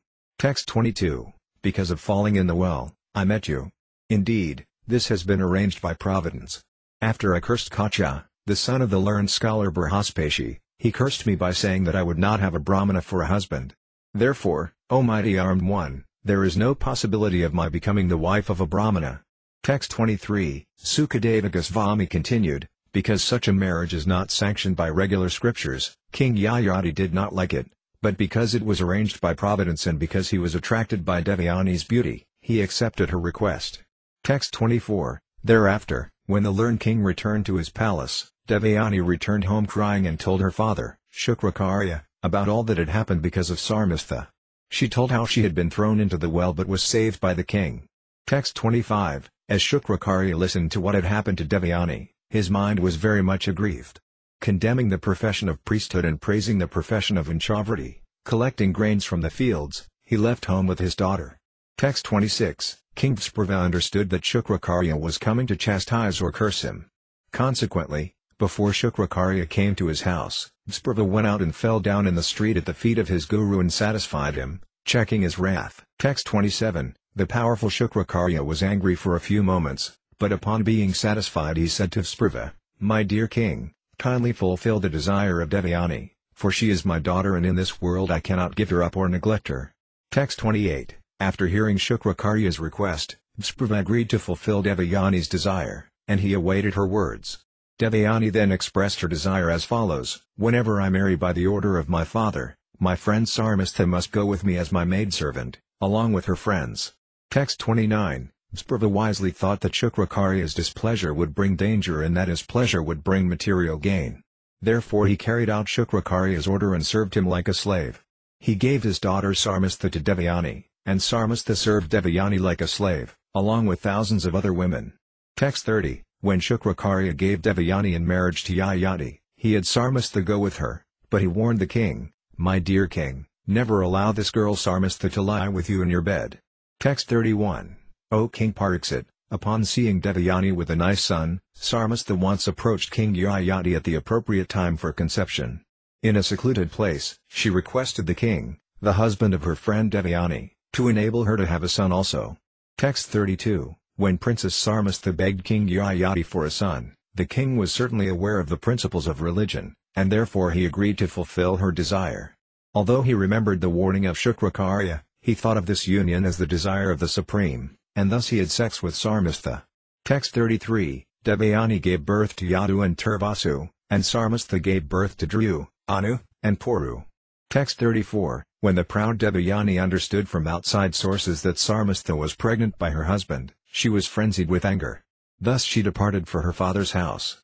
Text 35. King Yayati, who was very lusty, followed his wife, caught her and tried to appease her by speaking pleasing words and massaging her feet, but he could not satisfy her by any means.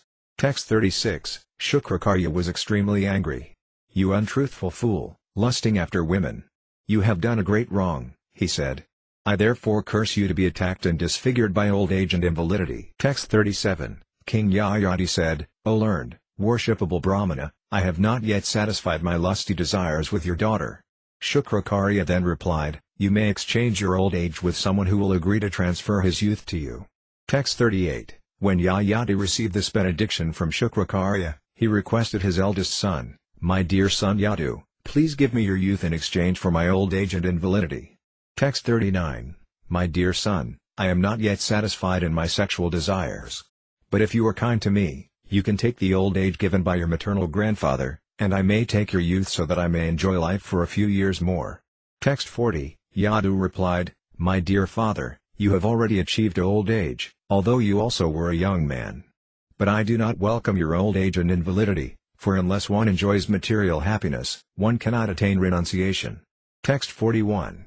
O Maharaja Pariksit, Yayati similarly requested his sons Turvasu, Dhru and Anu to exchange their youth for his old age, but because they were unaware of religious principles, they thought that their flickering youth was eternal, and therefore they refused to carry out their father's order.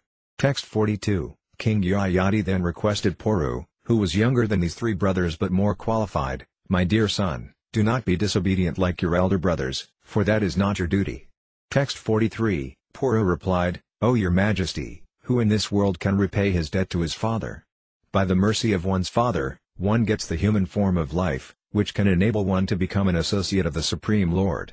Text 44. A son who acts by anticipating what his father wants him to do is first class, one who acts upon receiving his father's order is second class, and one who executes his father's order irreverently is third class. But a son who refuses his father's order is like his father's stool. Text 45. Sukadeva Goswami said, "In this way, O Maharaja Pariksit, the son named Puru was very pleased to accept the old age of his father, Yayati, who took the youth of his son and enjoyed this material world as he required." Text 46. Thereafter, King Yayati became the ruler of the entire world, consisting of 7 islands, and ruled the citizens exactly like a father. Because he had taken the youth of his son, his senses were unimpaired, and he enjoyed as much material happiness as he desired. Text 47. In secluded places, engaging her mind, words, body and various paraphernalia, Devayani, the dear wife of Maharaja Yayati, always brought her husband the greatest possible transcendental bliss. Text 48. King Yayati performed various sacrifices, in which he offered abundant gifts to the Brahmanas to satisfy the Supreme Lord, Hari, who is the reservoir of all the demigods and the object of all Vedic knowledge. Text 49. The Supreme Lord, Vasudeva, who created the cosmic manifestation, exhibits himself as all-pervading, like the sky that holds clouds. And when the creation is annihilated, everything enters into the Supreme Lord, Vishnu, and varieties are no longer manifested. Text 50. Without material desires, Maharaja Yayati worshipped the Supreme Lord, who is situated in everyone's heart as Narayana and is invisible to material eyes, although existing everywhere. Text 51. Although Maharaja Yayati was the king of the entire world and he engaged his mind and 5 senses in enjoying material possessions for 1,000 years, he was unable to be satisfied. Library Śrīmad Bhāgavatam, Bhagavata Purana, Canto 9, Liberation Chapter 19. King Yayati achieves liberation. This 19th chapter describes how Maharaja Yayati achieved liberation after he recounted the figurative story of the he-goat and she-goat. After many years of sexual relationships and enjoyment in the material world, King Yayati finally became disgusted with such materialistic happiness. When satiated with material enjoyment, he devised a story of a he-goat and she-goat, corresponding to his own life, and narrated the story before his beloved Devayani. The story is as follows. Once upon a time, while a goat was searching in a forest for different types of vegetables to eat, by chance he came to a well, in which he saw a she-goat. He became attracted to this she-goat and somehow or other delivered her from the well, and thus they were united. One day thereafter, when the she-goat saw the he-goat enjoying sex with another she-goat, she became angry, abandoned the he-goat, and returned to her Brahmana owner, to whom she described her husband's behavior. The Brahmana became very angry and cursed the he-goat to lose his sexual power. Thereupon, the he-goat begged the Brahmana's pardon and was given back the power for sex. Then the he-goat enjoyed sex with the she-goat for many years, but still he was not satisfied. If one is lusty and greedy, even the total stock of gold in this world cannot satisfy one's lusty desires. These desires are like a fire. One may pour clarified butter on a blazing fire, but one cannot expect the fire to be extinguished. To extinguish such a fire, one must adopt a different process. The Sastra therefore advises that by intelligence one renounce the life of enjoyment. Without great endeavor, those with a poor fund of knowledge cannot give up sense enjoyment, especially in relation to sex, because a beautiful woman bewilders even the most learned man. King Yayati, however, renounced worldly life and divided his property among his sons. He personally adopted the life of a mendicant, or sannyasi, giving up all attraction to material enjoyment, and engaged himself fully in devotional service to the Lord. Thus he attained perfection. Later, when his beloved wife, Devayani, was freed from her mistaken way of life, she also engaged herself in the devotional service of the Lord. Text 1. Sukadeva Goswami said, O Maharaja Pariksit, Yayati was very much attached to woman. In due course of time, however, when disgusted with sexual enjoyment and its bad effects, he renounced this way of life and narrated the following story to his beloved wife. Text 2. My dearly beloved wife, daughter of Shukrakarya, in this world there was someone exactly like me. Please listen as I narrate the history of his life. By hearing about the life of such a householder, those who have retired from householder life always lament. Text 3. While wandering in the forest, eating to satisfy his senses, a he-goat by chance approached a well, in which he saw a she-goat standing helplessly, having fallen into it by the influence of the results of fruitive activities. Text 4. After planning how to get the she-goat out of the well, the lusty he-goat dug up the earth on the well's edge with the point of his horns in such a way that she was able to come out very easily. Texts 5-6. When the she-goat, who had very nice hips, got out of the well and saw the very handsome he-goat, she desired to accept him as her husband. When she did so, many other she-goats also desired him as their husband because he had a very beautiful bodily structure and a nice mustache and beard and was expert in discharging semen and in the art of sexual intercourse. Therefore, just as a person haunted by a ghost exhibits madness, the best of the he-goats, attracted by the many she-goats, engaged in erotic activities and naturally forgot his real business of self-realization. Text 7. When the she-goat who had fallen into the well saw her beloved goat engaged in sexual affairs with another she-goat, she could not tolerate the goat's activities. Text 8. Aggrieved by her husband's behavior with another, the she-goat thought that the he-goat was not actually her friend but was hard-hearted and was her friend only for the time being. Therefore, because her husband was lusty, she left him and returned to her former maintainer.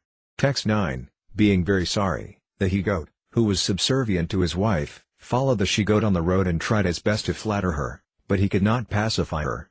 Text 10. The she-goat went to the residence of a Brahmana who was the maintainer of another she-goat, and that Brahmana angrily cut off the he-goat's dangling testicles.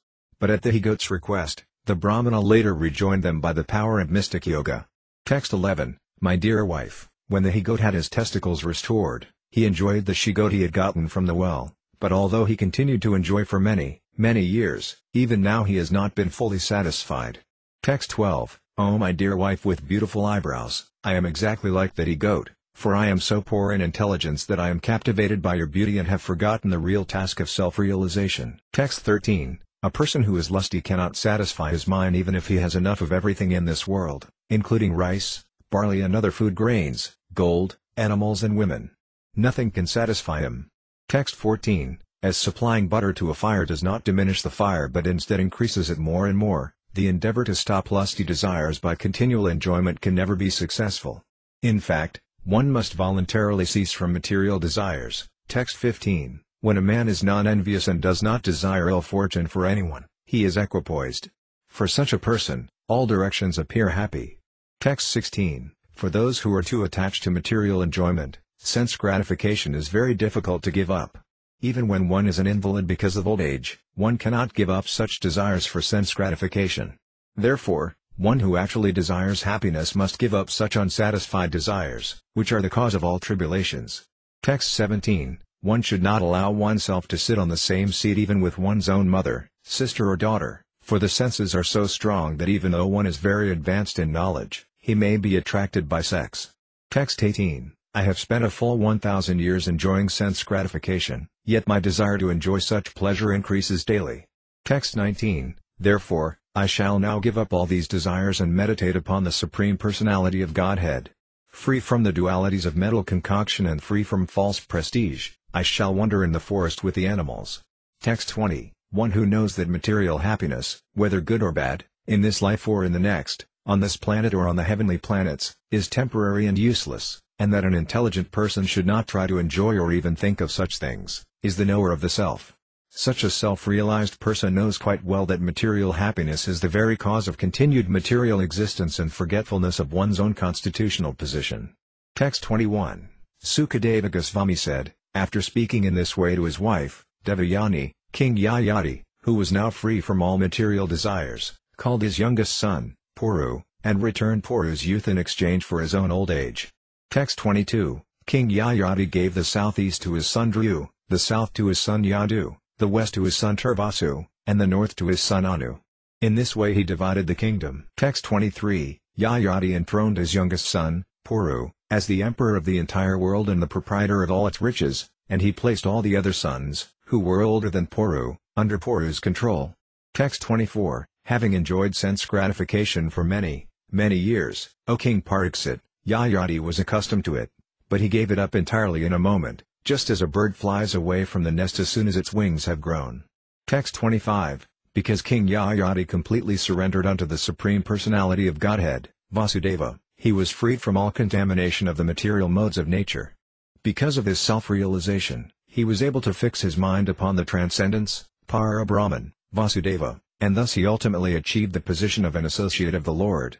Text 26. When Devayani heard Maharaja Yayati's story of the he-goat and she-goat, she understood that this story, which was presented as if a funny joke for entertainment between husband and wife, was intended to awaken her to her constitutional position. Texts 27-28. Thereafter, Devayani, the daughter of Shukrakarya, understood that the materialistic association of husband, friends and relatives is like the association in a hotel full of tourists.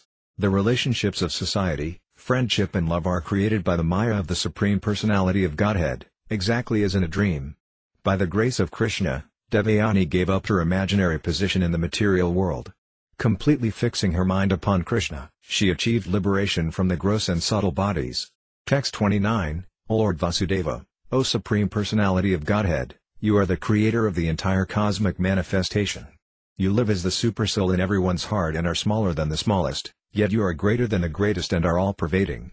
You appear completely silent, having nothing to do, but this is due to your all-pervading nature and your fullness in all opulences.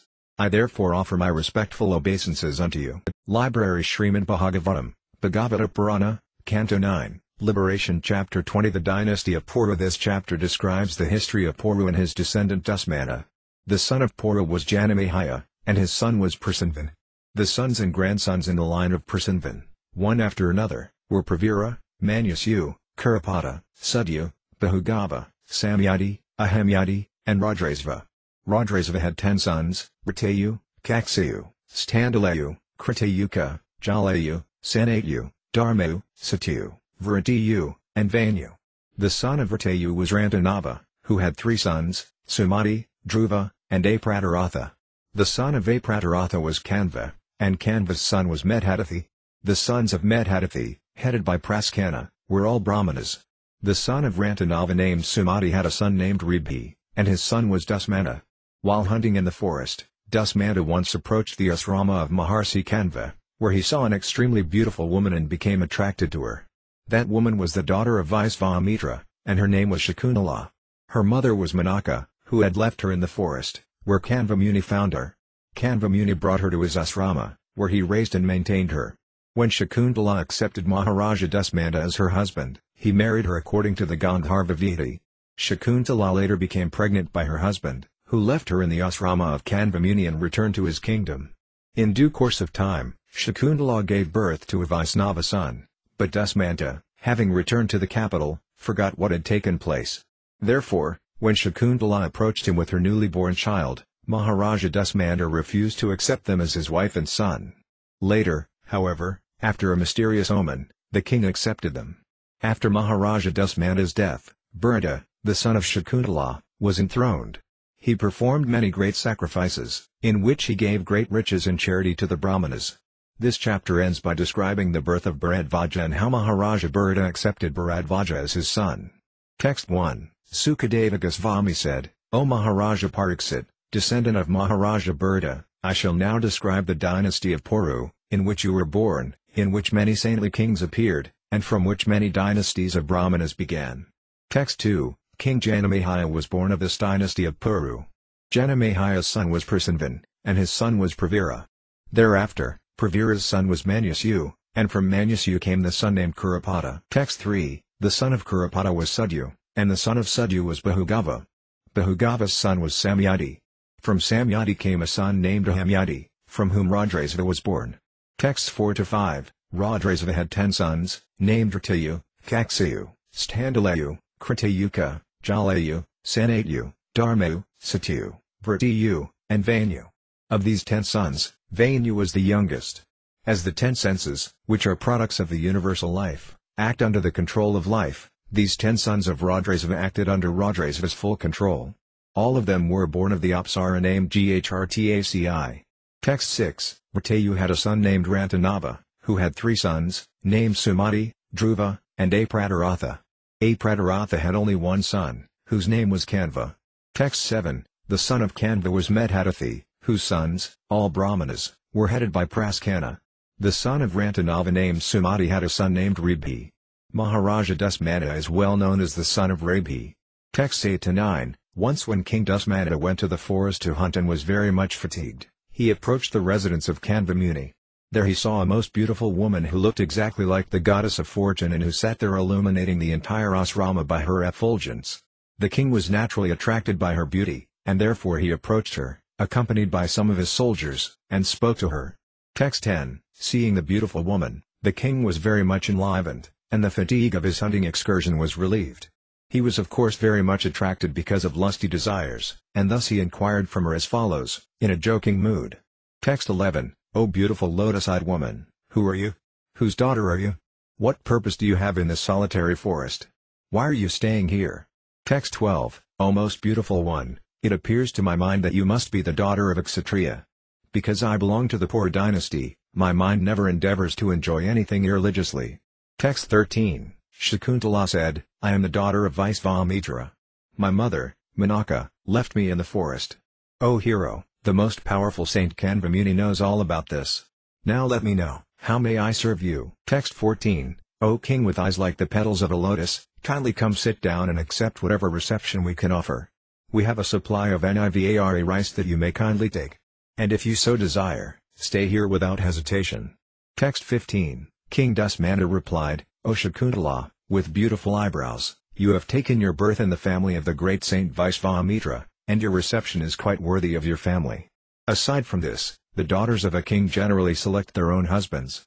Text 16. When Shakuntala responded to Maharaja Dusmanta's proposal with silence, the agreement was complete. Then the king, who knew the laws of marriage, immediately married her by chanting the Vedic pranava, Omkara, in accordance with the marriage ceremony as performed among the Gandharvas. Text 17. King Dusmanta, who never discharged semen without a result, placed his semen at night in the womb of his queen, Shakuntala, and in the morning he returned to his palace. Thereafter, in due course of time, Shakuntala gave birth to a son. Text 18. In the forest, Kanva Muni performed all the ritualistic ceremonies concerning the newborn child. Later, the boy became so powerful that he would capture a lion and play with it.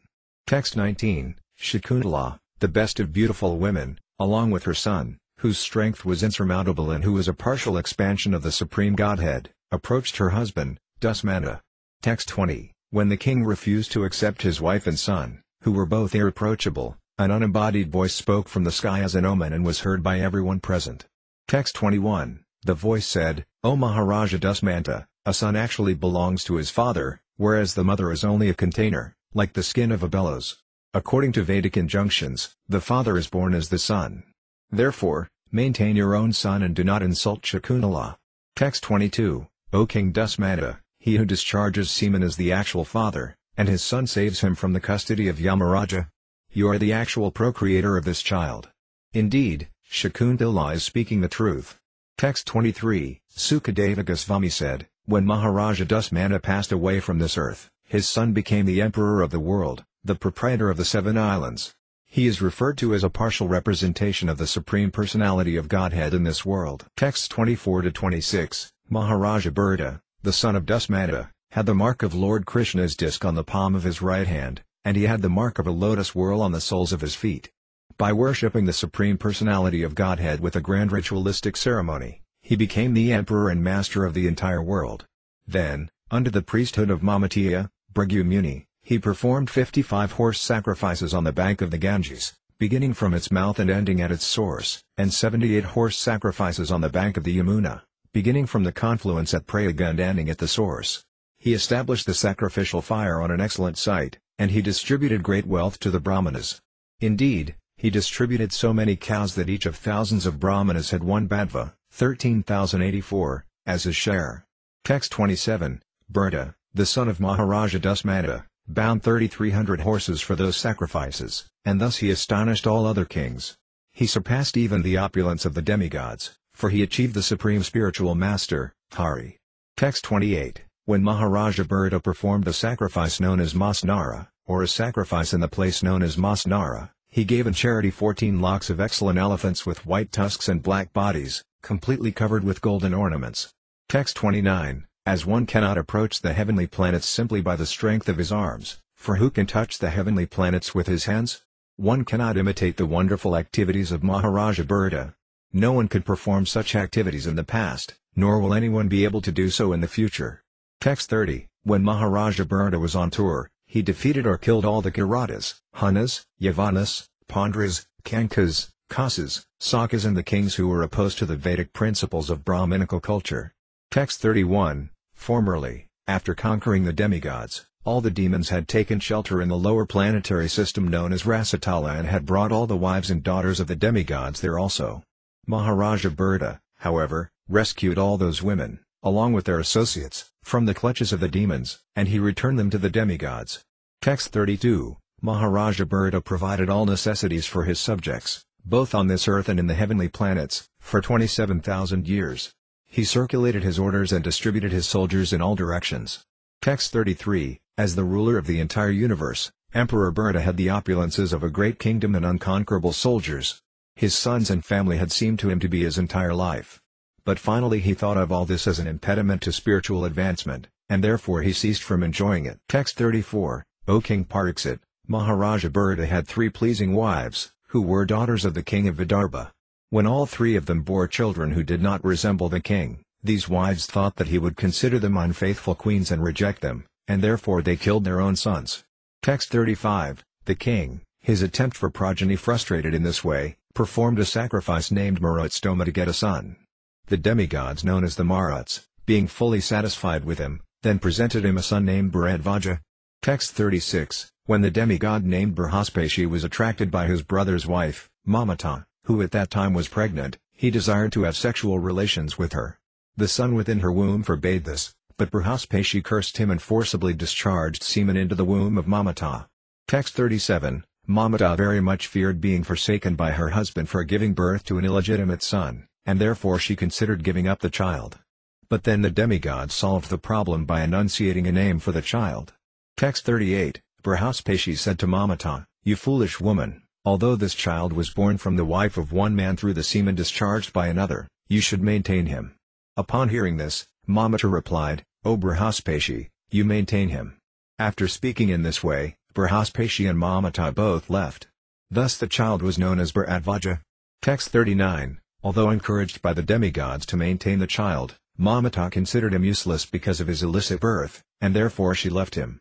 Consequently, the demigods known as the Maruts maintained the child, and when Maharaja Bharata was disappointed for want of a child, this child was given to him as his son. Library Śrīmad Bhāgavatam, Bhagavata Purana, Canto 9, Liberation Chapter 21 The Dynasty of Bharata. This 21st chapter describes the dynasty born from Maharaja Bharata, the son of Maharaja Dusmanta, and it also describes the glories of Rantadeva, Ajamata and others. The son of Bharadvaja was Manu, and Manu's sons were Brihaksatra, Jaya, Mahavirya, Nara, and Garga. Of these five, Nara had a son named Sankriti, who had two sons, named Guru and Rantadeva. As an exalted devotee, Rantadeva saw every living entity in relationship with the Supreme Personality of Godhead, and therefore he completely engaged his mind, his words and his very self in the service of the Supreme Lord and his devotees. Rantadeva was so exalted that he would sometimes give away his own food and charity, and he and his family would fast. Once, after Rantadeva spent 48 days fasting, not even drinking water, excellent food made with ghee was brought to him, but when he was about to eat it, a Brahmana guest appeared. Rantadeva, therefore, did not eat the food, but instead immediately offered a portion of it to the Brahmana. When the Brahmana left and Rantadeva was just about to eat the remnants of the food, a Sudra appeared. Rantadeva therefore divided the remnants between the Sudra and himself. Again, when he was just about to eat the remnants of the food, another guest appeared. Rantadeva therefore gave the rest of the food to the new guest and was about to content himself with drinking the water to quench his thirst, but this also was precluded, for a thirsty guest came and Rantadeva gave him the water. This was all ordained by the Supreme Personality of Godhead just to glorify his devotee and show how tolerant a devotee is in rendering service to the Lord. The Supreme Personality of Godhead, being extremely pleased with Rantadeva, entrusted him with very confidential service. The special power to render the most confidential service is entrusted by the Supreme Personality of Godhead to a pure devotee, not to ordinary devotees. Garga, the son of Bharadvaja, had a son named Sini, and Sini's son was Garga. Although Garga was a Kshatriya by birth, his sons became Brahmanas. The son of Mahavirya was Duridaksa, whose sons were Triaruni, Kavi, and Puskararuni. Although these three sons were born of a Kshatriya king, they also achieved the position of Brahmanas. The son of Brihaksatra constructed the city of Hastinapura and was known as Hasti. His sons were Ajamata, Devamata, and Puramita. From Ajamata came Priyamita and other Brahmanas and also a son named Brihadasu. The sons, grandsons and further descendants of Brihadasu were Brihadhanu, Brihatkaya, Jayadratha, Vasada, and Sayanajit. From Sayanajit came four sons, Rusarasva, Tridhahanu, Kasya, and Vatsa. From Rusarasva came a son named Para, whose sons were Prathusana and Nipa, and from Nipa came 100 sons. Another son of Nipa was Brahmadatta. From Brahmadatta came Visvaksena, from Visvaksena, Udaksena, and from Udaksena, Balada. The son of Devamita was Yavanara, and from Yavanara came many sons and grandsons, such as Kritaman, Satyadri, Dridhanami, Suparsva, Sumati, Sanataman, Krti, Nipa, Udgrayada, Ksemya, Suvira, Ripunjaya, and Bharatha. Puramita had no sons, but Ajamata, in addition to his other sons, had a son named Nila, whose son was Santi. The descendants of Santi were Susanti, Paruja, Arka, and Bharmyasva. Bharmyasva had 5 sons, one of whom, Mudgala, begot a dynasty of Brahmanas. Mudgala had twins, a son, Devodasa, and a daughter, Ahulya. From Ahulya, by her husband, Gautama, Sadananda was born. The son of Sadananda was Satyadri, and his son was Saradvan.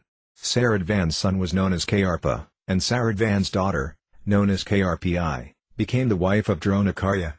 Text 1, Sukadeva Goswami said, because Bharadvaja was delivered by the Marut demigods, he was known as Vidatha. The son of Vidatha was Manu, and from Manu came 5 sons, Brihaksatra, Jaya, Mahavirya, Nara, and Garga. Of these 5, the one known as Nara had a son named Sankriti. Text 2, O Maharaja Pariksit, descendant of Pandu, Sankriti had 2 sons, named Guru and Rantadeva. Rantadeva is famous in both this world and the next, for he is glorified not only in human society but also in the society of the demigods. Texts 3-5, Rantadeva never endeavored to earn anything. He would enjoy whatever he got by the arrangement of providence, but when guests came he would give them everything. Thus he underwent considerable suffering, along with the members of his family. Indeed, he and his family members shivered for want of food and water, yet Rantadeva always remained sober. Once, after fasting for 48 days, in the morning Rantadeva received some water and some foodstuffs made with milk and ghee, but when he and his family were about to eat, a Brahmana guest arrived. Text 6, because Rantadeva perceived the presence of the Supreme Godhead everywhere, and in every living entity, he received the guest with faith and respect and gave him a share of the food. The Brahmana guest ate his share and then went away. Text 7. Thereafter, having divided the remaining food with his relatives, Rantadeva was just about to eat his own share when a Sudra guest arrived. Seeing the Sudra in relationship with the Supreme Personality of Godhead, King Rantadeva gave him also a share of the food. Text 8. When the Sudra went away, another guest arrived, surrounded by dogs, and said, "O king, I and my company of dogs are very hungry. Please give us something to eat." Text 9. With great respect, King Rantadeva offered the balance of the food to the dogs and the master of the dogs, who had come as guests. The king offered them all respects and obeisances. Text 10. Thereafter, only the drinking water remained, and there was only enough to satisfy one person. But when the king was just about to drink it, a Khandala appeared and said, "O king, although I am lowborn, kindly give me some drinking water." Text 11. Aggrieved at hearing the pitiable words of the poor fatigued Khandala, Maharaja Rantadeva spoke the following nectarian words. Text 12. I do not pray to the Supreme Personality of Godhead for the 8 perfections of mystic yoga, nor for salvation from repeated birth and death. I want only to stay among all the living entities and suffer all distresses on their behalf, so that they may be freed from suffering. Text 13. By offering my water to maintain the life of this poor Khandala, who is struggling to live, I have been freed from all hunger, thirst, fatigue, trembling of the body, moroseness, distress, lamentation and illusion. Text 14. Having spoken thus, King Rantadeva, although on the verge of death because of thirst, gave his own portion of water to the Khandala without hesitation, for the king was naturally very kind and sober. Text 15. Demigods like Lord Brahma and Lord Shiva, who can satisfy all materially ambitious men by giving them the rewards they desire, then manifested their own identities before King Rantadeva, for it was they who had presented themselves as the Brahmana, Sudra, Khandala and so on. Text 16. King Rantadeva had no ambition to enjoy material benefits from the demigods. He offered them obeisances, but because he was factually attached to Lord Vishnu, Vasudeva, the Supreme Personality of Godhead, he fixed his mind at Lord Vishnu's lotus feet. Text 17. O Maharaja Pariksit, because King Rantadeva was a pure devotee, always Krishna conscious and free from all material desires, the Lord's illusory energy, Maya, could not exhibit herself before him. On the contrary, for him Maya entirely vanished, exactly like a dream. Text 18. All those who followed the principles of King Rantadeva were totally favored by his mercy and became pure devotees, attached to the Supreme Personality of Godhead, Narayana. Thus they all became the best of yogis. Texts 19-20. From Garga came a son named Sini, and his son was Garga. Although Garga was a Kshatriya, there came from him a generation of Brahmanas. From Mahavirya came a son named Daridaksa, whose sons were Triarani, Kavi, and Puskararani. Although these sons of Daridaksa took birth in a dynasty of Kshatriyas, they too attained the position of Brahmanas. Brihatkshatra had a son named Hasti, who established the city of Hastinapura, now New Delhi. Text 21. From King Hasti came 3 sons, named Ajamita, Devamita, and Puramita. The descendants of Ajamita, headed by Priyamita, all achieved the position of Brahmanas. Text 22. From Ajamita came a son named Brihadasu, from Brihadasu came a son named Brihadhanu, from Brihadhanu a son named Brihatkaya, and from Brihatkaya a son named Jayadratha. Text 23. The son of Jayadratha was Vasada, and his son was Sayanajit.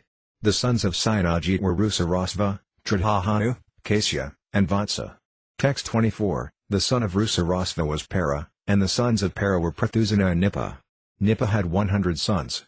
Text 25. King Nipa begot a son named Brahmadatta through the womb of his wife, Krtvi, who was the daughter of Suka. And Brahmadatta, who was a great yogi, begot a son named Visvaksena through the womb of his wife, Sarasvati. Text 26. Following the instructions of the great sage Jayajisavya, Visvaksena compiled an elaborate description of the mystic yoga system. From Visvaksena, Udaksena was born, and from Udaksena, Balada. All these sons are known as descendants of Brihadasu. Text 27. The son of Devamita was Yavanara, whose son was Kritaman. The son of Kritaman was well known as Satyadriti.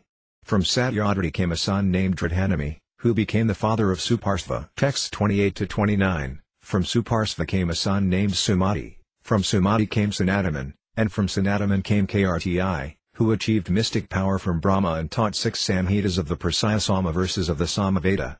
The son of Krti was Nipa, the son of Nipa, Udgrayata, the son of Udgrayata, Ksimya, the son of Ksemya, Suvira, and the son of Suvira, Ripunjaya. Text 30, from Ripunjaya came a son named Bharatha. Puramita was sonless. Ajamita had a son named Nila by his wife known as Nalini, and the son of Nila was Santi. Texts 31-33, the son of Santi was Susanti, the son of Susanti was Paruja, and the son of Paruja was Arka. From Arka came Bharmyasva, and from Bharmyasva came 5 sons, Mudgala, Yavanara, Brihadvaisva, Kampila, and Sanjaya. Bharmyasva prayed to his sons, "O my sons, please take charge of my 5 states, for you are quite competent to do so." Thus his 5 sons were known as the Panchalas. From Mudgala came a dynasty of Brahmanas known as Maudgalya. Text 34, Mudgala, the son of Bharmyasva, had twin children, one male and the other female. The male child was named Devodasa, and the female child was named Ahilya. From the womb of Ahilya by the semen of her husband, Gautama, came a son named Satananda.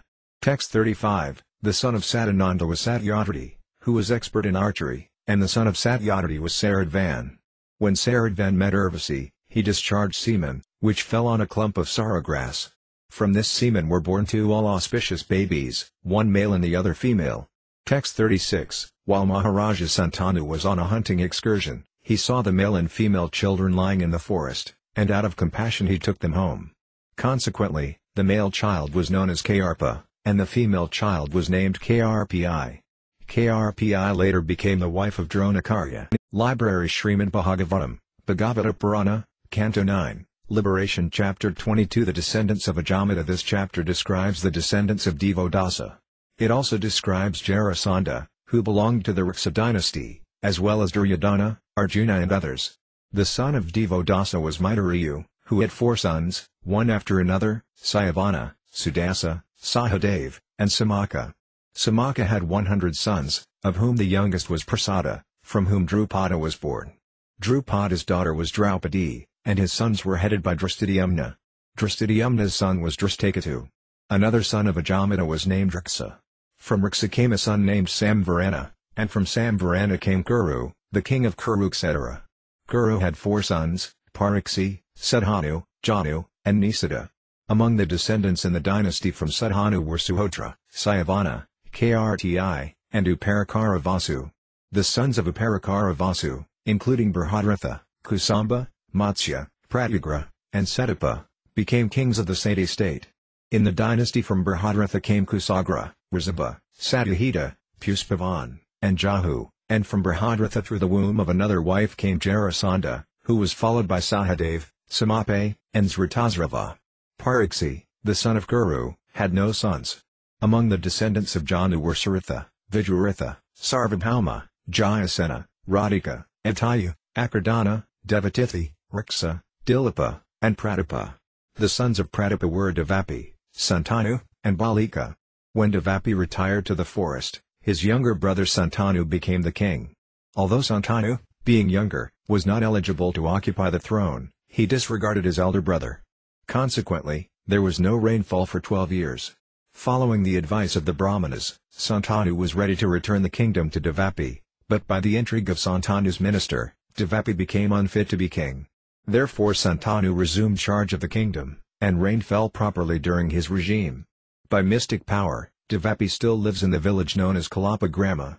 In this Kali Yuga, when the descendants of Soma known as the Khandravamsa, the lunar dynasty, die out, Devapi, at the beginning of Satya Yuga, will re-establish the dynasty of the moon. The wife of Santanu named Ganga gave birth to Bhisma, one of the 12 authorities. 2 sons named Citrangada and Visitravirya were also born from the womb of Satyavati by the semen of Santanu, and Vyasadeva was born from Satyavati by the semen of Parasara. Vyasadeva instructed the history of the Bhagavatam to his son Sukadeva. Through the womb of the 2 wives and the maidservant of Visitravirya, Vyasadeva begot Dhritarashtra, Pandu, and Vidura. Dhritarashtra had 100 sons, headed by Duryodhana, and 1 daughter named Dushala. Pandu had 5 sons, headed by Yudhishthira, and each of these 5 sons had 1 son from Draupadi. The names of these sons of Draupadi were Pratavindya, Srutasanya, Srutakirti, Satanika, and Srutakarma. Besides these 5 sons, by other wives the Pandavas had many other sons, such as Devaka, Ghatotkaca, Sarvagata, Suhotra, Naramitra, Iravan, Babravahana, and Abhimanyu. From Abhimanyu, Maharaja Pariksit was born, and Maharaja Pariksit had 4 sons, Janamaya, Srutasanya, Bhimasanya, and Ugrasanya. Next, Sukadeva Goswami described the future sons of the Pandu family.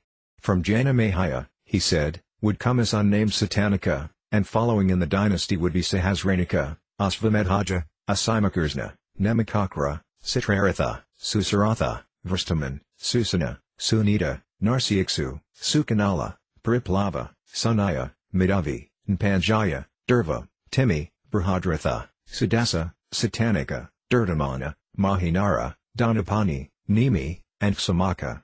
Sukadeva Goswami then predicted the kings of the Magadha Vamsa, or Magadha dynasty.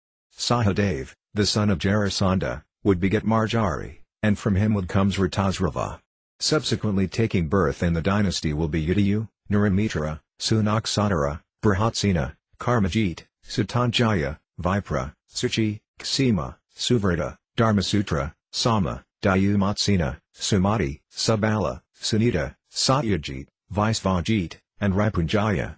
Text 1, Sukadeva Goswami said, O king, the son of Devodasa was Maitreyu, and from Maitreyu came 4 sons, named Sayavana, Sudasa, Sahadev, and Samaka. Samaka was the father of Jantu. Text 2, Samaka had 100 sons, of whom the youngest was Prasada. From Prasada was born King Drupada, who was opulent in all supremacy. Text 3, from Maharaja Drupada, Draupadi was born. Maharaja Drupada also had many sons, headed by Drishtadyumna. From Drishtadyumna came a son named Drishtakatu. All these personalities are known as descendants of Bharmyasva or as the dynasty of Panchala. Texts 4-5, another son of Ajamata was known as Riksa. From Riksa came a son named Samvarana, and from Samvarana through the womb of his wife, Tapati, the daughter of the sun god, came Kuru, the king of Kuru etc. Kuru had 4 sons, Pariksi, Sudhanu, Janu, and Nisada. From Sudhanu, Suhotra was born, and from Suhotra, Sayavana. From Sayavana, Krti was born. Text 6, the son of Krti was Uparakara Vasu, and among his sons, headed by Brihadratha, were Kusamba, Matsya, Pratyagra, and Setapa. All the sons of Uparakara Vasu became rulers of the Sati state. Text 7, from Brihadratha, Kusagra was born, from Kusagra, Rizabha, and from Rizabha, Satyahita. The son of Satyahita was Puspavan, and the son of Puspavan was Jahu. Text 8, through the womb of another wife, Brihadratha begot 2 halves of a son. When the mother saw those 2 halves she rejected them, but later a she-demon named Jara playfully joined them and said, Come to life, come to life. Thus the son named Jarasandha was born. Text 9, from Jarasandha came a son named Sahadev, from Sahadev, Samapi, and from Samape, Zritasrava. The son of Kuru called Pariksi had no sons, but the son of Kuru called Janu had a son named Saritha. Text 10, from Saritha came a son named Vijaratha, from whom Sarvabhauma was born. From Sarvabhauma came Jayasena, from Jayasena, Radhika, and from Radhika, Hitayu. Text 11, from Hitayu came a son named Akradana, and his son was Devatithi. The son of Devatithi was Riksa, the son of Riksa was Dilapa, and the son of Dilapa was Pratapa. Texts 12-13, the sons of Pratapa were Devapi, Santanu, and Balika. Devapi left the kingdom of his father and went to the forest, and therefore Santanu became the king. Santanu, who in his previous birth was known as Mahabhisa, had the ability to transform anyone from old age to youth simply by touching that person with his hands. Texts 14-15, because the king was able to make everyone happy for sense gratification, primarily by the touch of his hand, his name was Santanu. Once, when there was no rainfall in the kingdom for 12 years and the king consulted his learned Brahminical advisors, they said, You are faulty for enjoying the property of your elder brother. For the elevation of your kingdom and home, you should return the kingdom to him. Texts 16-17, when the Brahmanas said this, Maharaja Santanu went to the forest and requested his elder brother Devapi to take charge of the kingdom, for it is the duty of a king to maintain his subjects. Previously, however, Santanu's minister Asvavara had instigated some Brahmanas to induce Devapi to transgress the injunctions of the Vedas and thus make himself unfit for the post of ruler. The Brahmanas deviated Devapi from the path of the Vedic principles, and therefore when asked by Santanu he did not agree to accept the post of ruler. On the contrary, he blasphemed the Vedic principles and therefore became fallen. Under the circumstances, Santanu again became the king, and Indra, being pleased, showered rains. Devapi later took to the path of mystic yoga to control his mind and senses and went to the village named Kalapagrama, where he is still living. Texts 18-19. After the dynasty of the moon god comes to an end in this age of Kali, Devapi, in the beginning of the next Satya Yuga, will re-establish the Soma dynasty in this world. From Balika, the brother of Santanu, came a son named Samadita, who had 3 sons, named Buri, Borisrava, and Sala. From Santanu, through the womb of his wife named Ganga, came Bhisma, the exalted, self-realized devotee and learned scholar. Text 20. Bhismadeva was the foremost of all warriors. When he defeated Lord Parasurama in a fight, Lord Parasurama was very satisfied with him. By the semen of Santanu in the womb of Satyavati, the daughter of a fisherman, Citrangada took birth. Texts 21-24. Citrangada, of whom Visitaravirya was the younger brother, was killed by a Gandharva who was also named Citrangada. Satyavati, before her marriage to Santanu, gave birth to the master authority of the Vedas, Vyasadeva, known as Krishna Dvaipayana, who was begotten by Parasara Muni. From Vyasadeva, I, Sukadeva Goswami, was born, and from him I studied this great work of literature, SRIMAD Bhagavatam. The incarnation of Godhead Vedavyasa, rejecting his disciples, headed by Pila, instructed SRIMAD Bhagavatam to me because I was free from all material desires. After Ambika and Ambalika, the 2 daughters of Kesaraja, were taken away by force, Visitaravirya married them, but because he was too attached to these 2 wives, he had a heart attack and died of tuberculosis. Text 25. Badarayana, Sri Vyasadeva, following the order of his mother, Satyavati, begot 3 sons, 2 by the womb of Ambika and Ambalika, the 2 wives of his brother Visitaravirya, and the 3rd by Visitaravirya's maidservant. These sons were Dhritarashtra, Pandu, and Vidura. Text 26. Dhritarashtra's wife, Gandhari, gave birth to 100 sons and 1 daughter, O king. The oldest of the sons was Duryodhana, and the daughter's name was Dushala.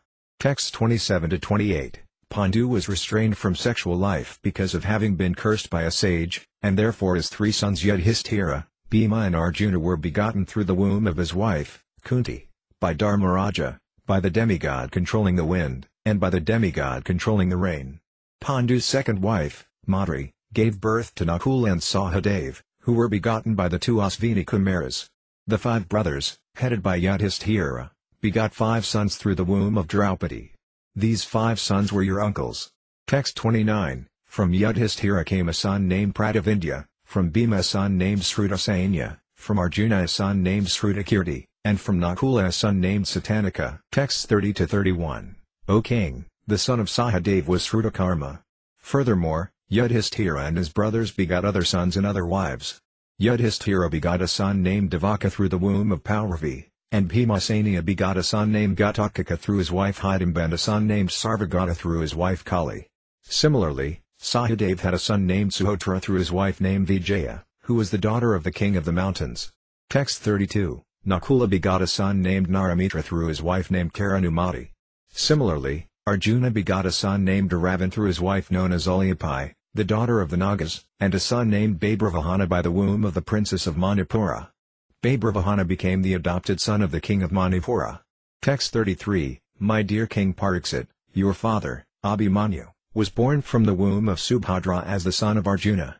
He was the conqueror of all Adarathas, those who could fight with 1,000 charioteers. From him, by the womb of Uttara, the daughter of Viradraja, you were born.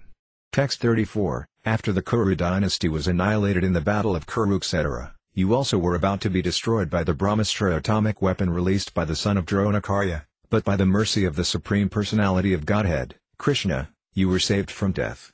Text 35. My dear king, your 4 sons, Janamaya, Srutasanya, Bhimasena and Ugrasena, are very powerful. Janamaya is the eldest. Text 36. Because of your death by the Taksaka snake, your son Janamaya will be very angry and will perform a sacrifice to kill all the snakes in the world. Text 37. After conquering throughout the world and after accepting Torah, the son of Kalasa, as his priest, Janamaya will perform Ashvamedha yajnas, for which he will be known as Taraga Medhasat.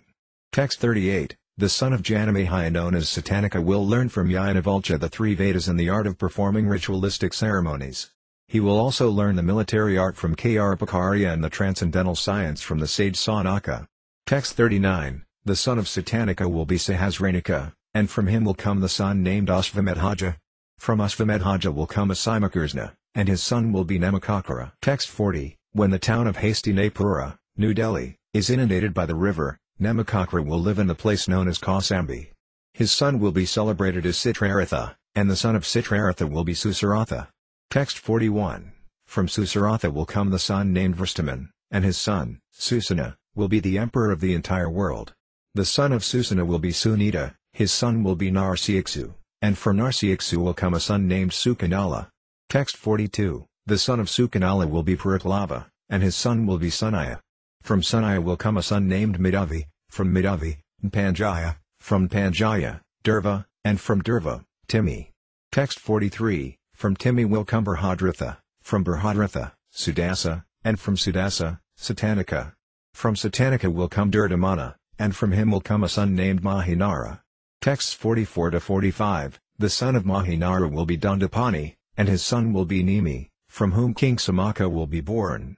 I have now described to you the moon god's dynasty, which is the source of Brahmanas and Kshatriyas and is worshipped by demigods and great saints. In this Kali Yuga, Samaka will be the last monarch. Now I shall describe to you the future of the Magadha dynasty. Please listen. Texts 46-48. Sahadev, the son of Jarasandha, will have a son named Marjari. From Marjari will come Zritasrava, from Zritasrava, Udayu, and from Udayu, Naramitra. The son of Naramitra will be Sunaksatra, from Sunaksatra will come Brihatsena, and from Brihatsena, Karmajit. The son of Karmajit will be Sutanjaya, the son of Sutanjaya will be Vipra, and his son will be Suchi. The son of Suchi will be Ksima, the son of Ksima will be Suvrata, and the son of Suvrata will be Dharmasutara. From Dharmasutara will come Sama, from Sama, Dayumatsena, from Dayumatsena, Sumati, and from Sumati, Subala. Text 49. From Subala will come Sunita, from Sunita, Satyajit, from Satyajit, Vaisvajit, and from Vaisvajit, Ripunjaya. All of these personalities will belong to the dynasty of Brihadratha, which will rule the world for 1,000 years. Library Śrīmad Bhāgavatam, Bhagavata Purana, Canto 9, Liberation Chapter 23. The dynasties of the sons of Yayati. In this 23rd chapter the dynasties of Anu, Dhru, Durvasu, and Yadu, as well as the story of Jamaga, are described. The sons of Yayati's fourth son, Anu, were Savanara, Kaksu, and Paresnu. Of these three, the sons and grandsons of Savanara were, in succession, Kalanara, Sranjaya, Janamahaya, Mahusala, and Mahamana. The sons of Mahamana were Usanara and Titiksu. Usanara had four sons, namely Sibi, Vara, Krami, and Daksa. Sibi also had four sons, Vrasadarba, Sudhira, Madra, and Kekaya. The son of Titiksu was Rusadratha, who begot a son named Homa. From Homa came Sutapa, and from Sutapa, Bali. In this way the dynasty continued. Begotten by Duratama in the womb of the wife of Bali were Unga, Vanga, Kalinga, Suma, Pundra, and Odra, all of whom became kings. From Unga came Kalapana, whose dynasty included Devaratha, Dharmaratha, and Citraratha, also called Ramapada, one after another. Maharaja Dasaratha gave in charity one of his daughters, by the name Santa, to his friend Ramapada because Ramapada had no sons. Ramapada accepted Santa as his daughter, and the great sage Rishi married her. By the mercy of Rishi Ramapada had a son named Kacharanga.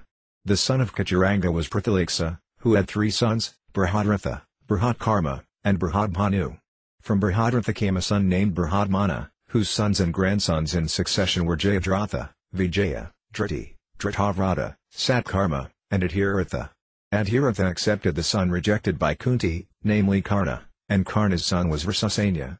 The son of Yayati's third son, Dhru, was Babru, whose son and grandsons were Setu, Arabda, Gandhara, Dharma, Dhrita, Dharamata, and Prasita. The son of Yayati's second son, Turvasu, was Vani, whose seminal dynasty included Bharga, Bhanuman, Tribhanu, Karandhama, and Marta. The childless Marta accepted Dusmanta, who belonged to the Pur dynasty, as his adopted son.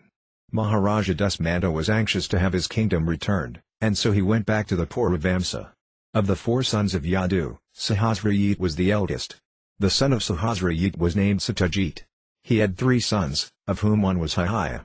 The sons and grandsons in the dynasty of Hihaya were Dharma, Netra, Kunti, Sohanji, Mahisman, Bhadrasanyaka, Dhanaka, Krutavirya, Arjuna, Jayadvaja, Tilahanga, and Vishyotara. The son of Vishyotara was Madhu, whose eldest son was Vrisni. Because of Yadu, Madhu, and Vrisni, their dynasties are known as Yadava, Madhava, and Vrisni. Another son of Yadu was Krasta, and from him came Vrindavan, Svahita, Visagu, Citrartha, Sasabindu, Prathasrava, Dharma, Yasana, and Rakaka. Rakaka had 5 sons, one of whom was known as Jyamaga. Jyamaga was sonless, but by the mercy of the demigods his childless wife gave birth to a son named Vidarbha. Text 1, Sukadeva Goswami said, Anu, the 4th son of Yayati, had 3 sons, named Sabanara, Kaksu, and Paresnu. O king, from Sabanara came a son named Kalanara, and from Kalanara came a son named Srijaya. Text 2, from Srijaya came a son named Janamahaya.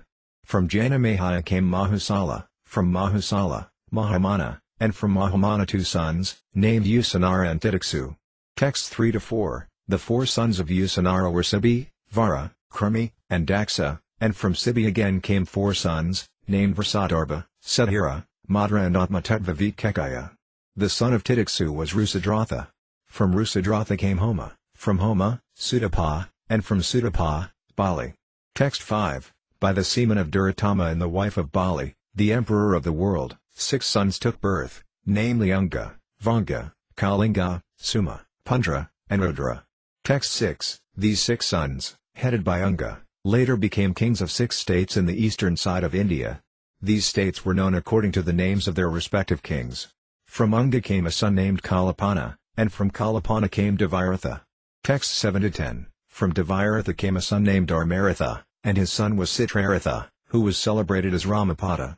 Ramapada, however, was without issue, and therefore his friend Maharaja Dasaratha gave him his own daughter, named Sanda. Ramapada accepted her as his daughter, and thereafter she married Rziyazringa. When the demigods from the heavenly planets failed to shower rain, Rziyazringa was appointed the priest for performing a sacrifice, after being brought from the forest by the allurement of prostitutes, who danced, staged theatrical performances accompanied by music, and embraced and worshipped him. After Rziyazringa came, the rain fell. Thereafter, Rziyazringa performed a son-giving sacrifice on behalf of Maharaja Dasaratha, who had no issue, and then Maharaja Dasaratha had sons. From Ramapada, by the mercy of Rziyazringa, Kachuranga was born, and from Kachuranga came Prithilaksa. Text 11, the sons of Prithilaksa were Brihadratha, Brihadkarma, and Brihadbhanu. From the eldest, Brihadratha, came a son named Brihanmana, and from Brihanmana came a son named Jayadratha. Text 12, the son of Jayadratha, by the womb of his wife Sambhuti, was Vijaya, and from Vijaya, Driti was born. From Driti came Dritavrata, from Dritavrata, Satkarma, and from Satkarma, Adhiratha. Text 13, while playing on the bank of the Ganges, Adhiratha found a baby wrapped up in a basket. The baby had been left by Kunti because he was born before she was married. Because Adhiratha had no sons, he raised this baby as his own. This son was later known as Karna. Text 14, O king, the only son of Karna was Vrisasanya. Dhru, the 3rd son of Yayati, had a son named Babru, and the son of Babru was known as Setu. Text 15, the son of Setu was Arabda, Arabda's son was Gandhara, and Gandhara's son was Dharma. Dharma's son was Drita, Drita's son was Dharamada, and Dharamada's son was Prasida, who had 100 sons. Text 16, the Prasetas, the sons of Prasida, occupied the northern side of India, which was devoid of Vedic civilization, and became kings there. Yayati's 2nd son was Turvasu. The son of Turvasu was Vani, the son of Vani, Bharga, the son of Bharga, Banuman. Text 17, the son of Banuman was Tribhanu, and his son was the magnanimous Karantama. Karantama's son was Marta, who had no sons and who therefore adopted a son of the Pur dynasty, Maharaja Dusmanta, as his own. Texts 18-19, Maharaja Dusmanta, desiring to occupy the throne, returned to his original dynasty, the Pur dynasty, even though he had accepted Marta as his father. O Maharaja Pariksit, let me now describe the dynasty of Yadu, the eldest son of Maharaja Yayati. This description is supremely pious, and it vanquishes the reactions of sinful activities in human society. Simply by hearing this description, one is freed from all sinful reactions. Texts 20-21, the Supreme Personality of Godhead, Krishna, the supersoul in the hearts of all living entities, descended in his original form as a human being in the dynasty or family of Yadu. Yadu had 4 sons, named Sahasrayit, Krasta, Nala, and Ripu. Of these 4, the eldest, Sahasrayit, had a son named Satyajit, who had 3 sons, named Maha, Renuaya, and Hihaya. Text 22, the son of Hihaya was Dharma, and the son of Dharma was Netara, the father of Kunti. From Kunti came a son named Sohanji, from Sohanji came Mahisman, and from Mahisman, Bhadrasanyaka. Text 23, the sons of Bhadrasanya were known as Durmata and Dhanaka. Dhanaka was the father of Kritavirya and also of Kritagni, Kritavarma, and Kritauja. Text 24, the son of Kritavirya was Arjuna. He, Kartavirya Arjuna, became the emperor of the entire world, consisting of 7 islands, and received mystic power from Dattatreya, the incarnation of the Supreme Personality of Godhead. Thus he obtained the mystic perfections known as Astasiddhi. Text 25, no other king in this world could equal Kartavirya Arjuna in sacrifices, charity, austerity, mystic power, education, strength or mercy. Text 26, for 85,000 years, Kartavirya Arjuna continuously enjoyed material opulences with full bodily strength and unimpaired memory. In other words, he enjoyed inexhaustible material opulences with his 6 senses. Text 27, of the 1,000 sons of Kartavirya Arjuna, only 5 remained alive after the fight with Parasurma. Their names were Jayadvaja, Sharasanya, Vrisabha, Madhu, and Urjita. Text 28, Jayadvaja had a son named Tilahanka, who had 100 sons. All the Kshatriyas in that dynasty, known as Tilahanka, were annihilated by the great power received by Maharaja Sagara from Aurva Rsi. Text 29, of the sons of Tilahanka, Vishyottara was the eldest. The son of Vishyottara named Madhu had a celebrated son named Vrisni. Madhu had 100 sons, of whom Vrisni was the eldest. The dynasties known as Yadava, Madhava and Vrisni had their origin from Yadu, Madhu, and Vrisni. Texts 30-31, O Maharaja Pariksit, because Yadu, Madhu and Vrisni each inaugurated a dynasty, their dynasties are known as Yadava, Madhava, and Vrisni. The son of Yadu named Krasta had a son named Virjinavan. The son of Virjinavan was Svahita, the son of Svahita, Visadgu, the son of Visadgu, Citraratha, and the son of Citraratha, Sasabindu. The greatly fortunate Sasabindu, who was a great mystic, possessed 14 opulences and was the owner of 14 great jewels. Thus he became the emperor of the world. Text 32, the famous Sasabindu had 10,000 wives, and by each he begot a lakh of sons. Therefore the number of his sons was 10,000 lakhs. Text 33, among these many sons, 6 were the foremost, such as Prithasrava and Prithakirti. The son of Prithasrava was known as Dharma, and his son was known as Yasana. Yasana was the performer of 100 horse sacrifices. Text 34, the son of Yasana was Rukaka, who had 5 sons, Purayit, Rukma, Rukmesu, Prithu, and Jamaga. Please hear of these sons from me. Text 35-36, Jamaga had no sons, but because he was fearful of his wife, Saibya, he could not accept another wife. Jamaga once took from the house of some royal enemy a girl who was a prostitute, but upon seeing her Saibya was very angry and said to her husband, "My husband, you cheater, who is this girl sitting upon my seat on the chariot?" Jamaga then replied, "This girl will be your daughter-in-law." Upon hearing these joking words, Saibya smilingly replied. Text 37, Saibya said, "I am sterile and have no co-wife. How can this girl be my daughter-in-law? Please tell me." Jamaga replied, "My dear queen, I shall see that you indeed have a son and that this girl will be your daughter-in-law." Text 38, long ago, Jamaga had satisfied the demigods and Pitas by worshipping them. Now, by their mercy, Jamaga's words came true. Although Saibya was barren, by the grace of the demigods she became pregnant and in due course of time gave birth to a child named Vidarbha. Before the child's birth, the girl had been accepted as a daughter-in-law, and therefore Vidarbha actually married her when he grew up. Library Śrīmad Bhāgavatam, Bhagavata Purana, Canto 9, Liberation Chapter 24 Krishna, the Supreme Personality of Godhead. Vidarbha had 3 sons, named Kusa, Kratha, and Ramapada. Of these 3, Ramapada expanded his dynasty by the sons and grandsons named Babru, Kriti, Usika, Sati, and Kaya, all of whom later became kings. From the son of Vidarbha named Kratha came a son named Kunti, from whose dynasty came the descendants named Vrisni, Nirvati, Dasarha, Vyoma, Jimuta, Vikriti, Bimaratha, Navaratha, Dasaratha, Sakuni, Karambhi, Devarata, Devaksatra, Madhu, Kuruvasa, Anu, Puraotra, Ayu, and Satvata. Satvata had 7 sons. One of them was Devavrata, whose son was Babru. Another son of Satvata was Mahabhoha, by whom the Bhoha dynasty was inaugurated. Another was Vrisni, who had a son named Udajit. From Udajit came Anumitra and Sini, and from Anumitra came Nina and another Sini. The descendants in succession from Sini were Satyaka, Uyudana, Jaya, Kuni, and Yugandhara. Another son of Anumitra was Vrisni. From Vrisni came Svafaka, by whom Akrura and 12 other sons were generated. From Akrura came 2 sons, named Devavan and Upadava.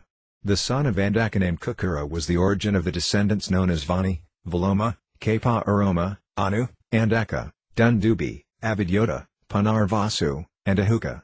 Ahuka had 2 sons, named Devaka and Ugrasena. The 4 sons of Devaka were known as Devavan, Upadava, Zudeva, and Devavardhana, and his 7 daughters were Dritadeva, Shandideva, Upadava, Srideva, Devaraksita, Sahadev, and Devaki. Vasudeva married all 7 daughters of Devaka. Ugrasena had 9 sons named Kamsa, Sunama, Nayagrata, Kanka, Sanku, Suhu, Rastrapala, Drishti, and Tustaman, and he had 5 daughters named Kamsa, Kamsavati, Kanka, Surabhu, and Rastrapalika. The younger brothers of Vasudeva married all the daughters of Ugrasena. Vijayaratha, the son of Citraratha, had a son named Sura, who had 10 other sons, of whom Vasudeva was the chief. Sura gave one of his 5 daughters, Prtha, to his friend Kunti, and therefore she was also named Kunti. In her maiden state she gave birth to a child named Karna, and later she married Maharaja Pandu. Vritasarma married the daughter of Sura named Srutadeva, from whose womb Danavakra was born. Drishtakita married Sura's daughter named Srutakirti, who had 5 sons. Jayasena married Sura's daughter named Rajadai Devi. The king of Satidesa, Damagosa, married the daughter of Sura named Sritasrava, from whom Sisapala was born. Devabhaga, through the womb of Kamsa, begot Citratu and Brahadbala, and Devasrava, through the womb of Kamsavati, begot Suvira and Izuman. From Kanka, through the womb of Kanka, came Baka, Satyajit, and Purayit, and from Srinjaya, through the womb of Rastrapalika, came Vrisa and Duramarsana. Sayamaka, through the womb of Sarabhumi, begot Harakesa and Haranyaksa. Vatsaka, through the womb of Misraksi, begot Vrika, who begot the sons named Tiksa, Puskara, and Sala. From Samaka came Sumitra and Arjunapala, and from Anaka came Ratadama and Jaya. Vasudeva had many wives, of whom Devaki and Rohini were the most important. From the womb of Rohini, Baladeva was born, along with Gada, Sarana, Duramada, Vipula, Dhruva, Kruta and others. Vasudeva had many other sons by his other wives, and the 8th son to appear from the womb of Devaki was the Supreme Personality of Godhead, who delivered the entire world from the burden of demons. This chapter ends by glorifying the Supreme Personality of Godhead Vasudeva. Text 1, Sukadeva Goswami said, by the womb of the girl brought by his father, Vidarbha begot 3 sons, named Kusa, Kratha, and Ramapada. Ramapada was the favorite in the dynasty of Vidarbha. Text 2, the son of Ramapada was Babru, from whom there came a son named Kriti. The son of Kriti was Usaka, and the son of Usaka was Sati. From Sati was born the king known as Kaya and others. Texts 3-4, the son of Kratha was Kunti, the son of Kunti, Vrisni, the son of Vrisni, Nirvati, and the son of Nirvati, Dasarha. From Dasarha came Vyoma, from Vyoma came Jamuta, from Jamuta, Vikriti, from Vikriti, Vimaratha, from Vimaratha, Navaratha, and from Navaratha, Dasaratha. Text 5, from Dasaratha came a son named Sakuni and from Sakuni a son named Karambi. The son of Karambi was Devarata, and his son was Devaksatra. The son of Devaksatra was Madhu, and his son was Kuruvasa, from whom there came a son named Anu. Text 6-8, the son of Anu was Puraotra, the son of Puraotra was Ayu, and the son of Ayu was Satvata. O great Aryan king, Satvata had 7 sons, named Bhajamana, Bhaji, Divya, Vrisni, Devavrata, Andaka, and Mahabhoha. From Bhajamana by one wife came 3 sons, Nimlosai, King Kana, and Drishti. And from his other wife came 3 other sons, Satyajit, Sahasrayit, and Itajit. Text 9, the son of Devavrata was Babru. Concerning Devavrata and Babru there are 2 famous songs of prayer, which were sung by our predecessors and which we have heard from a distance. Even now I hear the same prayers about their qualities, because that which was heard before is still sung continuously. Text 10-11, it has been decided that among human beings Babru is the best and that Devavrata is equal to the demigods. Because of the association of Babru and Devavrata, all of their descendants, numbering 14,065, achieved liberation. In the dynasty of King Maha, who was exceedingly religious, there appeared the Boha kings. Text 12, O King, Maharaja Pariksit, who can suppress your enemies, the sons of Vrisni were Sumitra and Udajit. From Udajit came Sini and Anumitra, and from Anumitra came a son named Nina. Text 13, the two sons of Nina were Satrajita and Prasina. Another son of Anumitra was another Sini, and his son was Satyaka. Text 14, the son of Satyaka was Uyudana, whose son was Jaya. From Jaya came a son named Kuni and from Kuni a son named Yugandhara. Another son of Anumitra was Vrisni. Text 15, from Vrisni came the sons named Svafaka and Citraratha. From Svafaka by his wife Gandhini came Akrura. Akrura was the eldest, but there were 12 other sons, all of whom were most celebrated.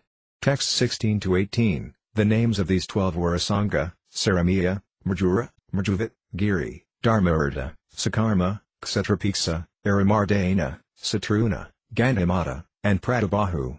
These brothers also had a sister named Sukhara. From Akrura came two sons, named Devavan and Upadava. Citraratha had many sons, headed by Prithu and Vijaratha, all of whom were known as belonging to the dynasty of Vrisni. Text 19, Kukura, Bhajamana, Suchi and Kambalabaiza were the four sons of Andaka. The son of Kukura was Vani, and his son was Valoma. Text 20, the son of Valoma was Kapa Aroma, and his son was Anu, whose friend was Tumburu. From Anu came Andaka, from Andaka, Dundubi, and from Dundubi, Avidyota. From Avidyota came a son named Punarvasu. Texts 21-23, Punarvasu had a son and a daughter, named Ahuka and Ahuki respectively, and Ahuka had two sons, named Devaka and Ugrasena. Devaka had four sons, named Devavan, Upadava, Zudeva, and Devavardhana, and he also had 7 daughters, named Shandideva, Upadava, Srideva, Devaraksita, Sahadev, Devaki, and Dritadeva. Dritadeva was the eldest. Vasudeva, the father of Krishna, married all these sisters. Text 24, Kamsa, Sunama, Nayagrata, Kanka, Sanku, Suhu, Rastrapala, Drishti and Tustaman were the sons of Ugrasena. Text 25, Kamsa, Kamsavati, Kanka, Surabhu and Rastrapalika were the daughters of Ugrasena. They became the wives of Vasudeva's younger brothers. Text 26, the son of Citraratha was Vijaratha, the son of Vijaratha was Sura, and his son was Bhajamana. The son of Bhajamana was Sini, the son of Sini was Boha, and the son of Boha was Hardika.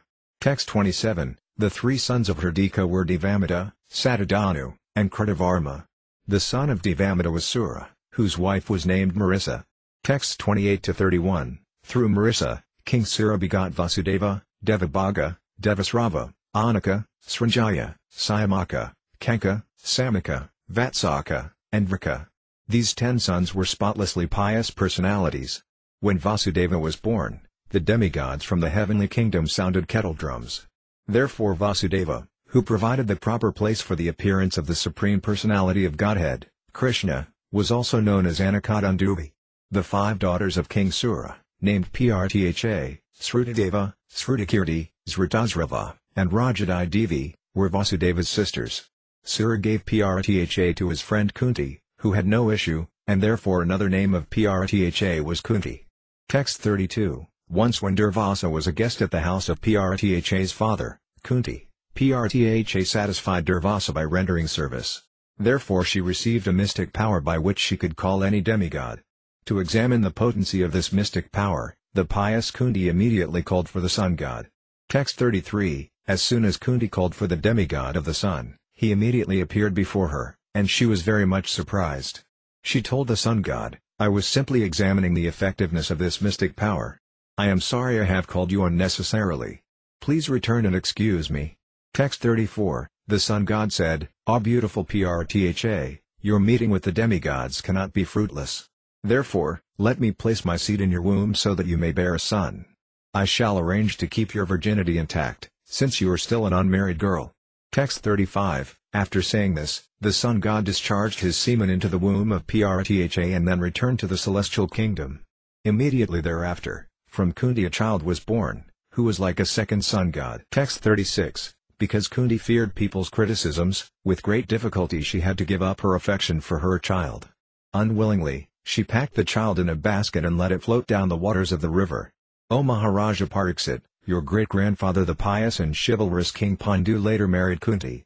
Text 37. Vridasarma, the king of Kurusa, married Kunti's sister Sukadeva, and from her womb Dandavakra was born. Having been cursed by the sages headed by Sanaka, Dandavakra had formerly been born as the son of deity named Hiranyaksa. Text 38. King Drishtakatu, the king of Kekaya, married Srutakirti, another sister of Kunti's. Srutakirti had 5 sons, headed by Santaradana. Text 39. Through the womb of Rajadidevi, another sister of Kunti's, Jayasena begot 2 sons, named Vinda and Anuvinda. Similarly, the king of the Sati state married Sritasrava. This king's name was Damagosa. Text 40. The son of Sritasrava was Sisipala, whose birth has already been described, in the 7th canto of Śrīmad Bhāgavatam. Vasudeva's brother named Devabhaga had 2 sons born of his wife, Kamsa. These 2 sons were Citratu and Brihadbala. Text 41. Vasudeva's brother named Devasrava married Kamsavati, by whom he begot 2 sons, named Suvira and Azuman. Kanka, by his wife Kanka, begot 3 sons, named Baka, Satyajit, and Purayit. Text 42. King Srijaya, by his wife, Rastrapalika, begot sons headed by Vrsa and Duramarsana. King Saimaka, by his wife, Sarabhumi, begot 2 sons, named Harakesa and Hiranyaksa. Text 43. Thereafter, King Vatsaka, by the womb of his wife, Misraksi, who was an Apsara, begot sons headed by Vrka. Vrka, by his wife, Durvaksi, begot Tiksa, Puskara, Sala and so on. Text 44. From Samika, by the womb of his wife, Sudamani, came Sumitra, Arjunapala and other sons. King Anaka, by his wife, Karika, begot 2 sons, namely Ratadama and Jaya. Text 45. Devaki, Pauravi, Rohini, Bhadra, Madira, Rokana, Ila and others were all wives of Anakotundubi, Vasudeva. Among them all, Devaki was the chief. Text 46. Vasudeva, by the womb of his wife Rohini, begot sons such as Bala, Gada, Sarana, Duramada, Vipula, Dhruva, Krita and others. Texts 47-48. From the womb of Pauravi came 12 sons, including Bhuta, Subhadra, Bhadrabahu, Dharmada, and Bhadra. Nanda, Upananda, Kritaka, Sura and others were born from the womb of Madira. Bhadra, Kausalya, gave birth to only 1 son, named Kesi. Text 49. Vasudeva, by another of his wives, whose name was Rokana, begot Asta, Hemangada and other sons. And by his wife named Ila he begot sons headed by Uravalka, all of whom were chief personalities in the dynasty of Yadu. Text 50. From the womb of Dritadeva, one of the wives of Anakotundubi, Vasudeva, came a son named Viprastha. The sons of Shantideva, another wife of Vasudeva, were Prasama, Prasita and others. Text 51. Vasudeva also had a wife named Upadava, from whom came 10 sons, headed by Rajanya, Kalpa, and Varsa. From Srideva, another wife, came 6 sons, such as Vasu, Hamsa, and Suvamsha. Text 52. By the semen of Vasudeva in the womb of Devaraksita, 9 sons were born, headed by Gada. Vasudeva, who was religion personified, also had a wife named Sahadev, by whose womb he begot 8 sons, headed by Sruta and Pravara. Texts 53-55. The 8 sons born of Sahadev such as Pravara and Sruta, were exact incarnations of the 8 Vasas in the heavenly planets. Vasudeva also begot 8 highly qualified sons through the womb of Devaki. These included Kirtaman, Susana, Bhadrasanya, Raju, Samardana, Bhadra, and Sankarsana, the controller in serpent incarnation. The 8th son was the Supreme Personality of Godhead himself, Krishna. The highly fortunate Subhadra, the one daughter, was your grandmother. Text 56. Whenever the principles of religion deteriorate and the principles of irreligion increase, the Supreme Controller, the Personality of Godhead Sri Hari, appears by his own will. Text 57. O King, Maharaja Pariksit, but for the Lord's personal desire, there is no cause for his appearance, disappearance or activities. As the Supersoul, he knows everything. Consequently there is no cause that affects him, not even the results of fruitive activities. Text 58. The Supreme Personality of Godhead acts through his material energy in the creation, maintenance and annihilation of this cosmic manifestation just to deliver the living entity by his compassion and stop the living entity's birth, death and duration of materialistic life. Thus he enables the living being to return home, back to Godhead. Text 59. Although the demons who take possession of the government are dressed like men of government, they do not know the duty of the government. Consequently, by the arrangement of God, such demons, who possess great military strength, fight with one another, and thus the great burden of demons on the surface of the earth is reduced. The demons increase their military power by the will of the Supreme, so that their numbers will be diminished and the devotees will have a chance to advance in Krishna consciousness. Text 60. The Supreme Personality of Godhead, Krishna, with the cooperation of Sankarsana, Balarama, performed activities beyond the mental comprehension of even such personalities as Lord Brahma and Lord Shiva. For instance, Krishna arranged the battle of Kurukshetra to kill many demons for the relief of the entire world. Text 61. To show causeless mercy to the devotees who would take birth in the future in this age of Kali, the Supreme Personality of Godhead, Krishna, acted in such a way that simply by remembering him one will be freed from all the lamentation and unhappiness of material existence. In other words, he acted so that all future devotees, by accepting the instructions of Krishna consciousness stated in Bhagavad Gita, could be relieved from the pangs of material existence. Text 62. Simply by receiving the glories of the Lord through purified transcendental ears, the devotees of the Lord are immediately freed from strong material desires and engagement in fruitive activities. Text 63-64. Assisted by the descendants of Bhoha, Vrisni, Andaka, Madhu, Shirasanya, Dasarya, Guru, Srinjaya, and Pandu, Lord Krishna performed various activities.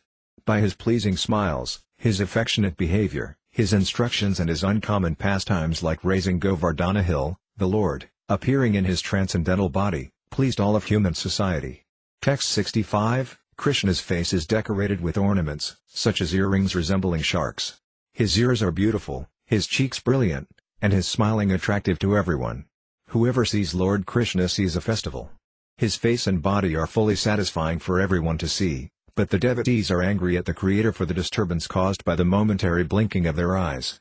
Text 66. The Supreme Personality of Godhead, Sri Krishna, known as Lila Purushotama, appeared as the son of Vasudeva but immediately left his father's home and went to Vrindavan to expand his loving relationship with his confidential devotees. In Vrindavan the Lord killed many demons, and afterwards he returned to Dwarka, where according to Vedic principles he married many wives who were the best of women, begot through them hundreds of sons, and performed sacrifices for his own worship to establish the principles of householder life. Text 67. Thereafter, Lord Sri Krishna created a misunderstanding between family members just to diminish the burden of the world. Simply by his glance, he annihilated all the demoniac kings on the battlefield of Kurukshetra and declared victory for Arjuna. Finally, he instructed Uddhava about transcendental life and devotion and then returned to his abode in his original form.